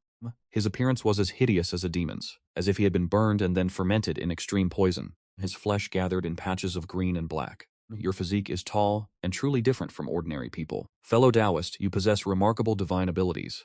To witness a nascent soul cultivator strike down a soul formation expert has truly broadened my horizons. The man spoke with a sneer, his tone dripping with sarcasm. Hanzhou raised his sword and said, Wait. If you have something to say, speak it plainly. The other party's expression changed drastically, and he hastily lowered his posture. Hanzhou realized that this person was none other than Xiao Yi, whom he had just offended. Even the profile picture in his interpersonal relationship interface was as hideous as his true form. Hanzhou asked, Who are you? Xiao Yi immediately straightened his back and boasted arrogantly, I am Elder Xiao Yi of the Northern Continent's Demon Imperial Sect. You have ruined my plans. I may refrain from holding this against you, provided you kowtow and admit your mistakes. I am a great void cultivator. Killing you is as effortless as crushing an ant. Li Qingzi and the Supreme Elder exchanged glances, both clearly seeing the shock in each other's eyes. No wonder the Star Alliance Demon Sect dared to ambush the myriad demon realm. It turns out this was orchestrated by the Demon Imperial Sect. Li Qing's gritted his teeth in fury. The Supreme Elder spoke calmly. After today, the Star Alliance Demon Sect shall be erased from existence. Hanju asked doubtfully. The earlier delay caused by Duan Tongshan, was that for your sake? Xiao Yi snorted coldly, naturally. That piece of trash told me that no one in the Jade Pure Sect could stand against him. Are you going to admit your fault now? Hanju stared at Xiao Yi and said seriously, I am considering whether or not I should kill you. Xiao Yi's complexion shifted. He retorted in a rage. Do you wish to offend the Demon Imperial Sect? Do you want to? Before he could finish his sentence, he transformed into a streak of... Hanju was just about to make his move, but unexpectedly, the opponent was one step ahead and fled. It was already too late to give chase. He is truly a venerable senior. His reflexes are even sharper than my own. Hanzhou sighed in admiration, a trait worth emulating. He turned and flew behind Fairy Xishuan, channeling his spiritual energy to heal her wounds. Fairy cast a glance at Hanzhou, noting that after slaying Duan Tongshan, Hanzhou showed no signs of agitation or arrogance. He remained as composed as ever, and suddenly she found she could no longer see through him. So, it was not that he was a coward, he simply possessed no desire for worldly troubles to hinder his path of cultivation. Junior Han, do not concern yourself with your master. Go forth and slay the enemy. Wipe out every single demonic cultivator of the Star Alliance. Li Qingzi urged him, but Hanzhou replied that will not do. Master safety is of the utmost importance. One must be joking. If he were to charge into the Star Alliance alone, wouldn't his reputation skyrocket to dangerous heights? A great reputation brings an abundance of enemies, and soon, countless challengers would be lining up at his doorstep. Hanju had no desire for such complications. Helping the Jade Pure Sect survive this great tribulation was sufficient. The rest they would have to handle themselves. The corners of Li Qingzi and Fairy Xishuan's mouths twitched slightly, while the other elders looked upon Fairy Xishuan with unconcealed envy. With a disciple such as this, what more could one ask for?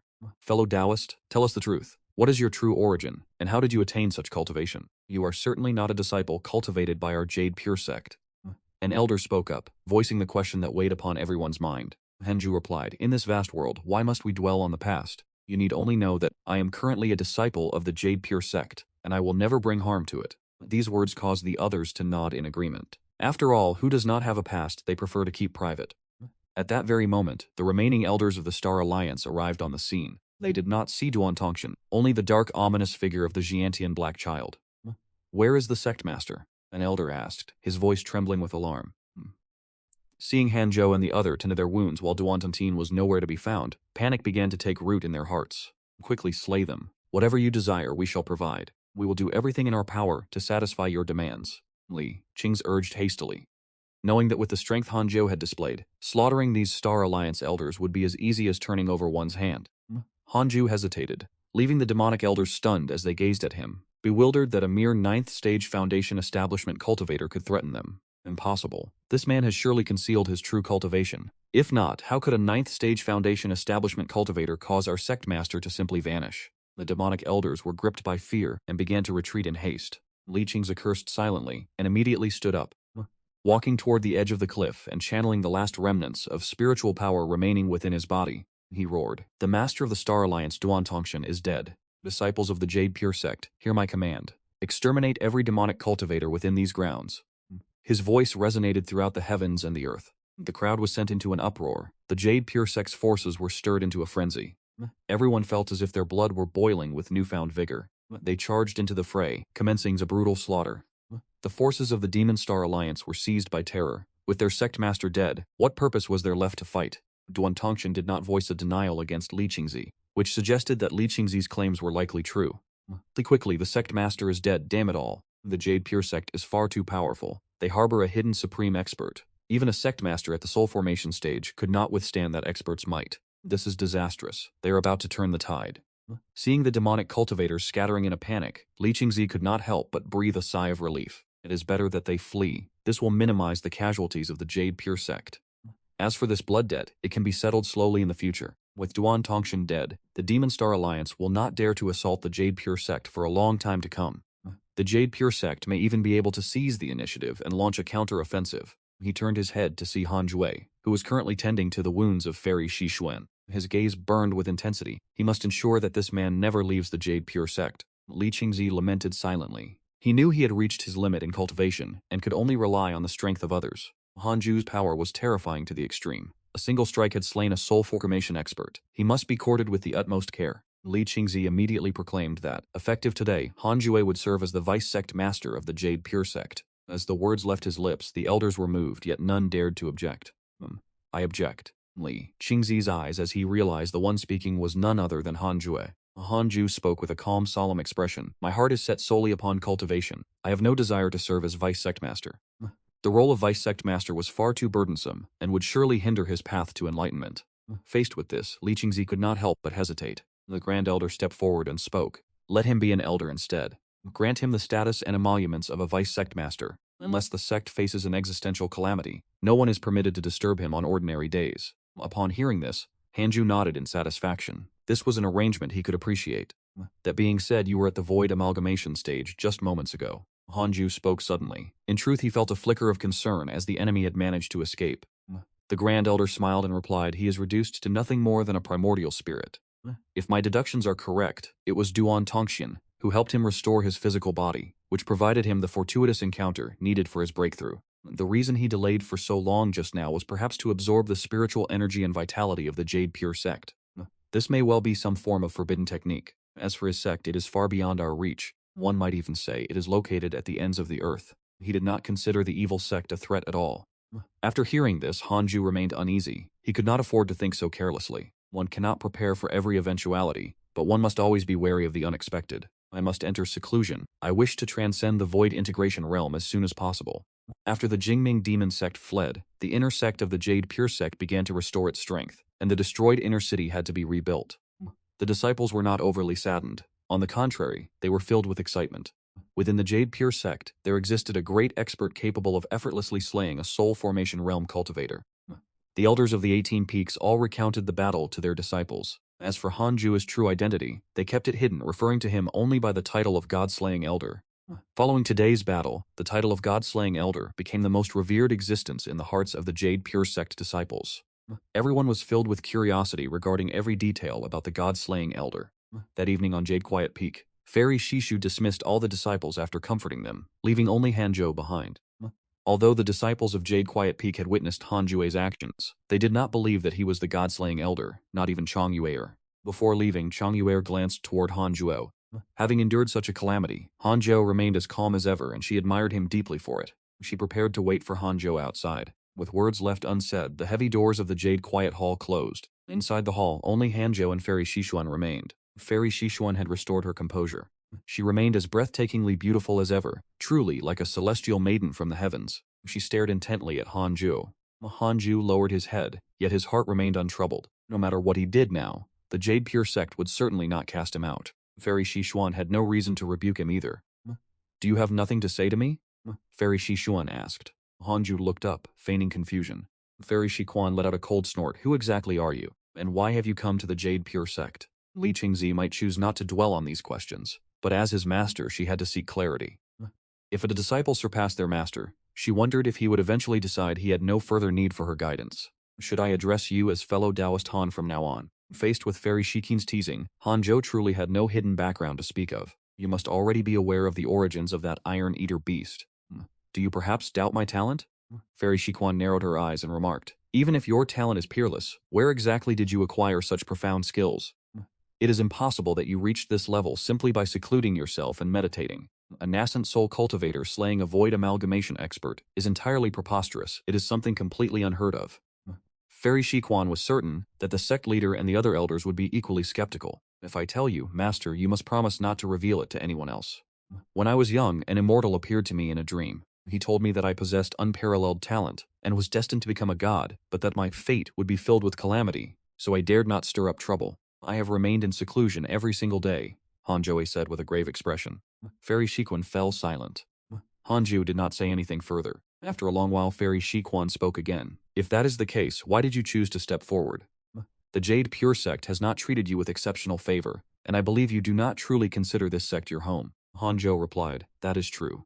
But I have lived for 100 years, and there are few people I hold dear in my heart. As it happens, they all reside within the Jade Pure Sect. The most important among them wishes to live and die alongside this sect. Favorable impression increased. Fairy Shiquan's favorability toward you has risen. Current favorability, 3.5 stars. Only 3.5 stars. As expected of my master, she truly is different from other women. The more aloof she is, the more I admire her. Hanju sighed to himself. Fairy Quan changed the subject. So, what are your plans for the future? I will continue my seclusion. I do not know when that void amalgamation stage devil will return, so I must seize every moment to grow stronger. Then you may go. Hanju stood up to leave. For reasons unknown to him, he felt a slight sense of regret. Upon reaching the door, he turned back and asked, Master, has your great tribulation drawn near yet? Fairy Shiquan was stunned and asked, What do you mean by that? Are you wishing for my death? I think of Elder Tai, and I do not wish for you, Master, to depart from this world. If that day truly comes, I hope you will tell me in advance. Hanju spoke from the bottom of his heart. Immortal Shishuan replied with feigned annoyance. Begone, my lifespan is still long enough. Hanzhou hurried away, while Immortal Shishuan shook her head with a wry smile. She could not help but recall the battle that took place today. It still felt like a dream even now. She never expected that one of her own disciples would hide such formidable strength. Yet, this boy considered her his most important person. This indeed came as a great surprise to her.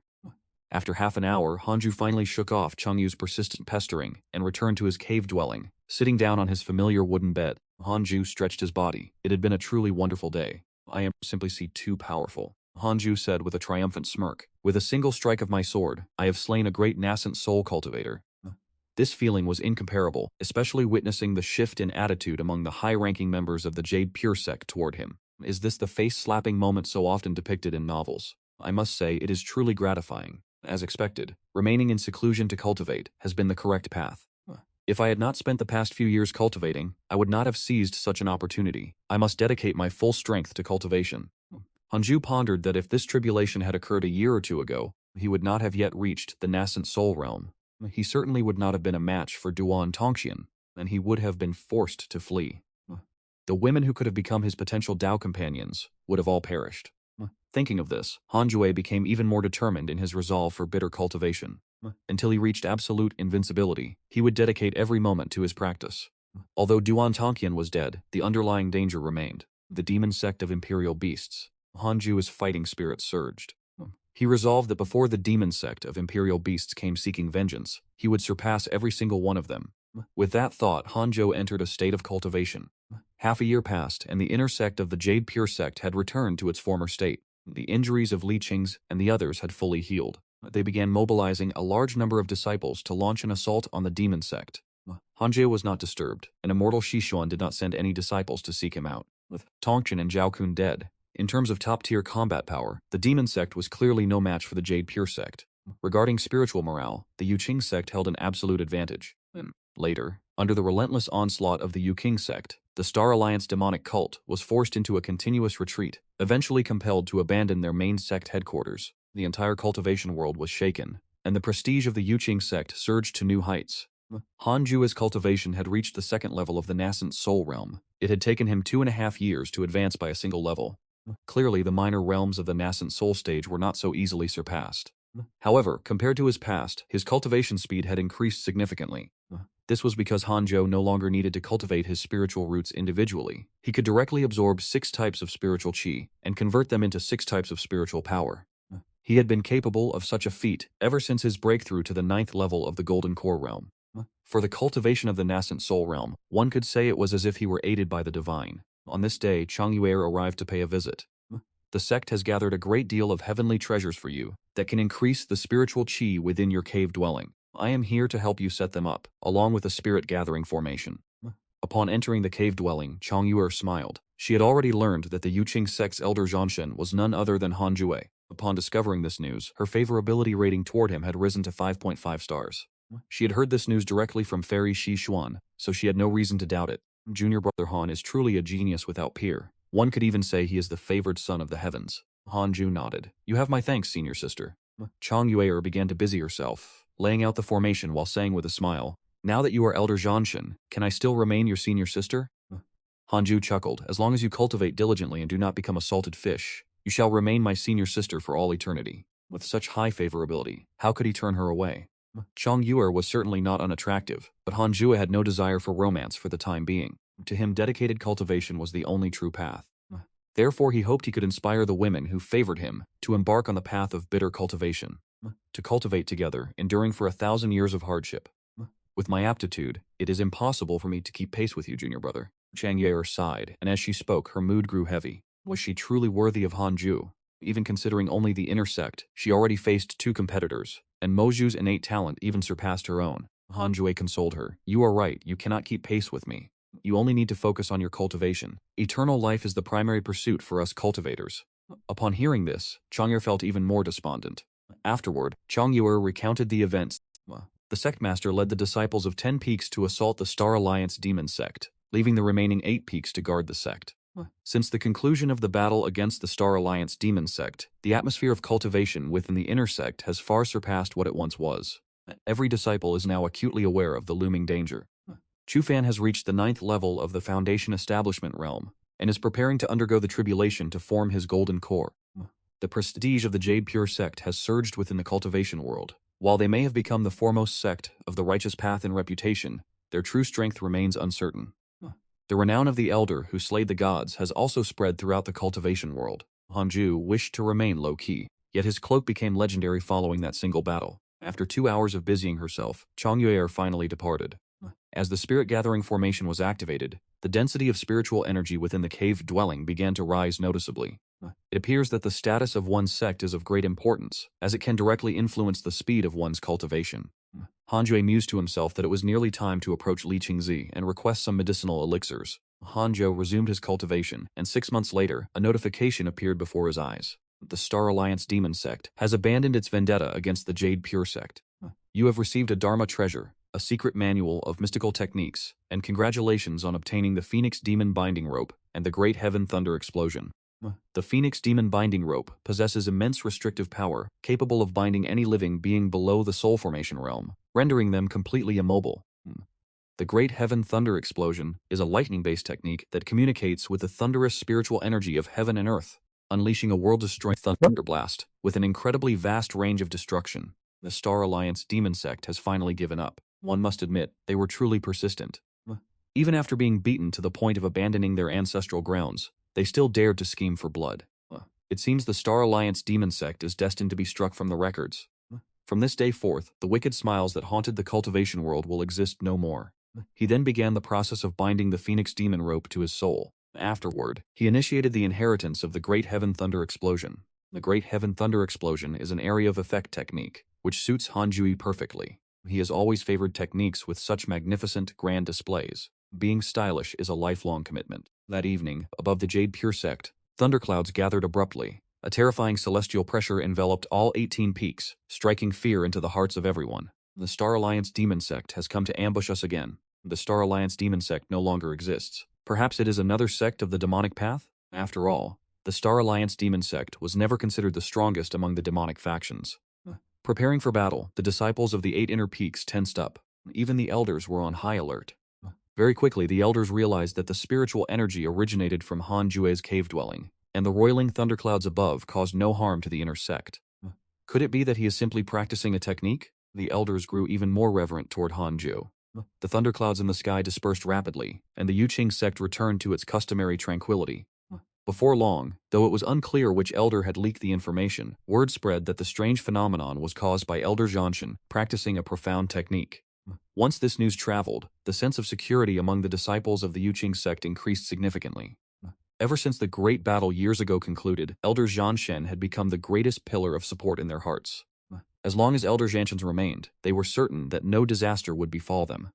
2 years later, Hanju's cultivation remained at the 2nd level of the nascent soul realm, though he was very close to the 3rd. Such a speed of progress was already remarkably fast. Since Hanjue had joined the inner sect, most of the nascent soul cultivators in his relationship list had seen no progress in their cultivation levels. Hanjuo was quite satisfied with his own advancement, especially since he still had over 800 years of lifespan remaining. Advancing to the soul formation realm was a formidable task. Is Elder He around? A voice drifted in from outside the cave dwelling. It was the voice of Li Qingzi. Hanzhou immediately waved his hand to open the stone door of the dwelling, allowing Li Qingzi to enter. Li Qingzi wore a jubilant expression. The Yuqing Sect could be described as having been in a position of great prestige recently. As the sect master, he naturally felt the most pride as he stepped inside, looking around the Tiantian cave dwelling, and said with a smile, "This dwelling is still a bit too small for Elder Han. Would you like to move your cultivation site to the main peak?" Hanju shook his head and said, "There is no need. I have grown accustomed to this place." He suddenly sensed the presence of another individual. There was someone waiting outside the cave dwelling. Suchi's aura was very weak, as if he had just reached the Foundation Establishment realm and he possessed innate luck.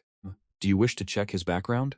A line of text appeared before Han Jue's eyes, and he checked it immediately. Yang Tiandong carries the bloodline of a demon saint, half human and half demon, with peerless aptitude. Yet in his youth, he once lost control and transformed, injuring fellow disciples and being imprisoned by the Qingming Demon Sect, fortunately rescued by the Yuqing Sect. He is indeed a protagonist archetype. The Qingming Demon Sect is truly formidable, to have hidden two people possessing innate luck. But upon reflection, the Yuqing Sect also possesses two. True geniuses are not scarce, yet very few geniuses survive until the end.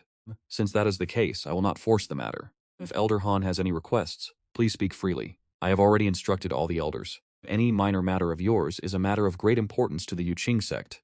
Li Qingzi said with a smile. Hanzhou replied with a smile. I thank the Sectmaster for his kind intentions. Although he had surpassed everyone within the Jade Pure Sect, he remained humble and did not grow arrogant, for he still wished to remain in the Jade Pure Sect. His life here was currently very comfortable. That is right, Elder Han. Would you like to take on a disciple? Even a casual pointer from you would suffice. This person possesses exceptional talent. Once he matures, he will surely show you filial respect. Li Qingzi asked with a smile, then turned his head toward the cave entrance and called Yang Tiandong inside. Yang Tiandong appeared to be over 20 years old with well-defined features. While not exceptionally handsome, he was pleasing to the eye, and an intense primal aura emanated from his body. The Taoist robes of the Jade Pure Sect appeared somewhat ill-fitting on him. He approached Hanju and knelt down, his posture humble and respectful. Hanju instinctively wanted to decline, but upon further reflection, he realized that cultivating a disciple might not be such a bad idea. In the future, it would be another pair of hands to assist him. I will accept him as my disciple, but he must choose the cultivation techniques of the Jade Pure Sect for himself. I shall only be responsible for imparting magical arts and divine abilities, Hanju said, deep in thought. Li Qingzi smiled and replied, the techniques are no issue. However, since he was not previously a disciple of the Jade Pure Sect, I can bestow upon him intersect cultivation techniques. But for the secret ultimate arts, he must perform meritorious deeds and accumulate contributions. Li Qingzi produced a stack of command tokens, each inscribed with a character for god-slaying. These are the tokens representing your status as a god-slaying elder. You may distribute them to your disciples in the future. Having said this, Li Qingzi turned and departed. Hanzhou waved his right hand, and one of the tokens flew before Yang Tiandong. The remaining tokens were stowed away into his small universe storage bag. Yang Tiandong has developed a favorable impression of you. Current favorability is 1 star, only 1 star. Hanzhou narrowed his eyes and said, as your master, I have already divined your origins. Your name is Yang Tiandong, half human and half demon, and you were once imprisoned by the Qingming Demon Sect. Were you not? Yang Tiandong raised his head in a... Before his arrival, Li Qingzi had given him explicit instructions to conceal his past. Yet he never expected Hanzhou to calculate it so effortlessly. This was, after all, a terrifying powerhouse, capable of slaying a spirit-severing realm expert with a single sword strike. Yang Tiandong's favorable impression of you has increased. Your current affinity is 3 stars. Yang Tiandong spoke respectfully. Master is truly formidable to have divined even this. This disciple is filled with admiration. He hesitated for a moment, seemingly having reached a decision. He flipped his right hand, and a crimson feather appeared in his palm. With a solemn expression, he said, Master, this is an heirloom left by my father. It contains his ultimate cultivation manual. Given my current aptitude, I would need to reach the spirit-severing realm before I could attempt to cultivate it. The path to the spirit-severing realm is still distant. I ask that you study it first, Master, and pass it on to me in the future. Hanju accepted the crimson feather, projecting his divine sense into it, only to immediately feel a surge of immense power resisting his intrusion. It appeared that the divine sense of a spirit-severing realm expert was required to forcefully penetrate the seal. Yang Tiandong held a 3-star affinity toward him, so it was unlikely that he would attempt to deceive him. In that case, I shall accept it for now. You are to cultivate your spiritual energy diligently for the next 10 years. I favor those who practice with ascetic devotion. If you perform well, I shall bestow upon you my own techniques, and Hanju stated calmly. Upon hearing this, Yang Tian hurriedly expressed his gratitude. Hanju gestured to the side, saying, find a place and begin your cultivation. With that, Hanjue closed his eyes and began his own cultivation session. Yang Tiandong rose and sought a corner to sit. He did not dare to look directly at Hanjue, fearing he might commit an offense, and immediately began to cultivate. He soon discovered that the spiritual energy within this cave abode was incredibly dense, a prime location for immortal cultivation. Ever since the Spirit Convergence Array and various heavenly treasures had been added to the cave abode, the spiritual energy had grown increasingly concentrated. Hanju's own cultivation speed had also accelerated significantly. In the blink of an eye, 10 years passed, and Hanjue's cultivation reached the 4th level of the nascent soul realm. Such a rate of breakthrough far exceeded that of ordinary cultivators. At this pace, the breakthrough to the spirit-severing realm was no longer a distant dream. Hanju opened his eyes. Over these 10 years, Yang Tiandong's cultivation had reached the 6th level of the Foundation Establishment realm. 15 levels in 10 years. Such a rate of advancement is not bad at all. You are truly worthy of the title of genius. Hanju remarked. The disciple, Yang Tiandong, was startled and hurriedly knelt before Hanzhou, asking, "How have you felt these past years, master?" Hanzhou inquired. Yang Tiandong replied, "The harvest has been significant. Not only has my cultivation base grown, but I have also grasped many profound truths." Good heavens, it has already been 10 years. Yang Tiandong sighed to himself in his heart. Over these 10 years, he had fallen into despair more times than he could count. Yet he felt this was a test laid out specifically for him by Hanzhou. He could not afford to slacken. If he could not even overcome this initial trial, Hanju would certainly never accept him as a personal disciple. Hanju frowned, thinking, "This fellow has even realized some grandiose truths. I have been in closed-door meditation for over 100 years and haven't realized a single thing." Hanju felt it was time to temper him further. He spoke, "Go out and undertake some missions. I recall that the Sect's mission pavilion has a contribution ranking board. Do not return until you have secured the top spot on that list." Upon hearing this, Yang Tiandong immediately stood up. As he rose, he nearly collapsed. Having sat for 10 years, his lower limbs had grown stiff and numb. He hurriedly bowed to pay his respects, turned and departed. Hanju waved his hand, opening the cave entrance. After Yang Tiandong left, Hanjue pondered for a moment and retrieved the divine sense pill he had obtained from slaying a nascent soul realm cultivator. The divine sense pill was specifically used to enhance one's spiritual perception. His spiritual perception was strengthened. He would finally be able to probe the red feather that Yang Tiandong had presented to him. There were 9 pills in total within the bottle, and Hanju consumed them immediately. After ingesting the divine sense pill, Hanjue was instantly overcome by a wave of dizziness. He did not know how much time had passed, but when he awoke, he discovered that his spiritual perception had doubled in strength. He could not help but be amazed. This medicinal pill was truly formidable, so Hanju continued to consume them. Half a month later, all 9 divine sense pills had been consumed, and the results were extraordinary. His spiritual perception surged, increasing by more than tenfold. The more of this elixir one consumed, the greater the effect. It was truly miraculous. Hanju took out the red feather once more and probed it with his spiritual perception. That intense obstructive force manifested again. Hanju gritted his teeth, holding his ground as his spiritual perception collided with the resistance. Lasting for roughly 3 seconds, he forcibly breached the barrier. Immediately thereafter, a massive stream of memories flooded into Hanju's mind. The divine ability, law of heaven and earth. This was a divine ability that allowed one's body to grow tens of thousands of times in size. This technique had appeared throughout many ancient myths. Cultivated to the great completion, one could possess a physical form 10,000 zhang tall. Hanjue marveled. This divine ability held a grand momentum. Amidst the mountain ranges, a group of cultivators was traveling, and the person leading them was none other than Mo Fukyo. Mo Fuku had now reached the golden core stage, becoming a true core disciple. Apart from him and the 2 male disciples, the others were all young men and women. Was that the Yuqing Sect up ahead? Will I be eliminated? Being eliminated is a common occurrence. If you treat me well in the future, I will allow you to serve as a flute-playing attendant. Given your talent for whistling, practicing the flute should surely yield decent results. It is unclear which of the 18 peaks possesses the most formidable feng shui. By then, Senior Mo will introduce us. These young men and women are all new disciples of the Yuqing Sect. The mission Mofuku recently undertook was to recruit disciples. Elder Daolei wished to support Mofuku, but being a mere core disciple was not enough. One must also wield authority. Recruiting disciples is the simplest way to assemble a group of loyal followers. Hearing the discussions behind him, Mofuku wore a smile. He remembered that year when he joined the Yuqing Sect. He had been just as excited. At that very moment, a sound of piercing wind arrived from ahead. Mofuku instinctively drew his sword, swinging it to shatter a bamboo arrow. Immediately afterward, the fragments of the bamboo arrow transformed into venomous creatures, spreading in all directions. "Retreat, we are under attack." Mofuku spoke in a low voice, then leapt into the air, swinging his sword toward the assailant. It was an assassin in a straw hat, his features completely concealed. He drew 2 curved blades from behind his back, the edges gleaming with a cold light. Facing the oncoming Mofuku, the assassin's figure flickered, manifesting 5 clones that charged at Mofuku in unison. Mofuku swung his blade, lightning flashing and forming a great net that enveloped the assassin and his clones. The assassin spun rapidly, transforming into a black vortex, forcefully tearing through the lightning net. Yet Mofuku did not panic. With his left hand, he formed a spell seal and struck the ground with his palm. Lightning surged along the ground, sweeping forward. The speed was immense. The moment the assassin landed, he was bound tightly by the lightning. As his entire body convulsed, Mofuku surged forward, Suddenly the ground nearby erupted. Yet another masked assassin emerged from the earth, brandishing a blade toward Mofuchio. Mofuchio cursed under his breath, wondering who would dare to incite such trouble right beneath the foundations of the Yuqing Sect. Just as he prepared to retaliate, a talisman manifested from the soil behind him, affixing itself firmly to his back. Mofuchio was instantly paralyzed, locked in place, unable to move a muscle. The masked assassin drove a blade through Mofuchio's chest, and blood sprayed outward along the edge of the steel. Mofuchio's pupils contracted, his heart consumed by a wave of sudden despair.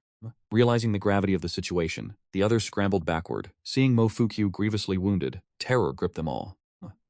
"We seek only Mofuchio. Should any of you dare to obstruct us, you shall all perish," the masked assassin's low, gravelly voice echoed, causing the disciples' legs to go weak as they fell to their knees one by one. These young men and women had never witnessed such a gruesome spectacle before. Every one of them stood deathly pale, their bodies trembling uncontrollably. They dared not utter a sound, while Mofuchio remained completely immobilized. He stared fixedly at the assassin before him, demanding in a low voice, "Who exactly are you? The Tianj earth-killing assassins are but ghosts. The Yuqing Sect has committed a grave transgression. We take you now, and we shall grant you this much. The great calamity of the Yuqing Sect is fast approaching," the masked man replied, his voice raspy and ominous. Upon hearing these words, Mofuchio's eyes widened in disbelief, his expression one of pure shock. At that very moment, a giant appeared among the mountain ranges, as if from nowhere. His upper torso was wreathed in clouds, and even the highest surrounding peaks reached only to his waist. A truly magnificent and imposing sight. Before this colossal figure, everyone felt as insignificant as ants gazing upon a god. The two masked assassins trembled in fear, for this giant was clad in the Tao robes of the Yuqing Sect. Hanju had utilized the Dharma Heaven-Earth technique, gazing down upon the world. Though the mist obscured much of his vision, the sensation left him invigorated. This divine ability was truly formidable. Hanju now stood at least 1,000 feet tall. It was no mere illusion. His physical body had genuinely attained such gargantuan proportions. Miraculously, his Tao robes had expanded alongside him. Furthermore, his physical strength had surged. This divine ability was profound and unfathomable indeed. Hanju felt he could shatter a mountain with a single stomp. The sheer potency of this power left him exhilarated. He was still distanced from the Yuqing Sect, ensuring he would cause no unnecessary disturbance. Hanju had intentionally come here to test his Dharma Heaven and Earth. At 1,000 feet tall, even those at the nascent soul realm would be unable to touch him. A smug sense of satisfaction washed over Hanjo. Just as he was about to depart, he caught the sound of a struggle. Turning his gaze toward the nearby hillside, he saw a swarm of what appeared to be ants. No, they were people. Hanju initially paid them no mind, but soon he sensed an aura that felt vaguely familiar. Could it be Mofuchio? He looked closer and witnessed, at that very moment, Mofuchio being run through by a blade. Damn it, who dares to strike at a core disciple of my sect right at the doorstep of the Jade Pure Sect? How could the god-slaying elder, Hanju, stand by and watch?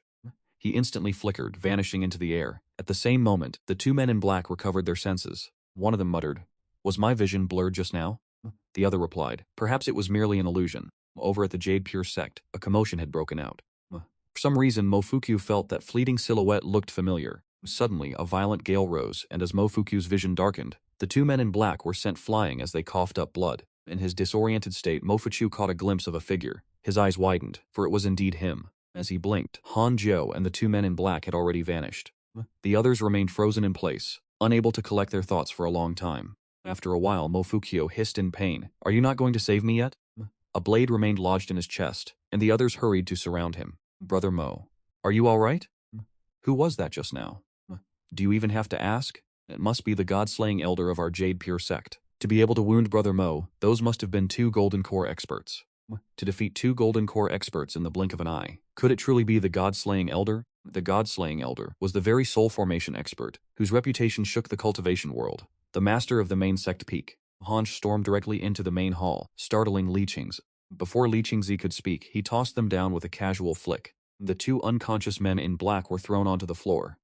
He had used his divine sense to assault their souls, ensuring they would remain unconscious for quite some time. These 2 intended to capture Mofuku and deliver him to someone else. Hanju left these words behind and swiftly departed. Li Qingzi remained stunned for a moment, before his gaze finally shifted toward the 2 figures on the hall floor.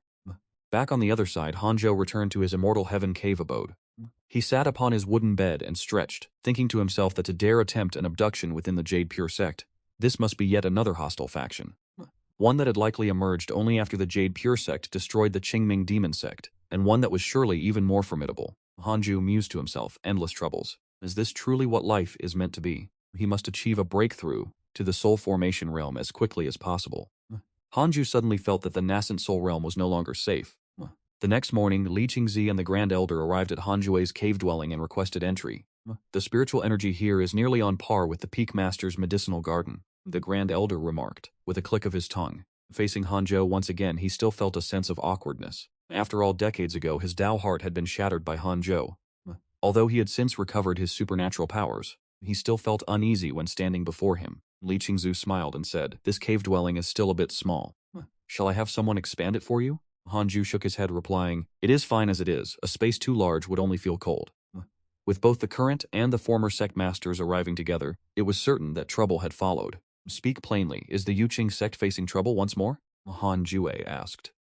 "The two individuals captured yesterday likely possess significant identities." Li Qingzi let out a sigh and said, "Those two are members of the Suoyi Sacred Sect. The Yuqing Sect has existed for nearly 1,000 years, but the Suoyi Sacred Sect has existed for millennia. Their movements are mysterious and erratic. They once united the entire Great Yan cultivation world, before being defeated by an alliance of righteous sects and retreating into the shadows. Now that they have resurfaced, they have already abducted many of our talented disciples. They seem to possess a great deal of information regarding our sect. Every disciple they have captured is a genius." The Grand Elder let out a huff and said, "There is surely a mole among us.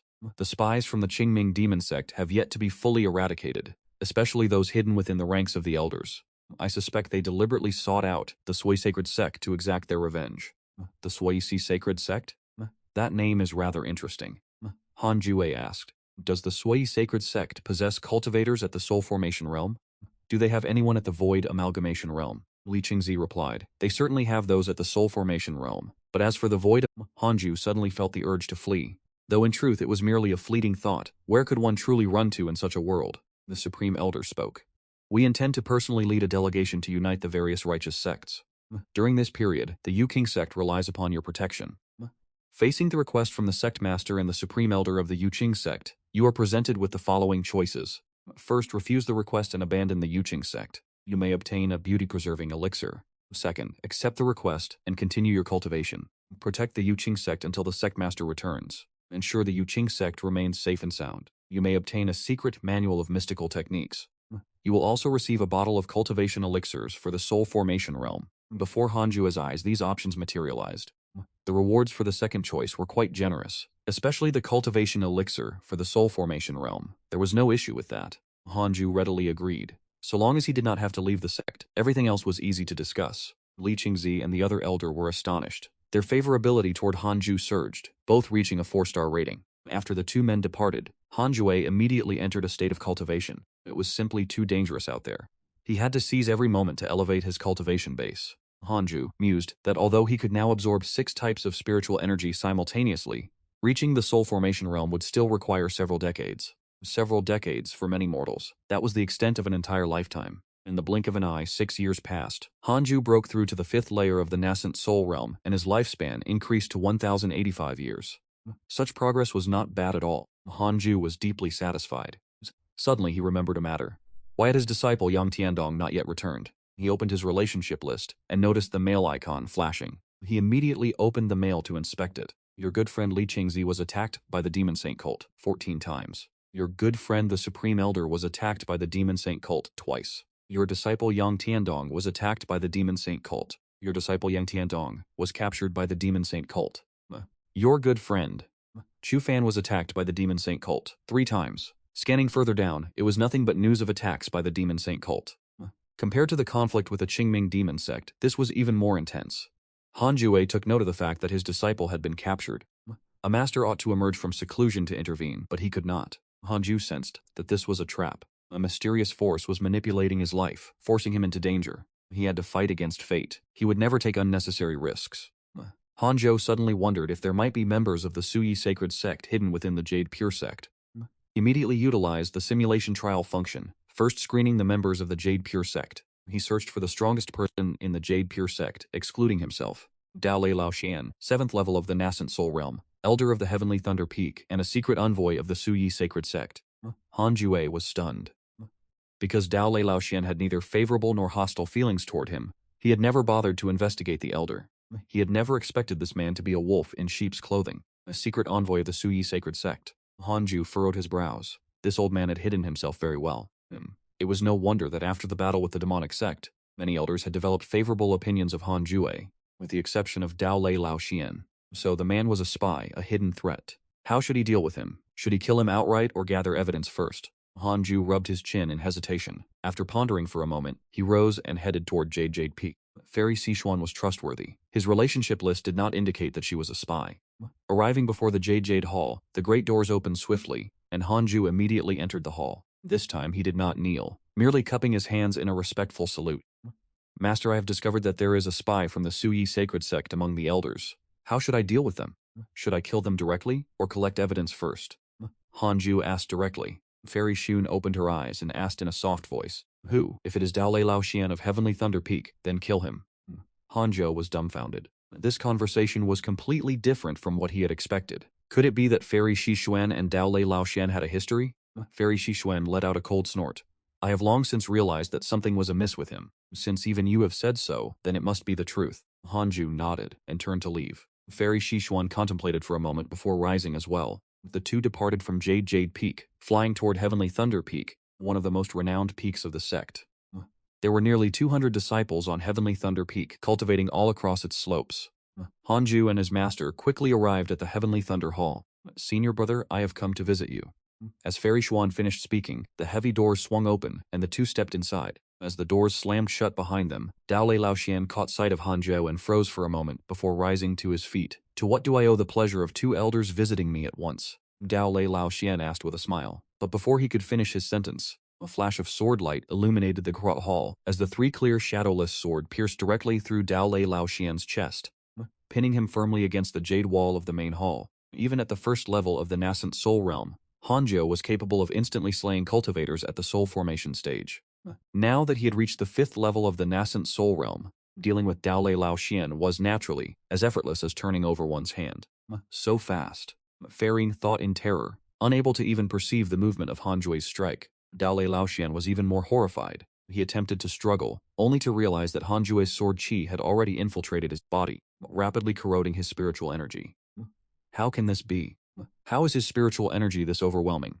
Consumed by panic, Dao Lei Lao Xian let out a desperate cry. Elder Han, what is the meaning of this? Hanzhou replied, his face devoid of emotion. The sect master left strict instructions before his departure. I am to safeguard the Jade Pure Sect at all costs. Recently, the talented disciples of the Jade Pure Sect have been abducted one after another by the Suoyi Sacred Sect. Surely, you are the one providing the intelligence. Today I shall end your life. He stepped toward the pinned Dao Lei Lao Xian. Dao Lei Lao Xian has developed hatred toward you. His current hatred level is 5 stars. Terrified, Dao Lei Lao transformed into streaks of lightning, scattering in every direction. Dozens of lightning bolts traced along the walls, frantically racing toward the grand entrance. Hanju raised his right hand and lightning surged from his palm. The great heaven lightning explosion erupted, weaving countless arcs of electricity throughout the hall, shattering jade ornaments and hanging scrolls into dust. With a thunderous crash, the lightning strike collided with its target. Dao Lei Lao Xian materialized in midair, coughing up blood as he plummeted to the ground. Just as he attempted to rise, 3 sword shadows descended from the heavens.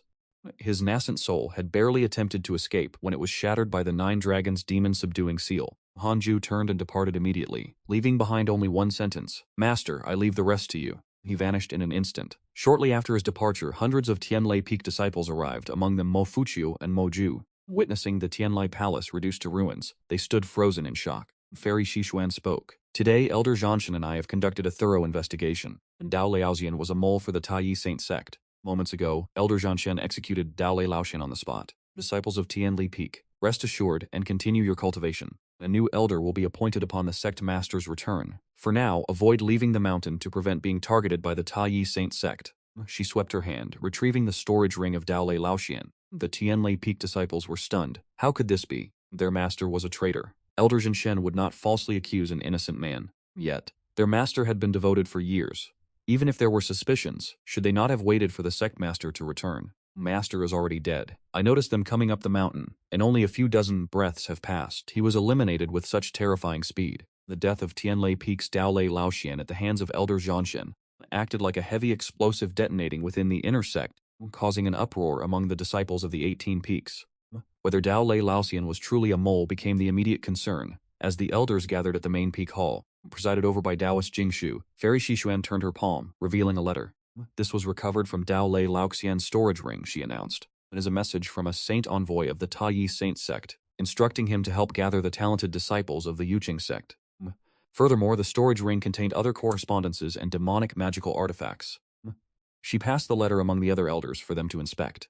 Upon reading it, the elders were both incensed and horrified. They took turns cursing Dao Lei Laoxian, trembling with a lingering fear. Elder Zhanshan was truly terrifying. He had executed Dao Lei Laoxian without even consulting them. Their hearts turned cold, and they resolved that under no circumstances should they provoke Hanzhou. Meanwhile, Hanzhou continued his search within his cave abode. Aside from Dao Lei Laoxian, the other elders of the Yuqing sect were clean and appeared ordinary. If there were several more moles among the elders, would the sect not be doomed? The layer of elders could now be considered purged. Next would be the layer of deacons. The moles among the deacons were of varied origins.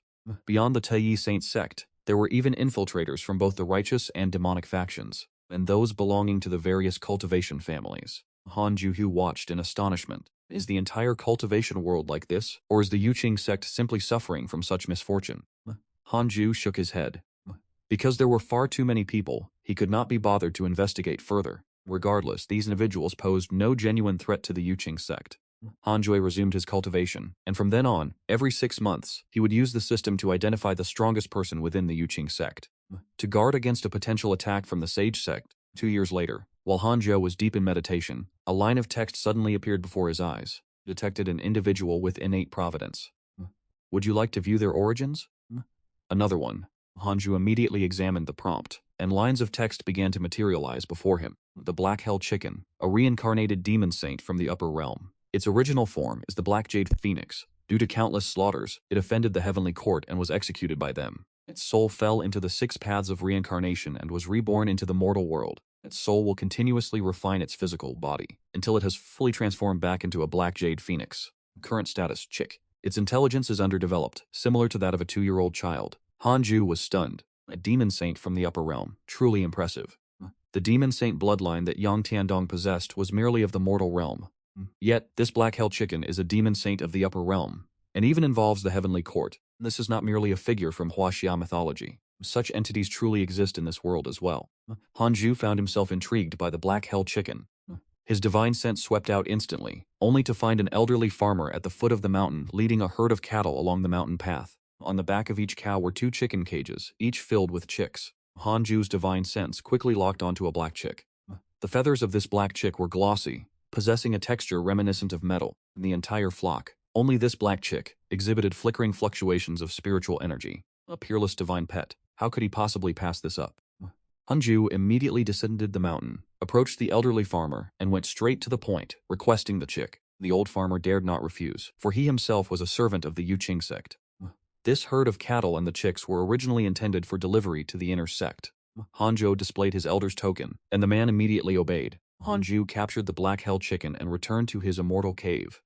Bringing the Black Hell Chicken back to his cultivation cave, Hanju cast it aside and began his own meditation. At first, the Black Hell Chicken was so hungry it attempted to consume his spiritual herbs, only to be struck by a blast of his 6 paths spiritual energy, sending it slamming into the wall with a pained chirp. It narrowly escaped death from the impact.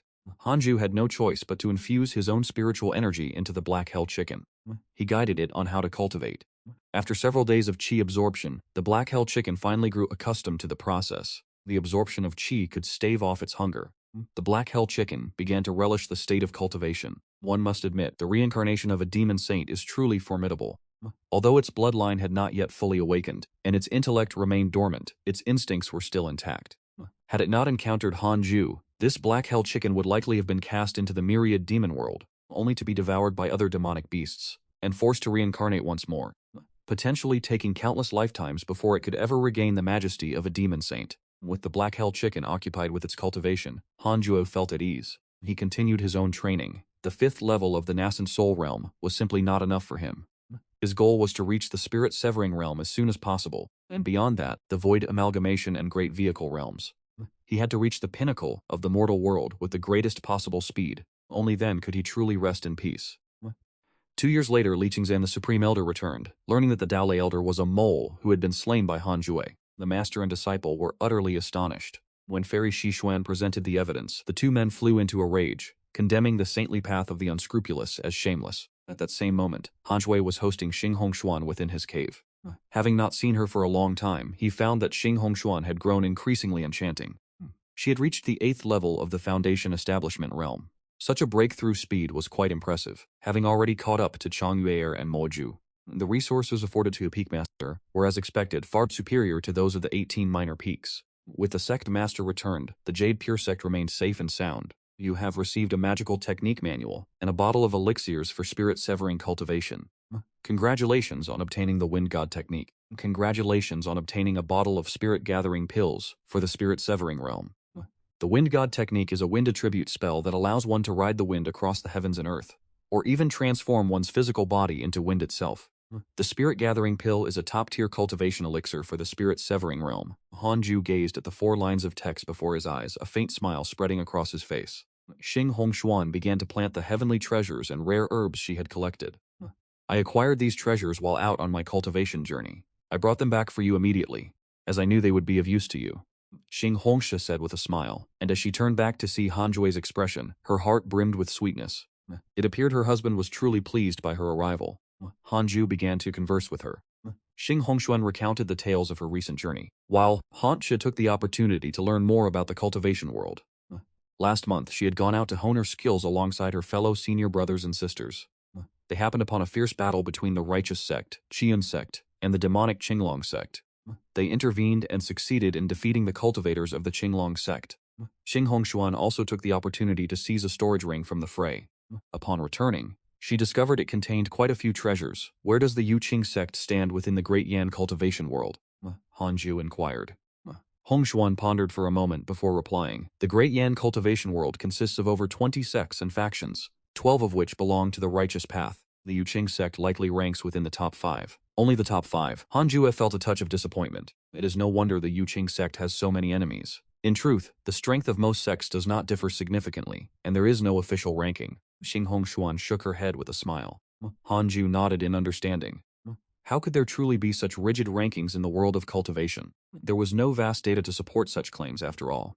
That is right, there has been a prominent figure rising in the cultivation world recently, from the Vermilion Bird Sword sect, Huang Jihao.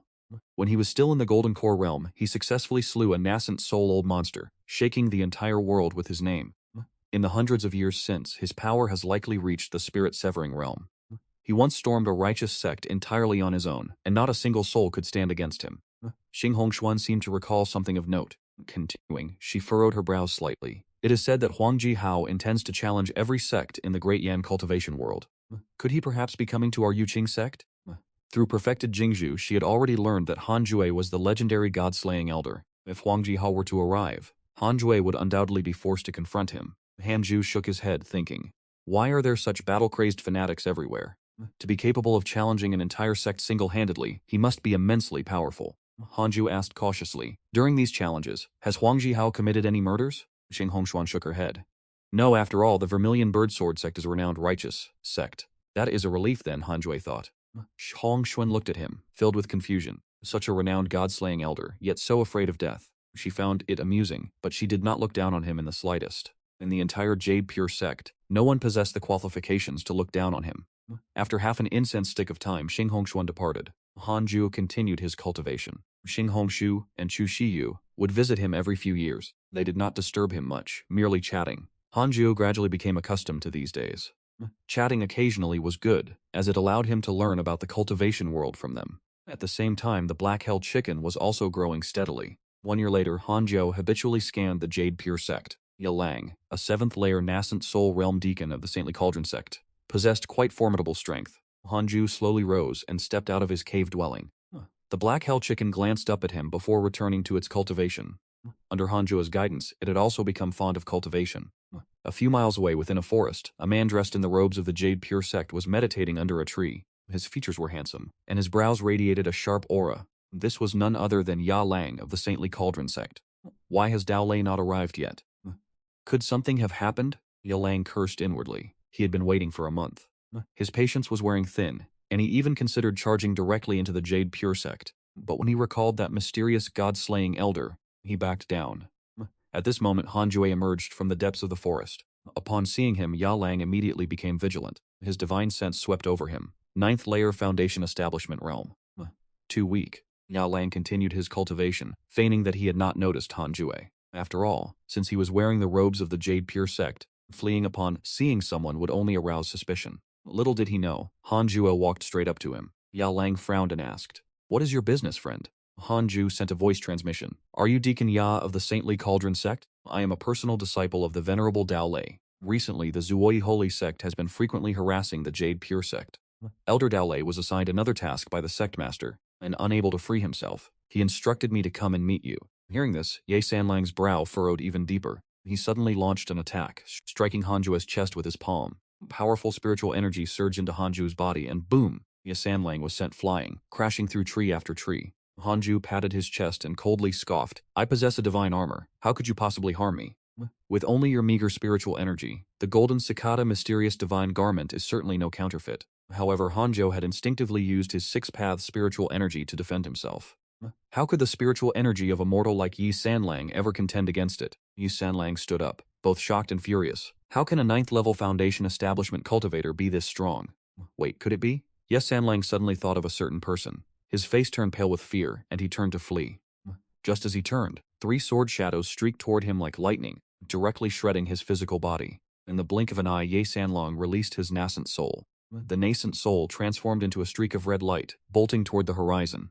Too slow, Han Jue thought, immediately utilizing the Wind God technique, transforming into a whirlwind to give chase. In less than 3 seconds, he caught up to Ye Sanlang. Raising his hand, he unleashed the great heavenly thunderblast. Lightning filled the sky, forming a web of electricity that blocked Yi Sanlang's path. Trapped by the great heavenly thunderblast, Sanlang fell into utter despair, hastily turning back to scream, "I concede, I surrender, do not kill me."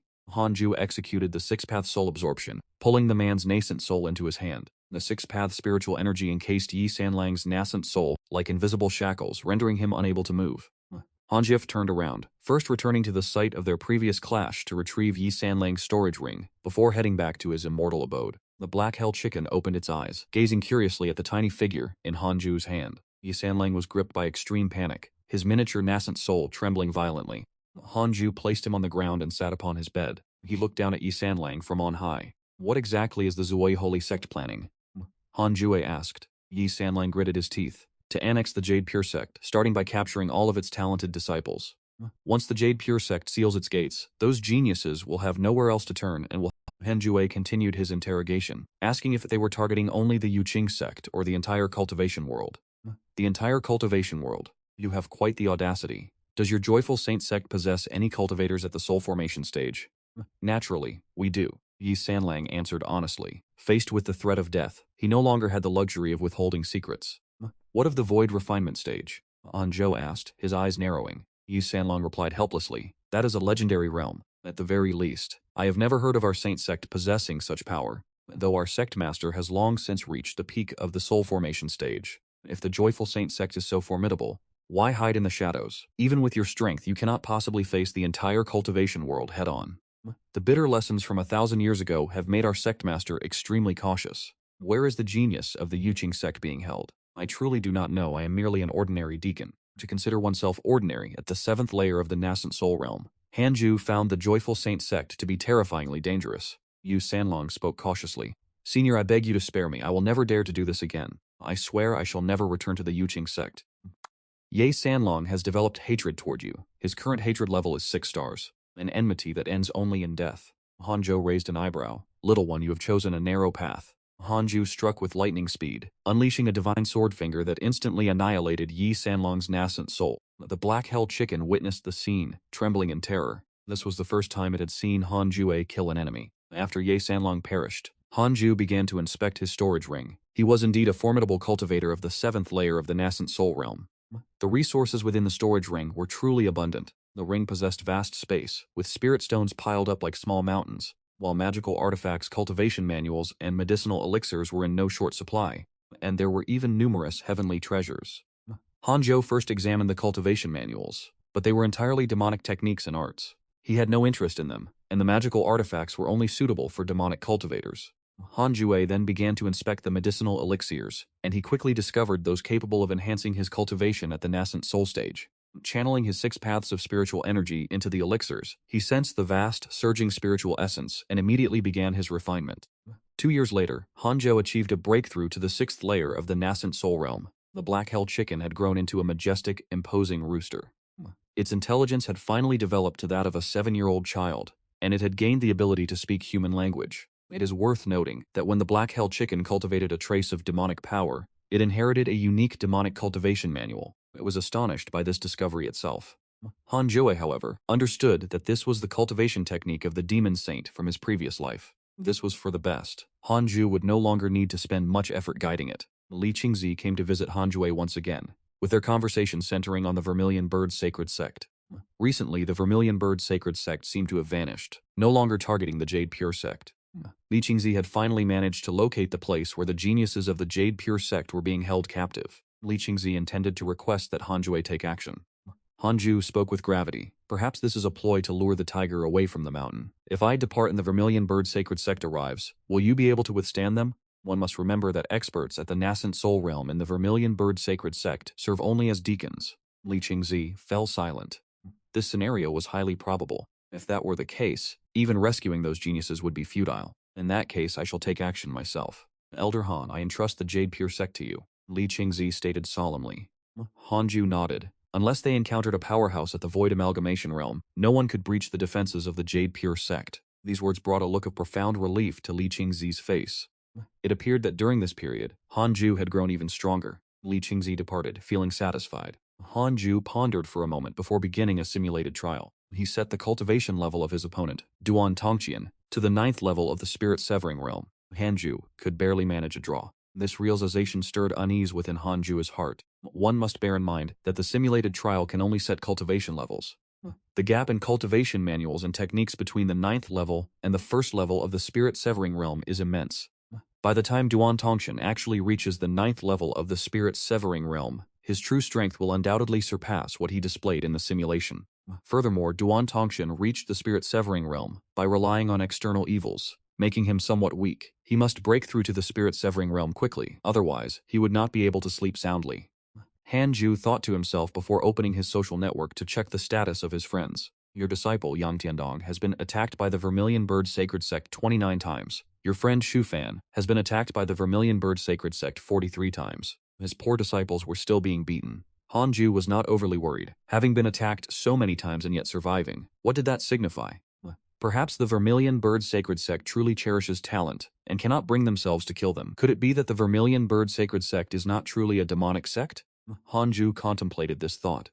Shortly thereafter, he returned to his cultivation. Disciple, strive on. Your master is currently in rigorous cultivation. Once I have gained sufficient confidence, I will certainly come to find you in that dark pavilion. 4 figures clad in cloaks sat around a table, their faces concealed beneath deep hoods. One of them spoke in a low, somber tone. Why has Yi Sanlong not yet returned? The others have already appeared. Could it be that something has befallen him? Yi Sanlong is the 7th layer nascent soul expert of the Yuqing Sect. Unless the god-slaying elder himself took action, no one could possibly detain him. Furthermore, there is a mole working from within to ensure our success. Who exactly that mole is remains unclear. Only Yi Sanlang knows the truth. Every mole is known only to the sect master, and they each have only one point of contact. The sect master is far too cautious. In my view, it would be better to simply raze the Yuqing Sect to the ground. If any disciples of the Yuqing Sect refuse to submit, we shall slaughter them all. The 4 men began to grumble about the leader of the Tuoyi Holy Sect. In their estimation, while the god-slaying elder of the Yuqing Sect is formidable, he is no match for their sect master. Moreover, beyond the sect master, the Tuoyi Holy Sect possesses other experts at the spirit transformation stage. Suddenly, the door to the room was kicked open, and a man in yellow robes strode in with a commanding presence. His yellow robes were embroidered with intricate tiger and leopard patterns. He wore a silver-green jade crown shaped like a dagger. His features were handsome, and his eyes shone with a sharp, piercing intelligence. But his brows, an air of unyielding arrogance, radiated outward. The 4 cloaked men slammed their hands on the table and stood up. Emboldened, one of them drew his blade, preparing to strike at the man in yellow. The gaze of the man in yellow turned glacial. A terrifying wave of pressure erupted from his body. The entire building shook violently, and the 4 cloaked men were so terrified they dared not move a muscle. One of them gritted his teeth and demanded, "Who are you?" The man in yellow replied with a stoic expression, "I am Huang Xihao of the Vermilion Birdsword Sect. I heard that you hail from the Tuoyi Holy Sect. It just so happens that I intend to challenge the Tuoyi Holy Sect. Speak, where exactly is the Tuoyi Holy Sect located?" Upon hearing the name Huang Xihao, the 4 men trembled even more violently. Of late, Huang Xihao's reputation has become truly overwhelming. One of the men suddenly spoke. If we tell you, we will certainly die. However, if you go to challenge the Yuqing Sect first, then we might consider revealing the location. Confronted with the Yuquing Sect, Huang Jihao knit his brows and spoke coldly. This declining sect offers no challenge. His words were saturated with contempt for the Yuquing Sect. One of the robed men hurriedly spoke up. Recently, a god-slaying elder has emerged within the Yuquing Sect, a man who slew a transformation god expert with a single strike. His true strength is unfathomable. Hearing this, Huang Jihao could not help but arch an eyebrow. I have clashed with both the sect master and the supreme elder of the Yuquing Sect. Their strength was mediocre at best, and I have never heard of this god-slaying elder. Do not attempt to deceive me. Huang Jihao spoke in a deep voice. The terrifying aura he exuded did not wane, remaining truly formidable, and they dared not lie to him. It is the truth. You may go out and inquire for yourself. The Qingming demonic sect was also destroyed because of this individual. The remaining 3 robed men quickly chimed in, knowing that even if the 4 of them joined forces, they would be no match for Huang Jihao, and they feared he might turn his blade against them. A glint flashed in Huang Jihao's eyes as he said, First tell me the location of the Holy Sect. I shall challenge the Yuquing Sect first, then proceed to the Holy Sect afterward. The 4 robed men exchanged glances. In order to survive, they finally compromised. A moment later, Huang Jihao departed, and the 4 robed men let out a collective sigh of relief, collapsing into their seats one after another. Just how powerful is this man? One of them gritted his teeth and said, What people call him matters not. What matters is that this guest is troublesome. He claimed the room was shielded from sound and divine sense. Yet, within the Yuquing Sect, 2 years had passed since Li Qingzi's departure, and Hanzhou remained at the 6th level of the nascent soul realm. With the aid of medicinal pills from Yitamlang, he was nearly at the 7th level of the nascent soul realm. The black hell chicken had grown to half a meter in height, but Hanzhou had checked its bone age. It was still far from maturity. That day, Chang Yuer came to visit. Having not seen the black hell chicken for many years, she couldn't help but walk over and stroke it repeatedly.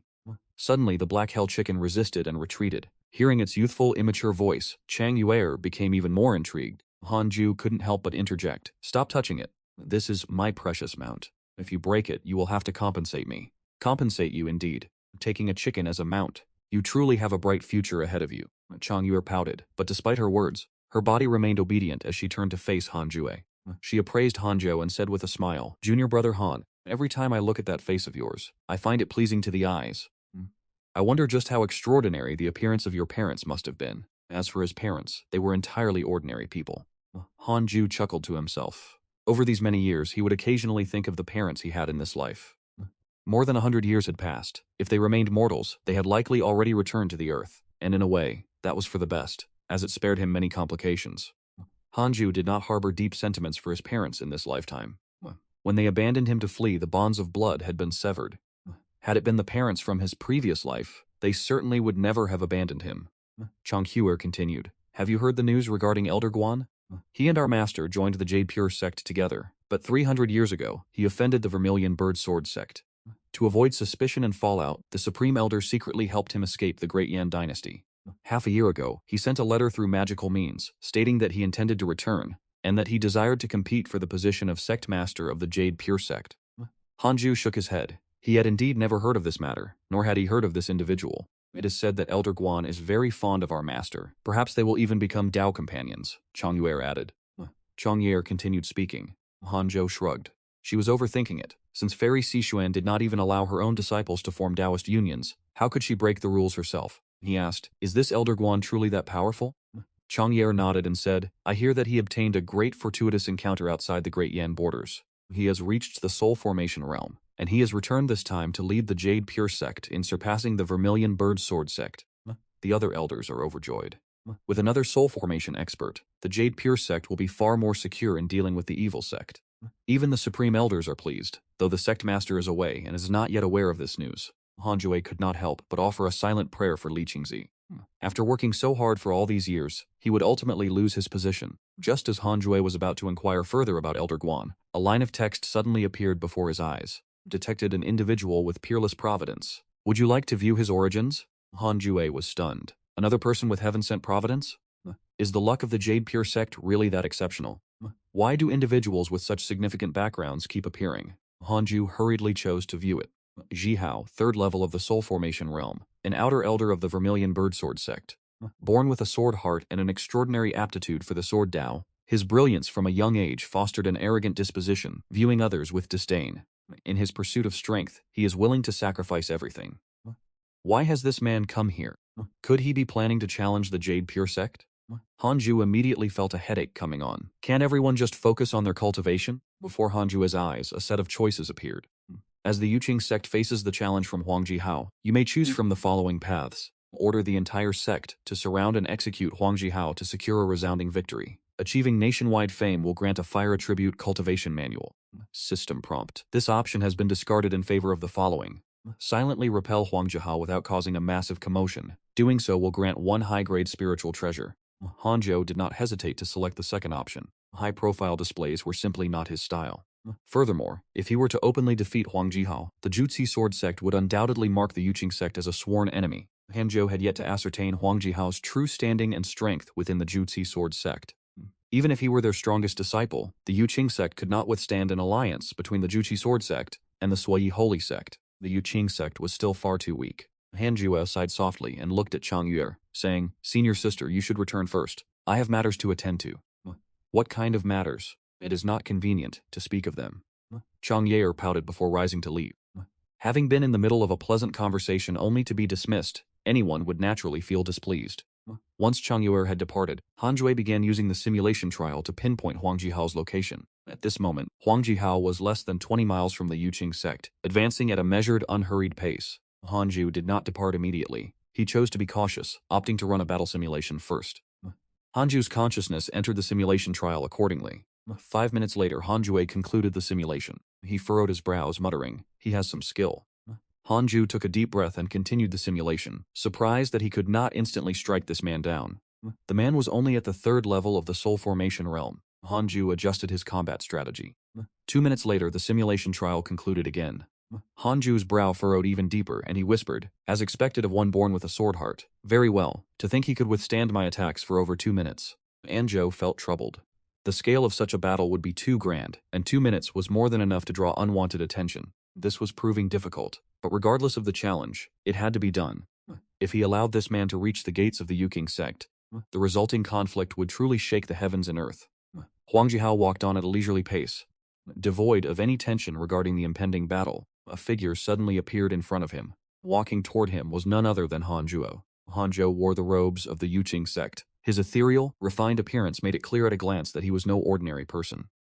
Huang Jihao glanced at him, noting the 9th stage of the Foundation establishment realm was truly weak, yet the young man was remarkably handsome. Huang Jihao has developed a favorable impression of you. The current favorability rating is 2 stars. A line of text suddenly appeared before Hanju's eyes, leaving him momentarily stunned. What in the world is this? Why would he suddenly have a favorable impression of me? Hanju furrowed his brow. The situation had become far more complicated. It was difficult for him to strike against someone who held a favorable view of him. Huang Jihao walked up to Hanzhou and said, "Boy, you please me. Would you like to take me as your master? Achieving the nascent soul realm in the future will be effortless for you, and for a Foundation establishment cultivator, a nascent soul expert is like a god."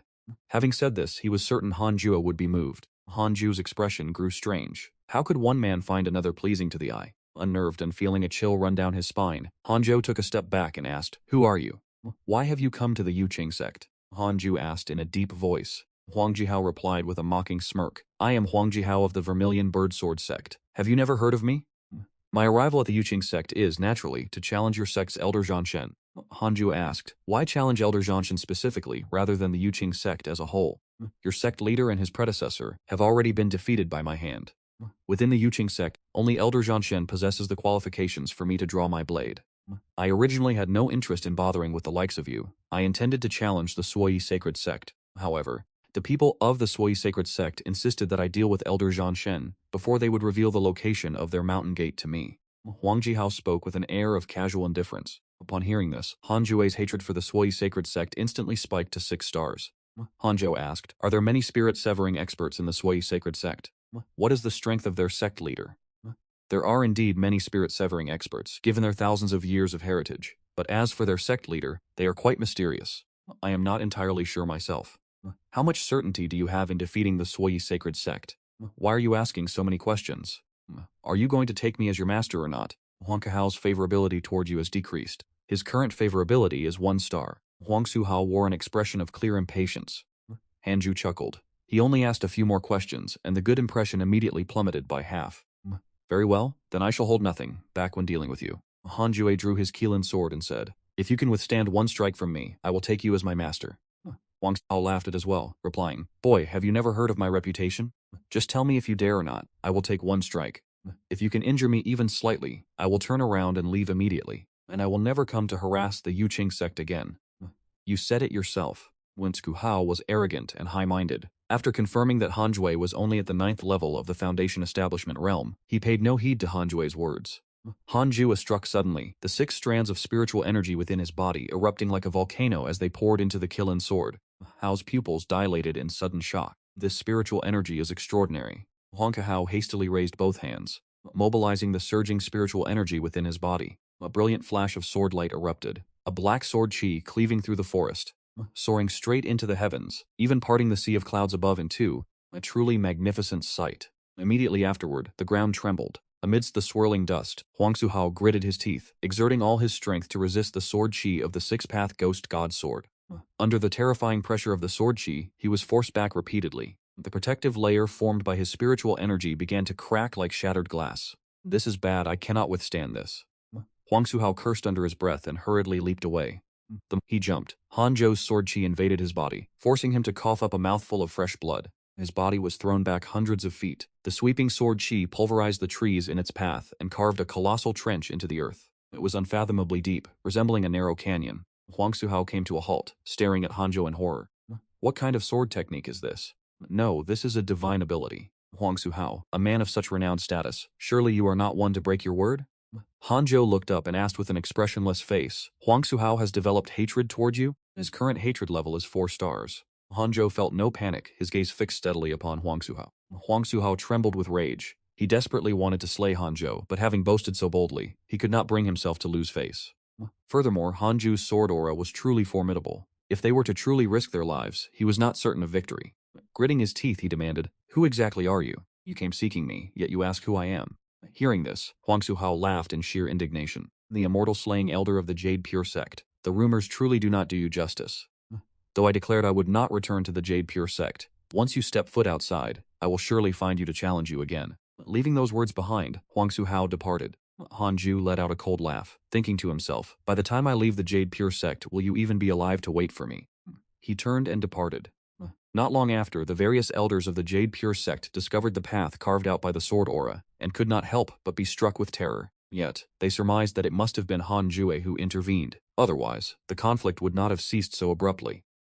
Could it be that a powerful enemy had launched an assault? After fleeing the Jade Pure Sect, Huang Hao stood upon his flying sword, healing his wounds while consumed with fury. Damnable wretch, you dared to toy with me. Huang Hao was on the verge of madness. If Hanzhou had revealed his identity from the start, how could he have been so careless? If he had been on his guard, how could he have failed to deflect that single strike? Very well, perhaps, he could not have blocked it regardless, but he would not have conceded to such a pact so easily. While Huang Hao was lost in his own frustration, a figure appeared before him, blocking his path. Who goes there? Why are you emerging from the Jade Pure Sect? The newcomer was a male cultivator dressed in blue robes, possessing a handsome countenance and a majestic aura, with a sword box strapped to his back containing 4 blades. Huang Hao was in an abysmal mood, and immediately let out a cold hum. What business is that of yours? The blue-robed cultivator smiled. To be so discourteous to me. Are you not afraid of death? Who do you think you are? In that case, let us exchange techniques and see who is truly nothing. You seek death, so return to your cave. No sooner had Hanju sat down than 2 lines of text appeared before his eyes. You have secretly repelled Huang Hao and obtained a spiritual treasure. Congratulations on receiving the 6th grade spiritual treasure, the Fensha Bell. The Fensha Bell is a 6th grade defensive spiritual treasure, capable of repelling all attacks from those below the Rongzhu realm.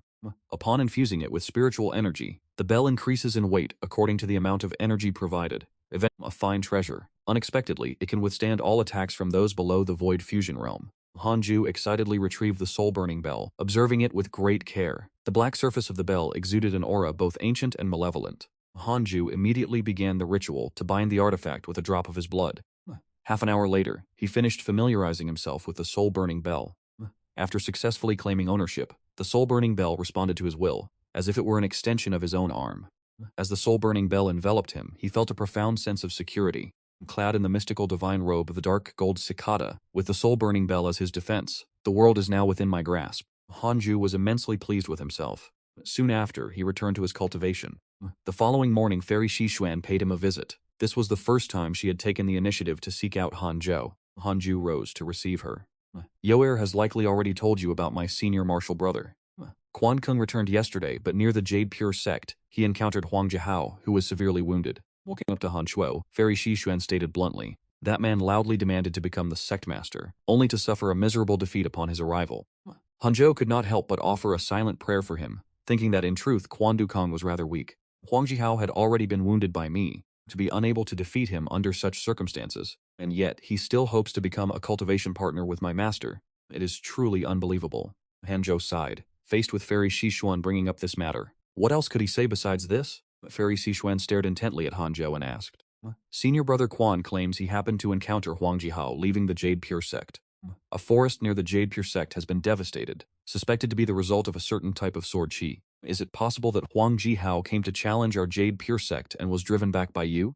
Hanzhou nodded and replied, that is correct. Fairy Xishuan sighed. I never expected that the renowned Huang Jihao would be defeated at the hands of a junior such as yourself. Hanzhou gestured for Fairy Xishuan to sit and speak. Fairy Xishuan sat on the chair beside him, and continued, I came to find you this time in hopes that you might help me suppress senior brother Quan a little. Suppress Quan Dukang? Hanzhou was perplexed. The current sect master might not be as powerful as senior brother Quan, but he has been utterly devoted to the Jade Pure Sect. For the sake of the Jade Pure Sect, he even delayed his own cultivation. To force him out of the sect master position now would surely be disheartening. Furthermore, this senior brother Quan of mine is merely seeking vengeance. He does not truly have the best interests of the sect at heart. Once his injuries are healed, I expect he will challenge you. He believes that if he can defeat you, he will be qualified to serve as sect master. What do you think? As Xishuanzi spoke softly, neither her tone nor her gaze shifted in the slightest. Hanzhou hesitated before saying, it is acceptable, but it would be best if this duel remains a secret. If news of it spreads within the Yuqing Sect, it will undoubtedly spread throughout the entire cultivation world. I have no desire to be too prominent, otherwise it will only invite endless trouble.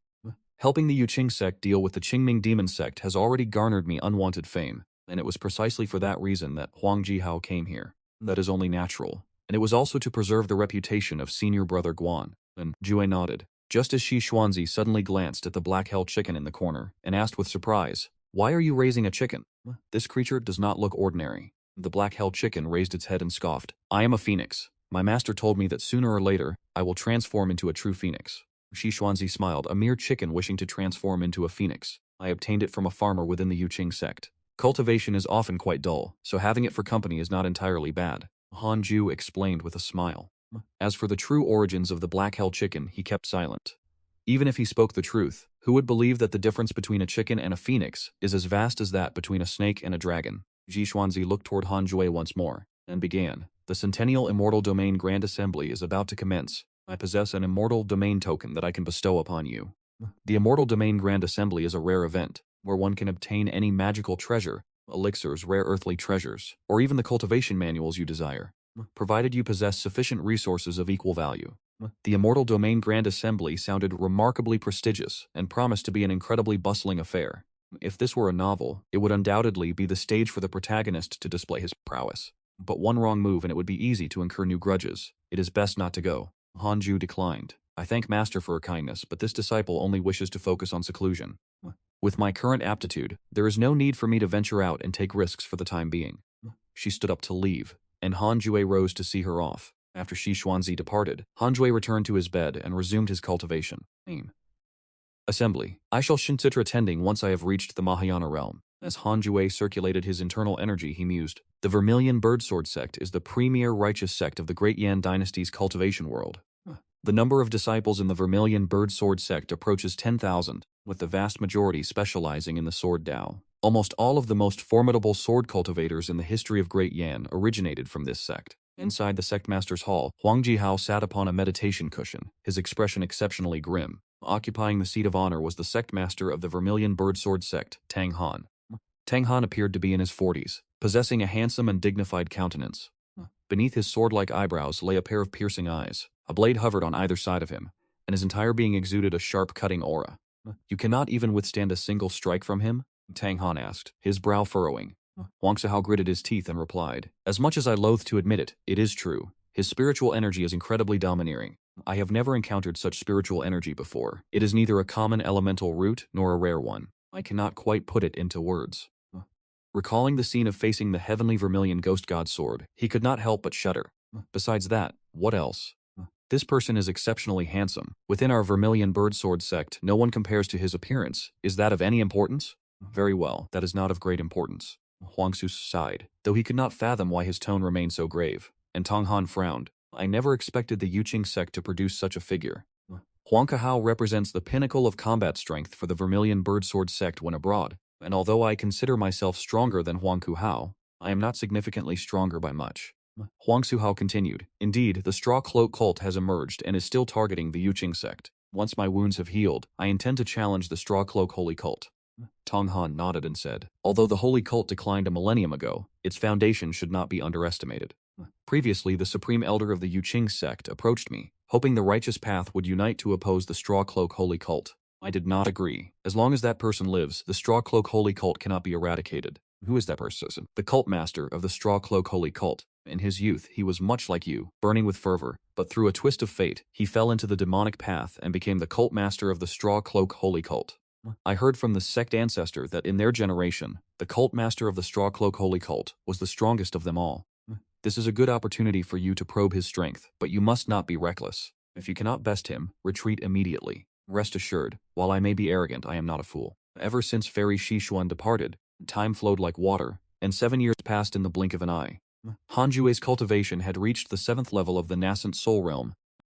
Beyond his own cultivation, Hanjuo remained vigilant, monitoring the situations of others through his personal connections and the system's notifications. After being captured by the sanctum of the Straw Cloak Saints, Yang Tiandong and Chu Fan actually saw their cultivation levels increase. In recent years, they have not faced any further attacks from the sanctum. It seems they have reached a compromise, though they have not officially become disciples of the sanctum. Hanzhou deduced that they are merely feigning submission. Conversely, Li Qingzi has been frequently assaulted by the sanctum, suffering grave injuries time and again. And this sect master has truly endured much hardship, constantly venturing out for the sake of his disciples, only to be wounded repeatedly. No sooner had his wounds healed than he was injured once more. Furthermore, Guan Yugong has yet to seek out Han Jue. Hanzhou understands this perfectly well. If even Huang Jihao could not defeat him, how could this fellow dare to challenge him? It is worth noting that the Black Hell Chicken's growth rate has accelerated recently, with its strength now rivaling that of a cultivator at the 8th level of the key refining realm. Even for a human cultivator, achieving such progress in this timeframe would be rare, let alone for a chicken. As its intelligence continues to develop, the Black Hell Chicken has grown increasingly curious about the world outside. Hanzhou had no choice but to instill some wisdom into it. The outside world is perilous, and many desire to devour you. You must become peerlessly strong before you dare to step out, or you will surely perish. Even your master cannot step outside. Over time, the Black Hell Chicken ceased its longing for the outside world, focusing entirely on cultivating diligently. One day, Li Qingzi came to visit again. Han Jue noticed his aura was frail and his complexion looked dreadful.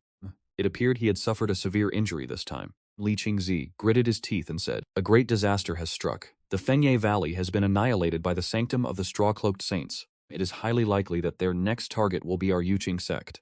Before the Valley Master of Fengye perished, he sent me a message, stating that the sanctum possesses 10 masters at the Soul Formation realm, enough to sweep across the entire Great Yan cultivation world. Upon hearing this, Hanzhou asked, "Then why not flee immediately?" Li Qingzi was stunned, retorting, "Flee immediately? Is that really something you would say?" Li Qingzi screamed internally.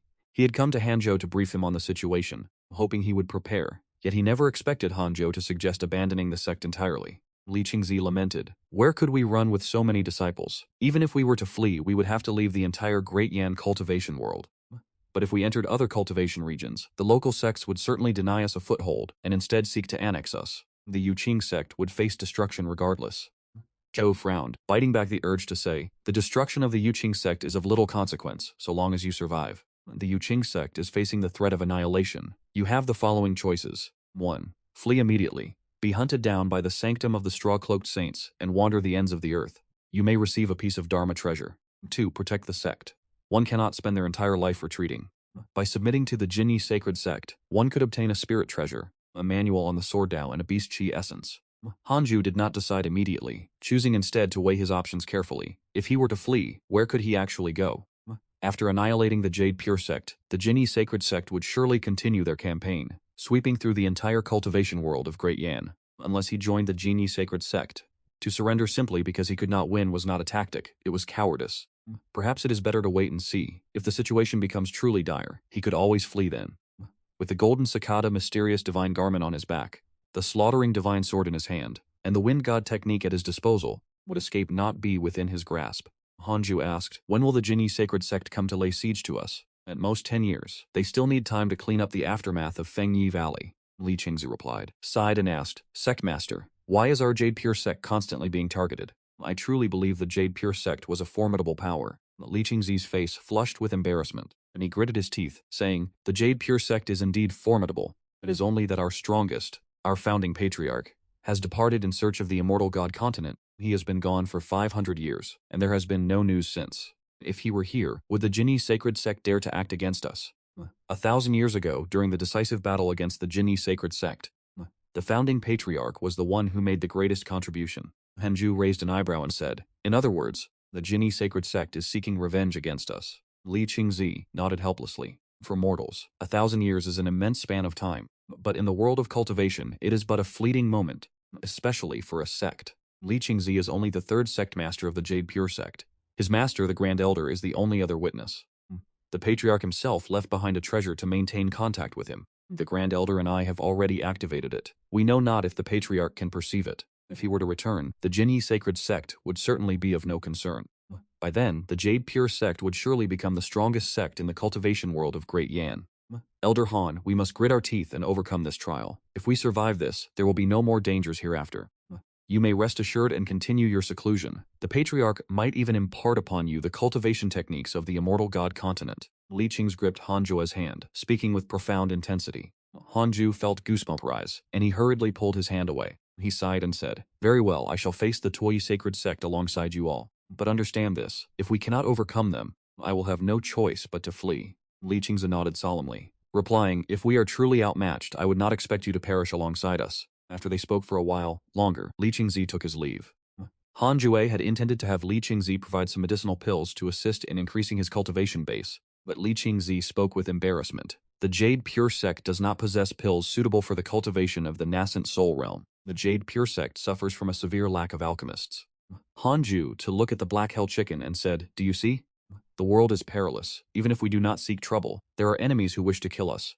The black hell chicken nodded incessantly, like a chick pecking at grain. Master, are you certain about this? I am not. Perhaps we should flee in secret. An excellent idea. You have truly inherited my teachings. Are we truly going to run? We shall wait a little longer. That day, Hanju went to the intersect city to purchase a beast-taming bag, intending to carry the black hell chicken with him should he need to escape. After exiting the pavilion, just as he prepared to return, a line of text suddenly appeared before his eyes. A person with innate destiny has been detected. Shall I view their background? Another person with innate destiny. The Jade Pure Sect is truly a sect blessed with great fortune. Hanju immediately chose to view it. Xianqingjun, third level of the Foundation Establishment realm. Her true identity is the mortal incarnation of a demon lord, possessing a naturally Taoist heart and unparalleled talent. 800 years ago, the demon lord sought to shatter the Tao and ascend, and so he created a mortal incarnation, sealing his true self deep within his primordial spirit. The mortal incarnation traveled the mortal realm, experiencing the myriad facets of life. Strengthening his Taoist heart, his footsteps have touched the 9 heavens and the 10 earths. 3 years ago, she joined the Jade Pure Sect, and has remained in hiding ever since. A demon lord, this is truly formidable. A natural Taoist heart, yet she cultivates the demonic path. Hanju was speechless. He followed the system's guidance, and caught sight of Xuanqingjun, a young woman clad in the Taoist robes of the Jade Pure Sect. Her figure was ordinary, not at all resembling a shadow assassin. When she turned her head, Hanju assessed her briefly. Her appearance was plain, a very ordinary female disciple, the kind one would easily overlook in a crowd on the street. And Xuanqingjun stood by the side of the road, pausing in her tracks. She was watching a dispute between 2 male disciples who were bickering over a beautiful female disciple, their faces flushed with agitation. Should I initiate contact with the demon lord? She was on the verge of ascending. She was at the very least a Mahayana realm cultivator. Hanju thought to himself and shook his head. Forget it, I would rather avoid unnecessary trouble. Hanju turned to leave. As he did, he failed to notice Xuanqingjun, casting a glance at him from the corner of her eye. Xuanqingjun has developed a favorable impression of you. Current favorability is 1 star. Hanju froze, his face filled with bewilderment. What in the world is happening? Subconsciously, he turned his head, locking eyes with Xuanqingjun just as she looked his way. Oh no, the demon lord has taken notice of me. Henjo felt an inexplicable sense of panic, so he offered Xuan Qingjun a polite, practiced smile. Qingjun's favorability toward you has increased. Current favorability is 2 stars. Hanju hurriedly took his leave. Xuan Qingjun turned and began to follow him. After exiting the inner sect city, Hanju immediately activated the Wind God technique, speeding back to his dwelling. Once he reached the hidden sage cave abode, Hanjo sat upon his bed, feeling deeply unsettled, hoping that she was merely struck by his handsome appearance and not truly targeting him. Hanju mused to himself. Even if Xuan Qingjun took an interest in him, he could not simply expect to rise to the heavens in a single leap. After all, she was a demon lord who had reigned over the mortal world for countless years. How could she possibly fall in love at first sight, or be attached to someone so easily? If Hanju were to attempt to curry her favor, there would only be one outcome. Xuan Qingjun arrived before the hidden sage cave abode. Seeing the 7 words engraved on the cliff face, "Patience leads to a broader horizon," she could not help but chuckle. This little one is truly interesting. As Xuan Qingjun smiled, her expression suddenly grew serious. These 7 words actually contained profound wisdom. Xuan Qingjun contemplated for a moment before turning and walking away. Only after she had departed did Hanjo finally heave a sigh of relief. I hope she abandons her impure desires toward me, Hanju muttered to himself, prompting the dark hell chicken to ask, "What are these impure desires, master?" Hanjo replied with irritation, "The desire to consume me, that is an impure desire." The dark hell chicken realized. So that woman wanted to consume you just now. The dark hell chicken was alarmed, thinking that in other words, that woman must be stronger than Hanjo. Hanju replied with a strange expression. It could also be due to the pressure exerted by the Scarlet Firmament Sacred Sect. Hanju redoubled his cultivation efforts. The dark hell chicken suffered in silence, unable to voice its grievances, as Hanju began to absorb spiritual energy desperately, causing the spirit chi within the cave dwelling to surge violently into his body. The dark hell chicken's own speed of energy absorption was severely suppressed. 7 years later, Hanjue finally achieved a breakthrough to the 8th level of the nascent soul realm, yet he still felt that time was pressing. If he could break through to the soul formation realm before the Scarlet Firmament Sacred Sect arrived, his confidence would be much greater. While continuing to absorb energy, Hanjo opened his personal relationships interface to examine it. Your friend Chu Fan has been attacked by the Scarlet Firmament, Sacred Sect X87. Your disciple Yang Tiandong has been attacked by the Scarlet Firmament, Sacred Sect X87. Your friend Mo Zhu has been attacked by a fellow disciple.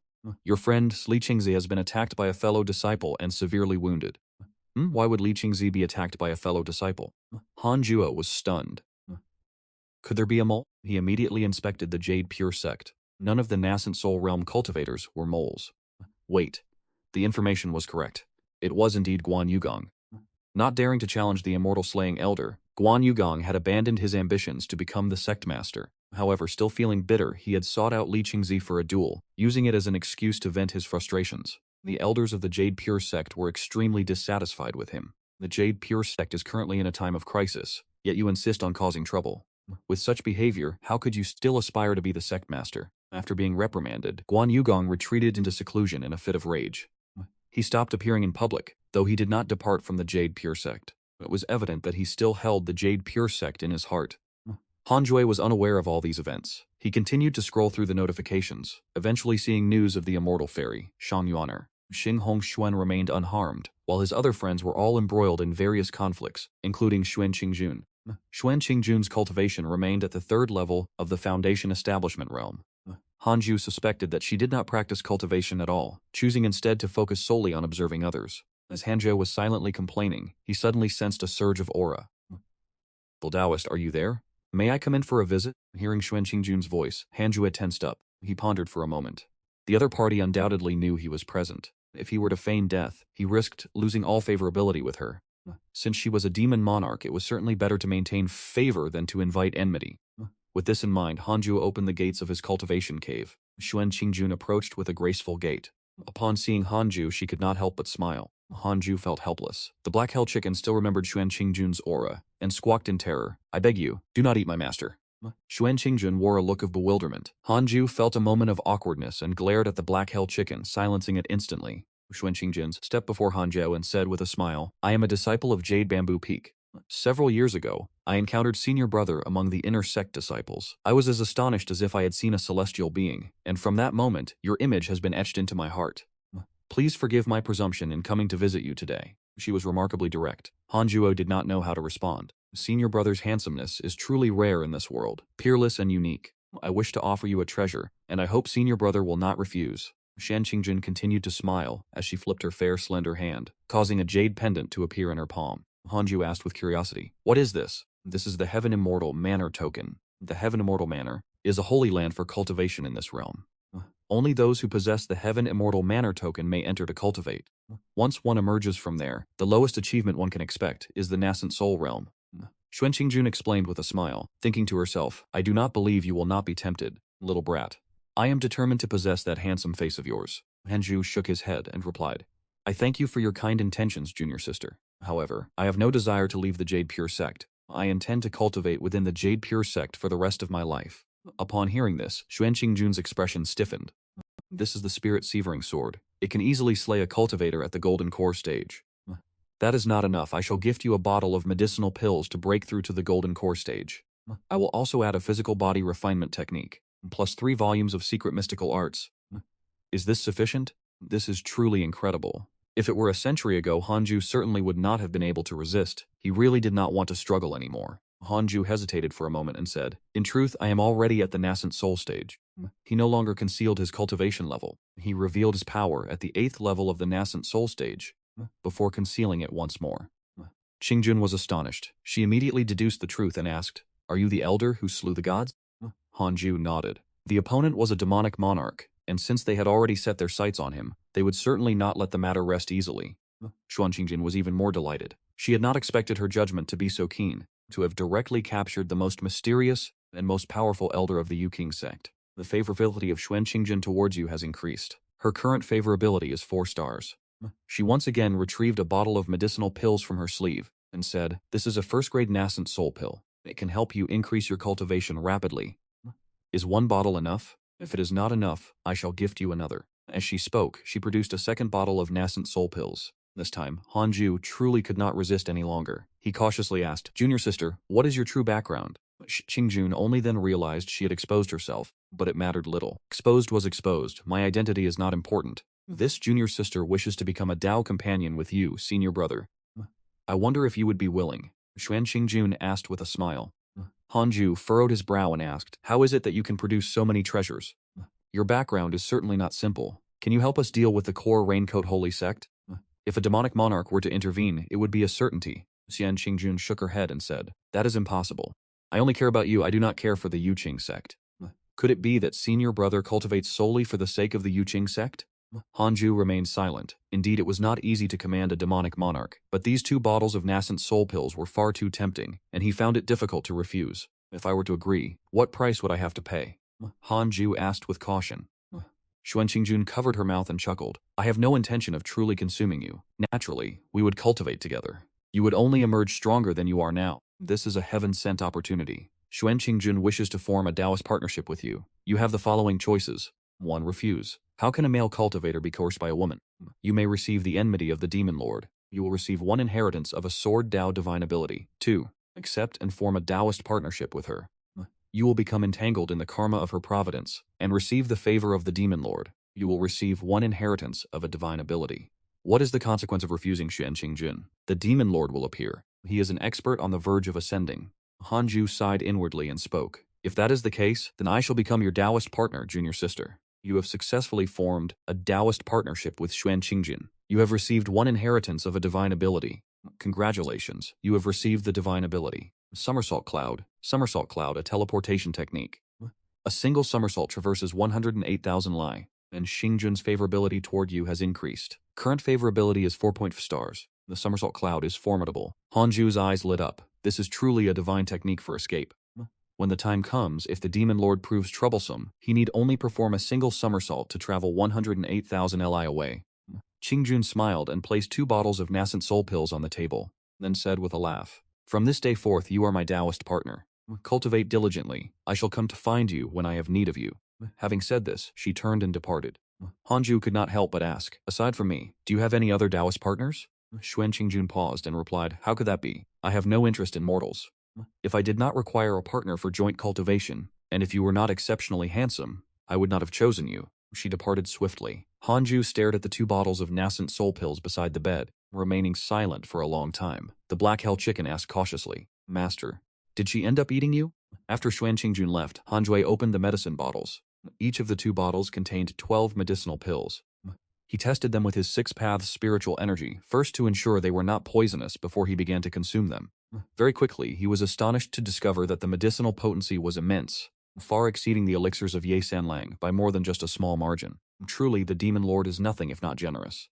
Han Ju suppressed his astonishment and began his cultivation within the gloomy depths of the underground palace. The relentless sound of lashes striking flesh echoed through the air. Yang Tiandong and Chu Fan were bound firmly to wooden pillars. 2 members of the Tuoyi sect swung their long whips, spraying fresh blood in every direction. In the distance, many cultivators sat in meditation, unable to bear the sight. These 2 from the Yuqing Sect are truly stubborn. Indeed, every year they attempt to escape, only to be caught and beaten, yet they never surrender.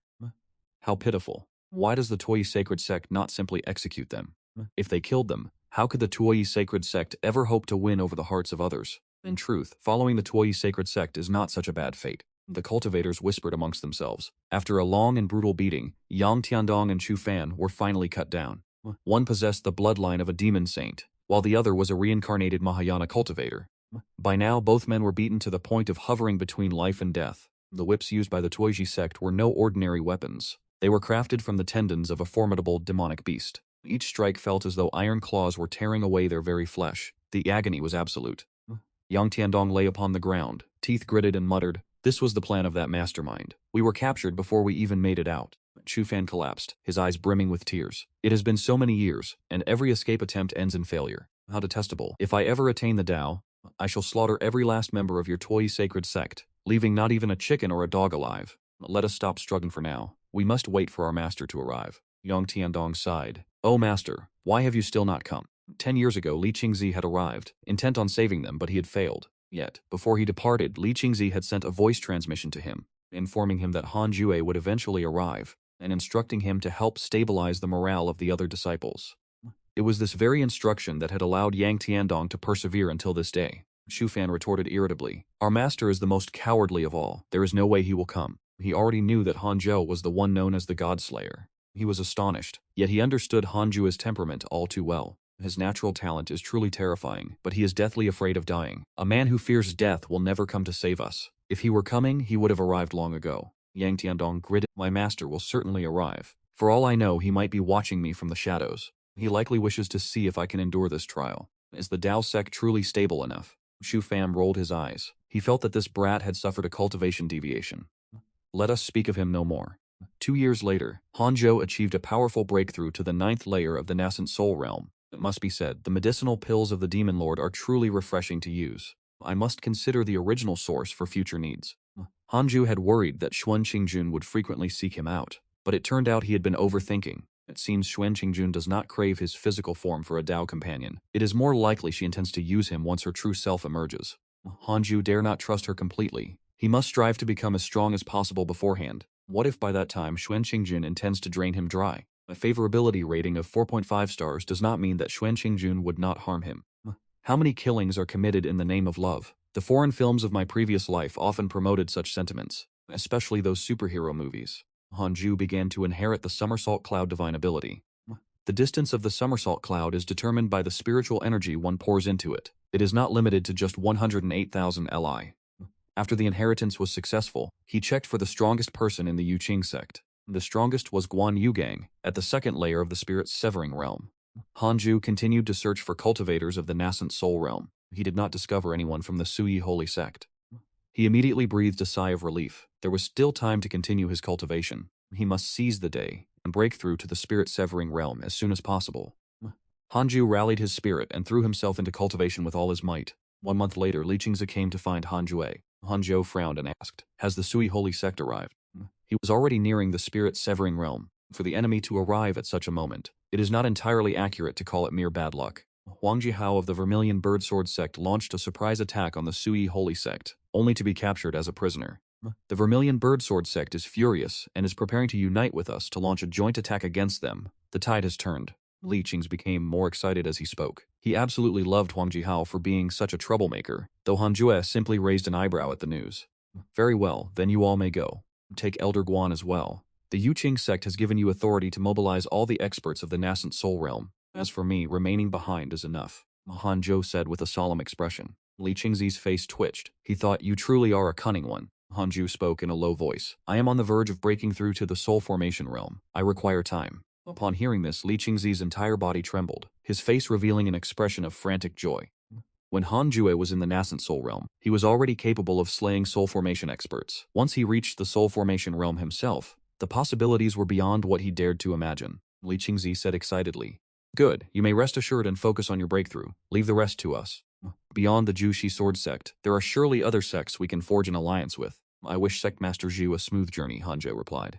Not long after, Li Qingzi departed in a state of high agitation. Before leaving, he could not help but tease the Black Hell Chicken.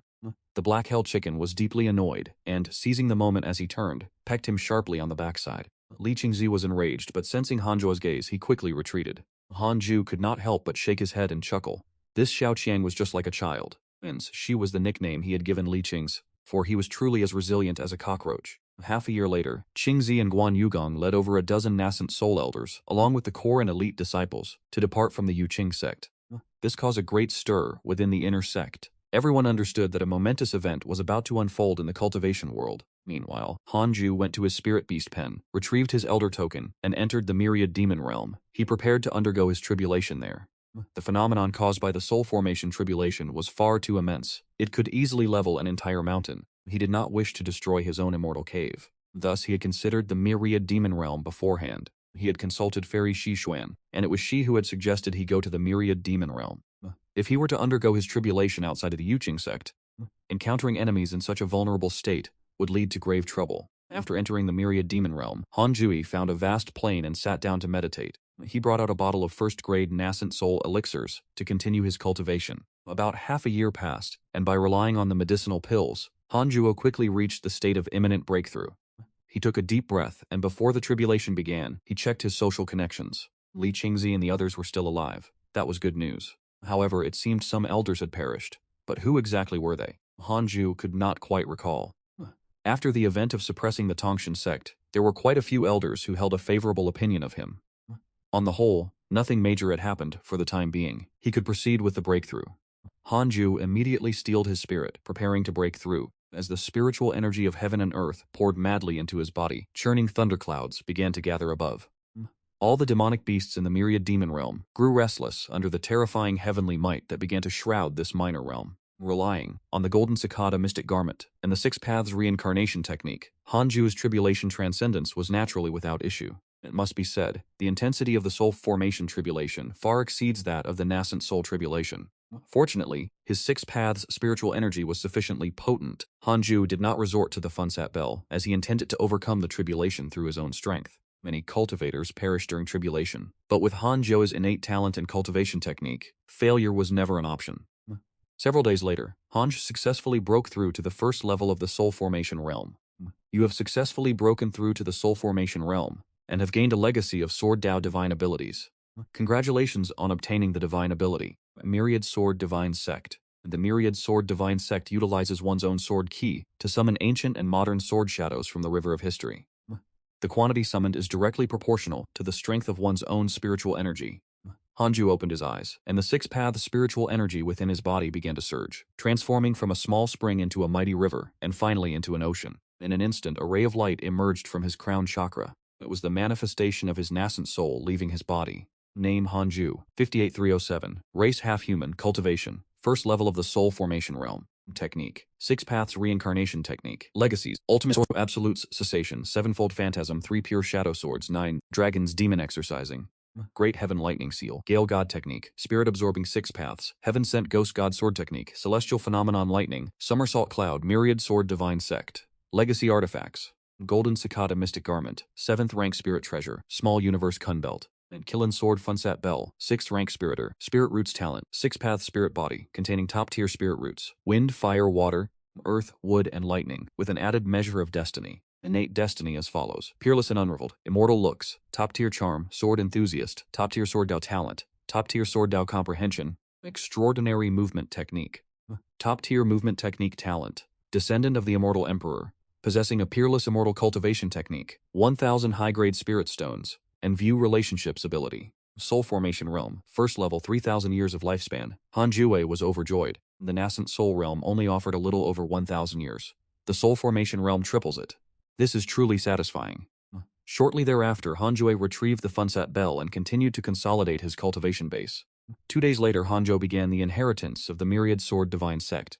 The Myriad Sword Divine is a divine ability characterized by wide-area lethality, while the heaven-sent Ghost God Sword favors linear strikes. Both possess their own unique strengths, which he mastered easily, relying on his top-tier Sword Dao talent and comprehension. In less than half a day, Hanjuo had fully grasped the Myriad Sword Divine Sect. He stood up and departed, heading toward the teleportation array.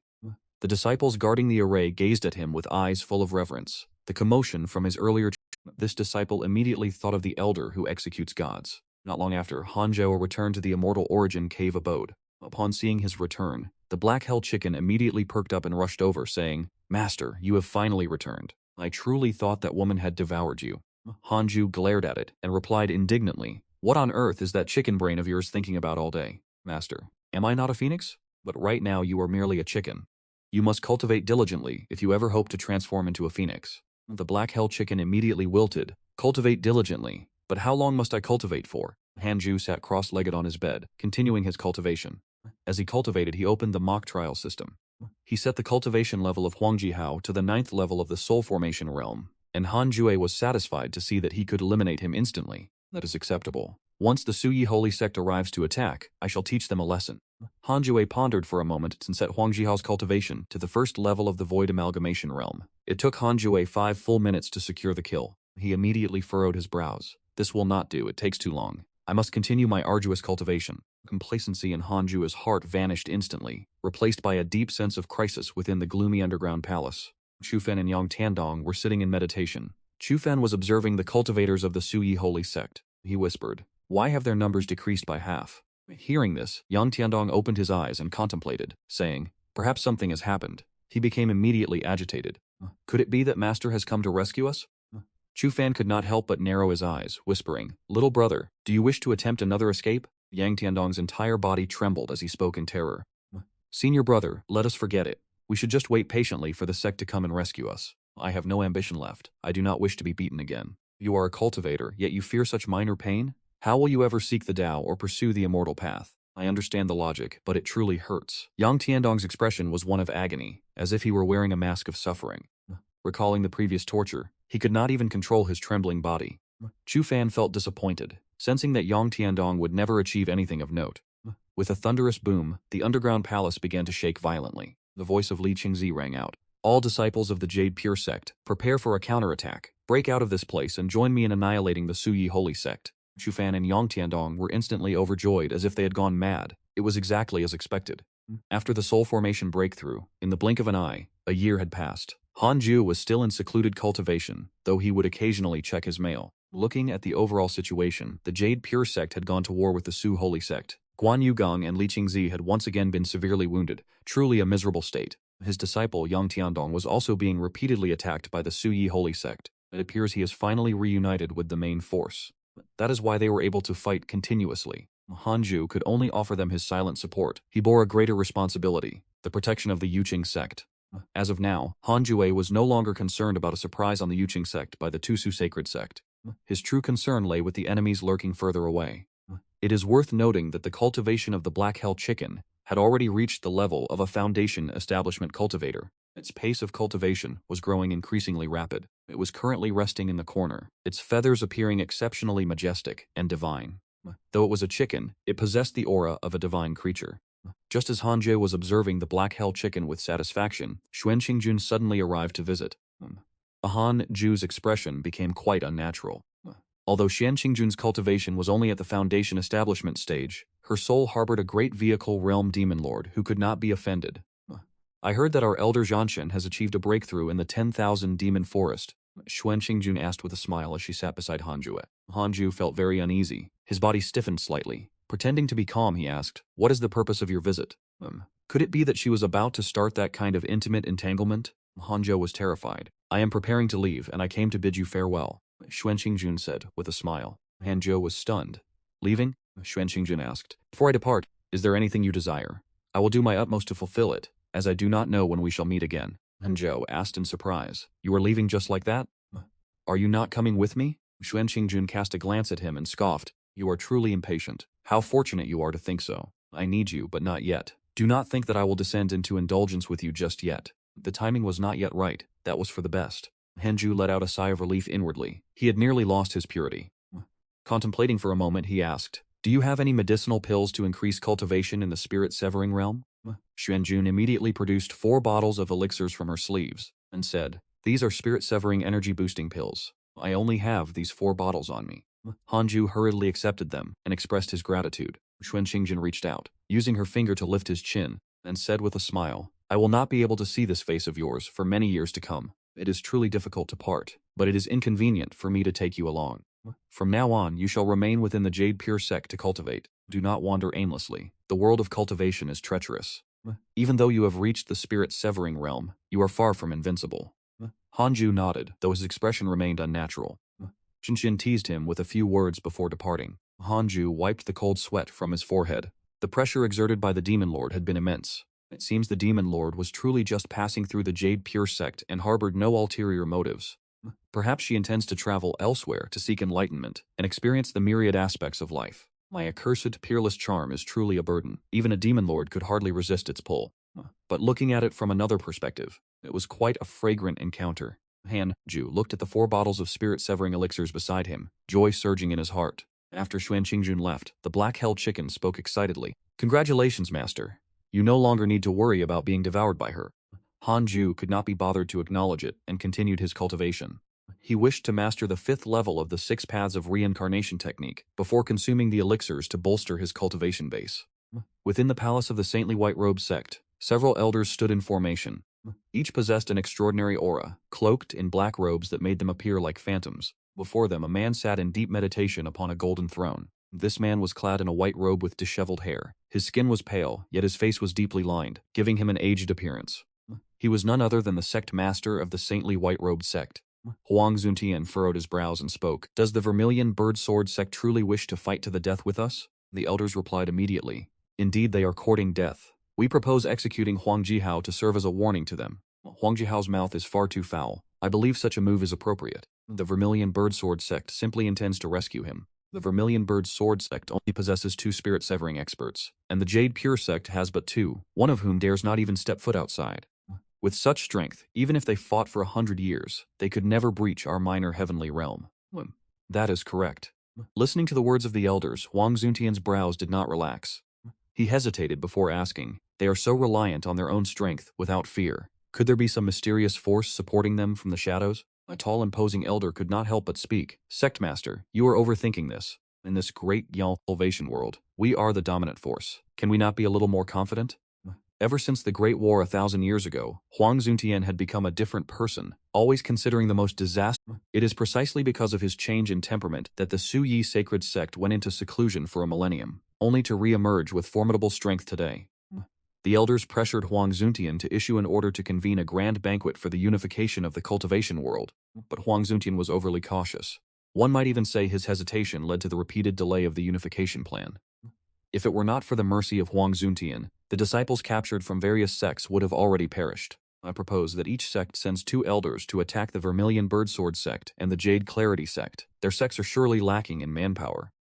"This is a prime opportunity," one elder suggested. His words were met with agreement from the other elders. This was indeed a golden opportunity. Huang Zuntian furrowed his brows tightly, remaining silent. Finally, all the elders turned their gazes toward him, waiting for him to make a decision. Huang Zuntian asked hesitantly, "Must we fight?" "We must." "Very well then, I shall take action personally. I do not trust any of you to handle this. I shall go to the Vermilion Birdsword Sect and the Jade Clarity Sect myself. May the sect master be wise in this decision." The elders laughed and spoke, though their smiles were forced. If the sect master were to go himself, he would likely drag out the timeline once again. A few months later, Hanzhou successfully cultivated the 5th level of the Six Paths Reincarnation Technique. He comprehended a new divine ability, or more accurately, an upgraded version of the 6 Paths soul absorption. He could now absorb the souls residing within his own primordial spirit. This technique could both protect his soul and serve to restrain the souls of others. Furthermore, he could now imprint the 6 Paths mark onto a soul. The 6 Paths mark would persist eternally and never fade. No matter how many times the target reincarnates, the 6 Paths mark remains. It is effectively a means to transcend the cycle of rebirth and track the individual across lifetimes. This was not a bad outcome. If he were to encounter someone he cared for in the future, he could place the Six Paths mark upon them, ensuring he would find them again in their next life, even if they attained a higher realm. Hanju realized that his Six Paths spiritual energy was becoming increasingly domineering. He retrieved medicinal pills to continue his cultivation. The first level of the soul formation realm was not enough. He sought greater power. His next target, the Void Integration Realm.